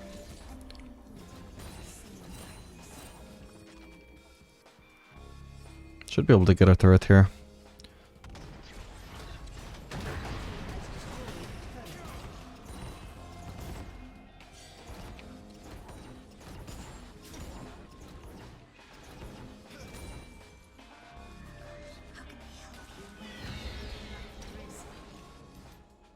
Where's Quinn? Okay, she was at Herald. Thing is, it doesn't really mean necessarily that I can keep pushing, because she will recall really fast with the Herald in 4 seconds, and then just sprint at me with 700 movement speed. But I can maybe try and choose Jinx. It's a little risky, but... So, assuming they don't have vision here, which they shouldn't. And hopefully this pays off. And I've got a super auto-attack focused build, so I don't even need to use any abilities. I only would have actually used my root if she had flashed away. Hopefully I can shove another wave.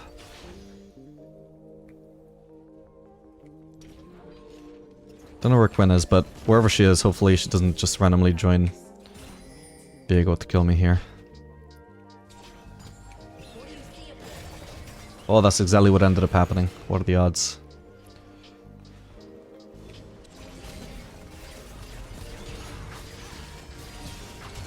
Okay, we just do as much damage as we can before we die. Like, clearly there's not going to be an outplay possible there.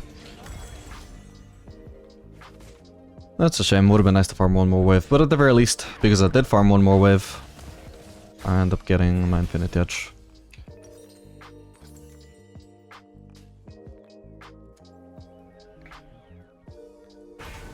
Oh man. Oh no. No, the heal and the shield. There was Solari there as well. What a weird playstyle, by the way. You can see she's a one-trick though, considering her name. Quinn and Valor. Oh man, thank God he got him.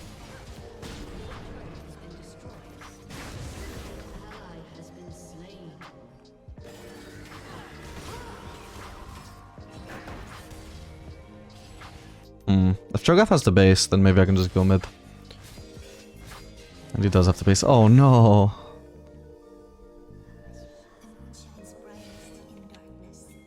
Ooh, actually, maybe I can just catch out Jinx here. See, this is the kind of like instant rotation that a low elo ADC wouldn't make, which is why she can usually try and shove like that. Unfortunately, there was a blue trinket keeping her safe, so I won't be able to kill her this time. Unless... Nah, she must have help. I'm gonna have to flash, unfortunately. Jesus. This is me with a purple ult. Yeah, this is really annoying. Quinn is just all over the map. I still need to continue leaving, actually, because you can still try and catch me out again with the ult. Obviously, Morgana, as a loyal support, is just solo farming mid instead of actually supporting. But now I'm using red, because I want a lifesteal. And she's gonna return bot lane again, isn't she? Maybe. For now, I have better weapons for trying to outplay. But it doesn't look like they're gonna actually do anything to me here. Okay, if I can potentially shove one more wave. I think they're gonna be either ganking top or doing Atakan, one or the other. For now, if they truly disrespect here, then I get to freely shove this in. And maybe get that turret. Okay, yeah, they're all top. At least Jinx is anyway, so as far as I can tell, there's nobody defending here.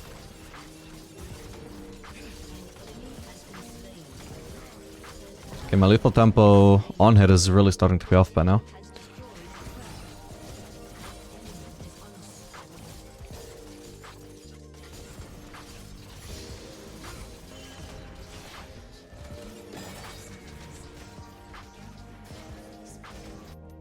Did a lot of damage to that turret with just my sentry, since it wasn't getting immediately focused because I assumed the turret was focusing either a melee minion or a cannon minion. Took a while for it to start focusing sentry.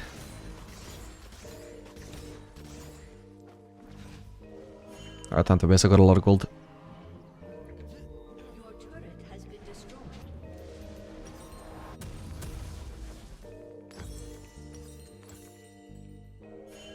Squid has a lot of armor, so it's gonna be really nice completing Lord Dominic's against her.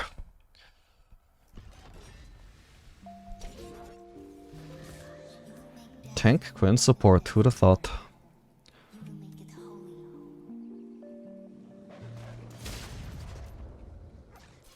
Oh, they got it.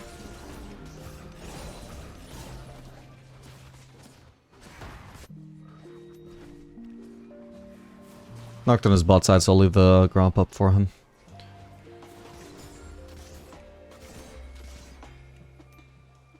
Yeah, definitely felt my attack speed being higher than usual there. When I was going for the last set. I still missed it, but was closer than before the buff. I'm gonna slowly stop noticing it though as I start to get used to the new attack speed value. He's gonna flash.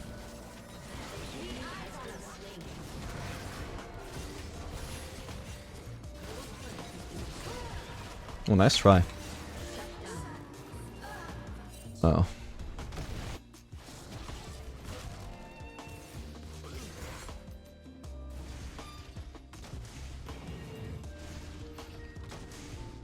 Holy crap, the minions are almost gonna take this by themselves. Oof, they almost did. If Nocturne wasn't there to just one-shot the costers, that turret would have gone down. How much do I need? I need 200 gold. There's a cannon wave here. There was a cannon wave, thank god. Wait, oh no, the minions, the melee split apart enough so I couldn't just kill them all with blue. Alright, whatever, I still have it though. Should I help here? Nah, he just walks away. No, he just went to fight Jax though, what the fuck? He could've just walked away, why did he run at Jax? What the hell?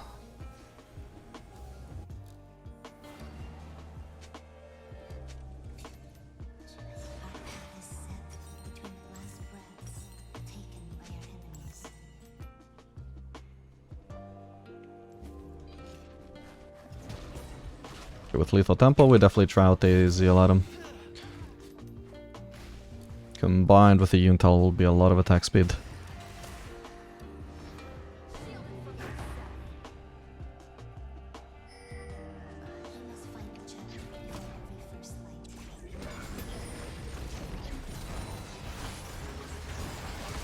Oh. Let's get out of the fizzled. Oh, hello, Viego. What the hell? Wasn't paying attention. Okay, he's dead. Holy shit, that was a huge shutdown. That guy just barely lives.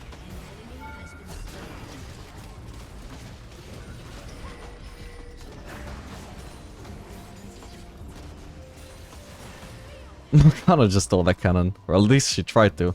But then he looked maybe Cho'Gath got it, but... Yeah, her CS per minute is absurd for a support. But I mean, that's to be expected when she would just stay AFK farming mid instead of supporting the team. So a lot of mage players, mage support players playing Loelo.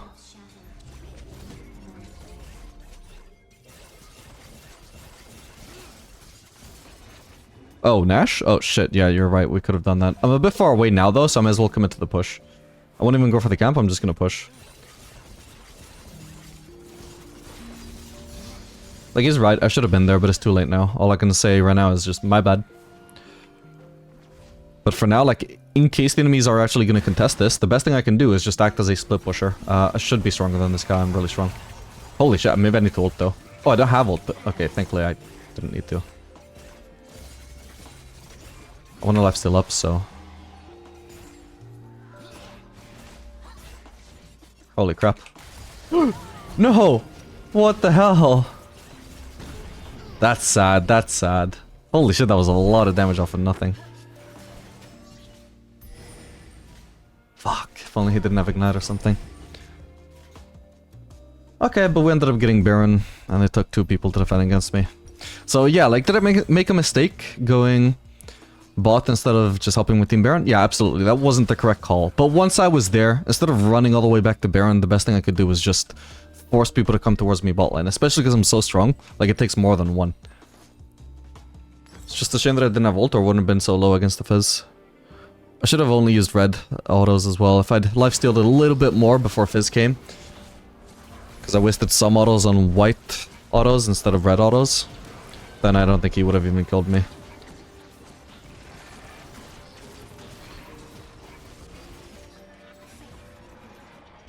As we get this as well. Dude, I much prefer this Opticon over the Revive one, by the way. When I get it. Like, thankfully we almost never get the Revive one. This is the most common one in solo queue, but... Like, man, when I get the Revive one, like, I'm not gonna run at the enemies and die anyway. Like, it feels such a waste. Like, maybe other champions can do that, but as the Aphelios, I'm not gonna fucking run at them and die, bro. I still want to have good positioning anyway.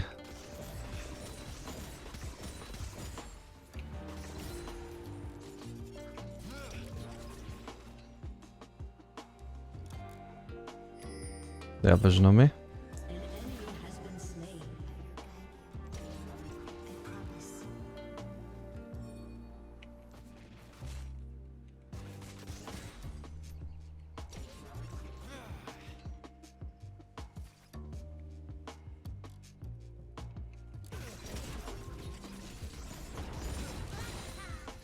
He lost half his HP doing that. They still really want to kill me. I'll go for the Raptors while I'm waiting for my team to group.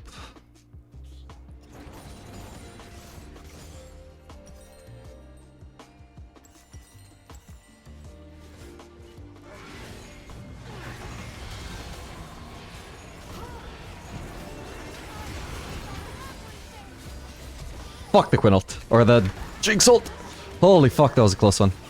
Yeah, I couldn't really use abilities there because I would have handicapped my DPS compared to just stacking up lethal tempo. With you Intel anyway, like with this build anyway, I think using my blue Q there is just a DPS loss either way. There's a part of the game where lethal tempo is actually optimal, it's now. Oh yeah, we've had decent stats on it to be fair.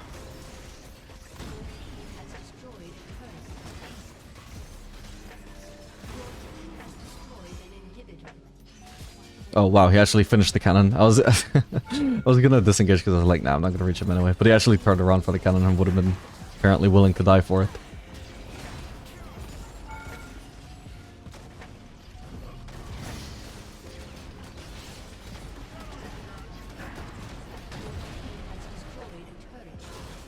Gotta stay away here and make sure that I don't get caught out by the Viego. Whoa, he has the ult back up already, Jesus.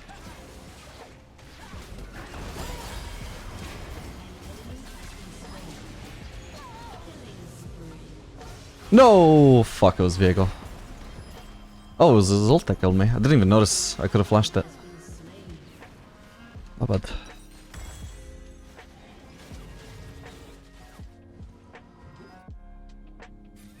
I'm assuming Nocturne just killed Aatrox. Which, yeah, to be fair, I mean, it's not like Aatrox was a threat to our turret. Well, nah, yeah, actually I can forgive Nocturne killing Aatrox there. He actually was at our turret. Yeah, that's reasonable. It looked a lot worse when I looked at the map state after everything was said and done.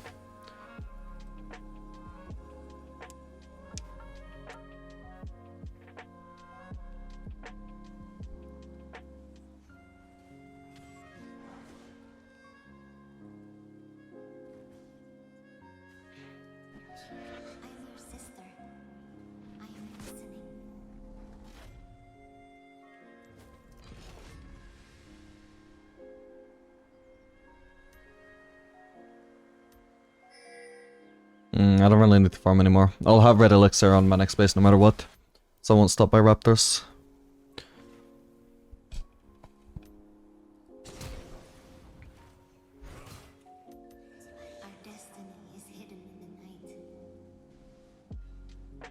Whatever my team are doing, I need to support them here.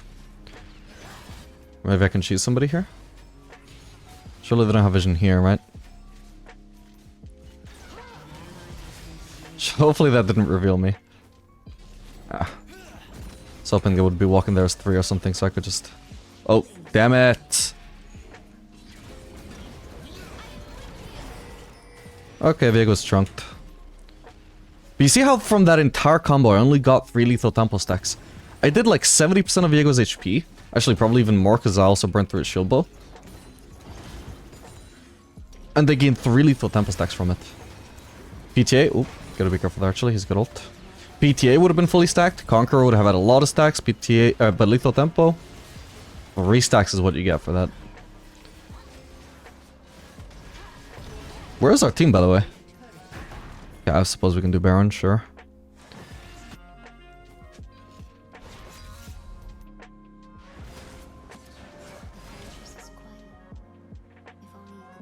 I mean, it is a bit silly, but if they had good reason to be in the Baron area instead of actually in position to end, then whatever, we can just go do Baron.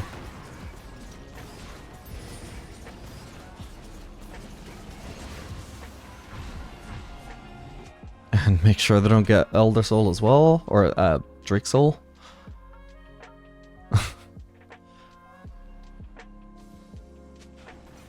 Seriously, it's not gonna delay the game too much to just go for the Drake.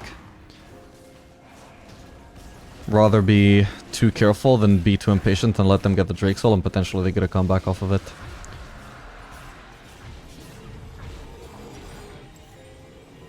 Okay, I don't think Renance is really giving me much value compared to Phantom Dancer, so I'm gonna do Phantom. I don't have a red buff, should I stop by red? Feels like I'm really taking the piss if I go for red instead of just standing, but it's on the way, like it's not gonna delay me much again.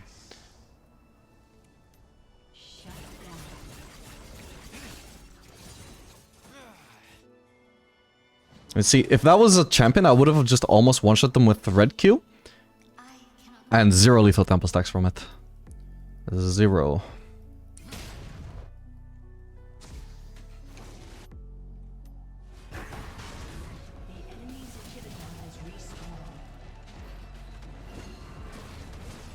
Especially with this build, Conqueror would basically fully stack itself. Oh, wow, okay, they're not gonna defend. Okay, GG.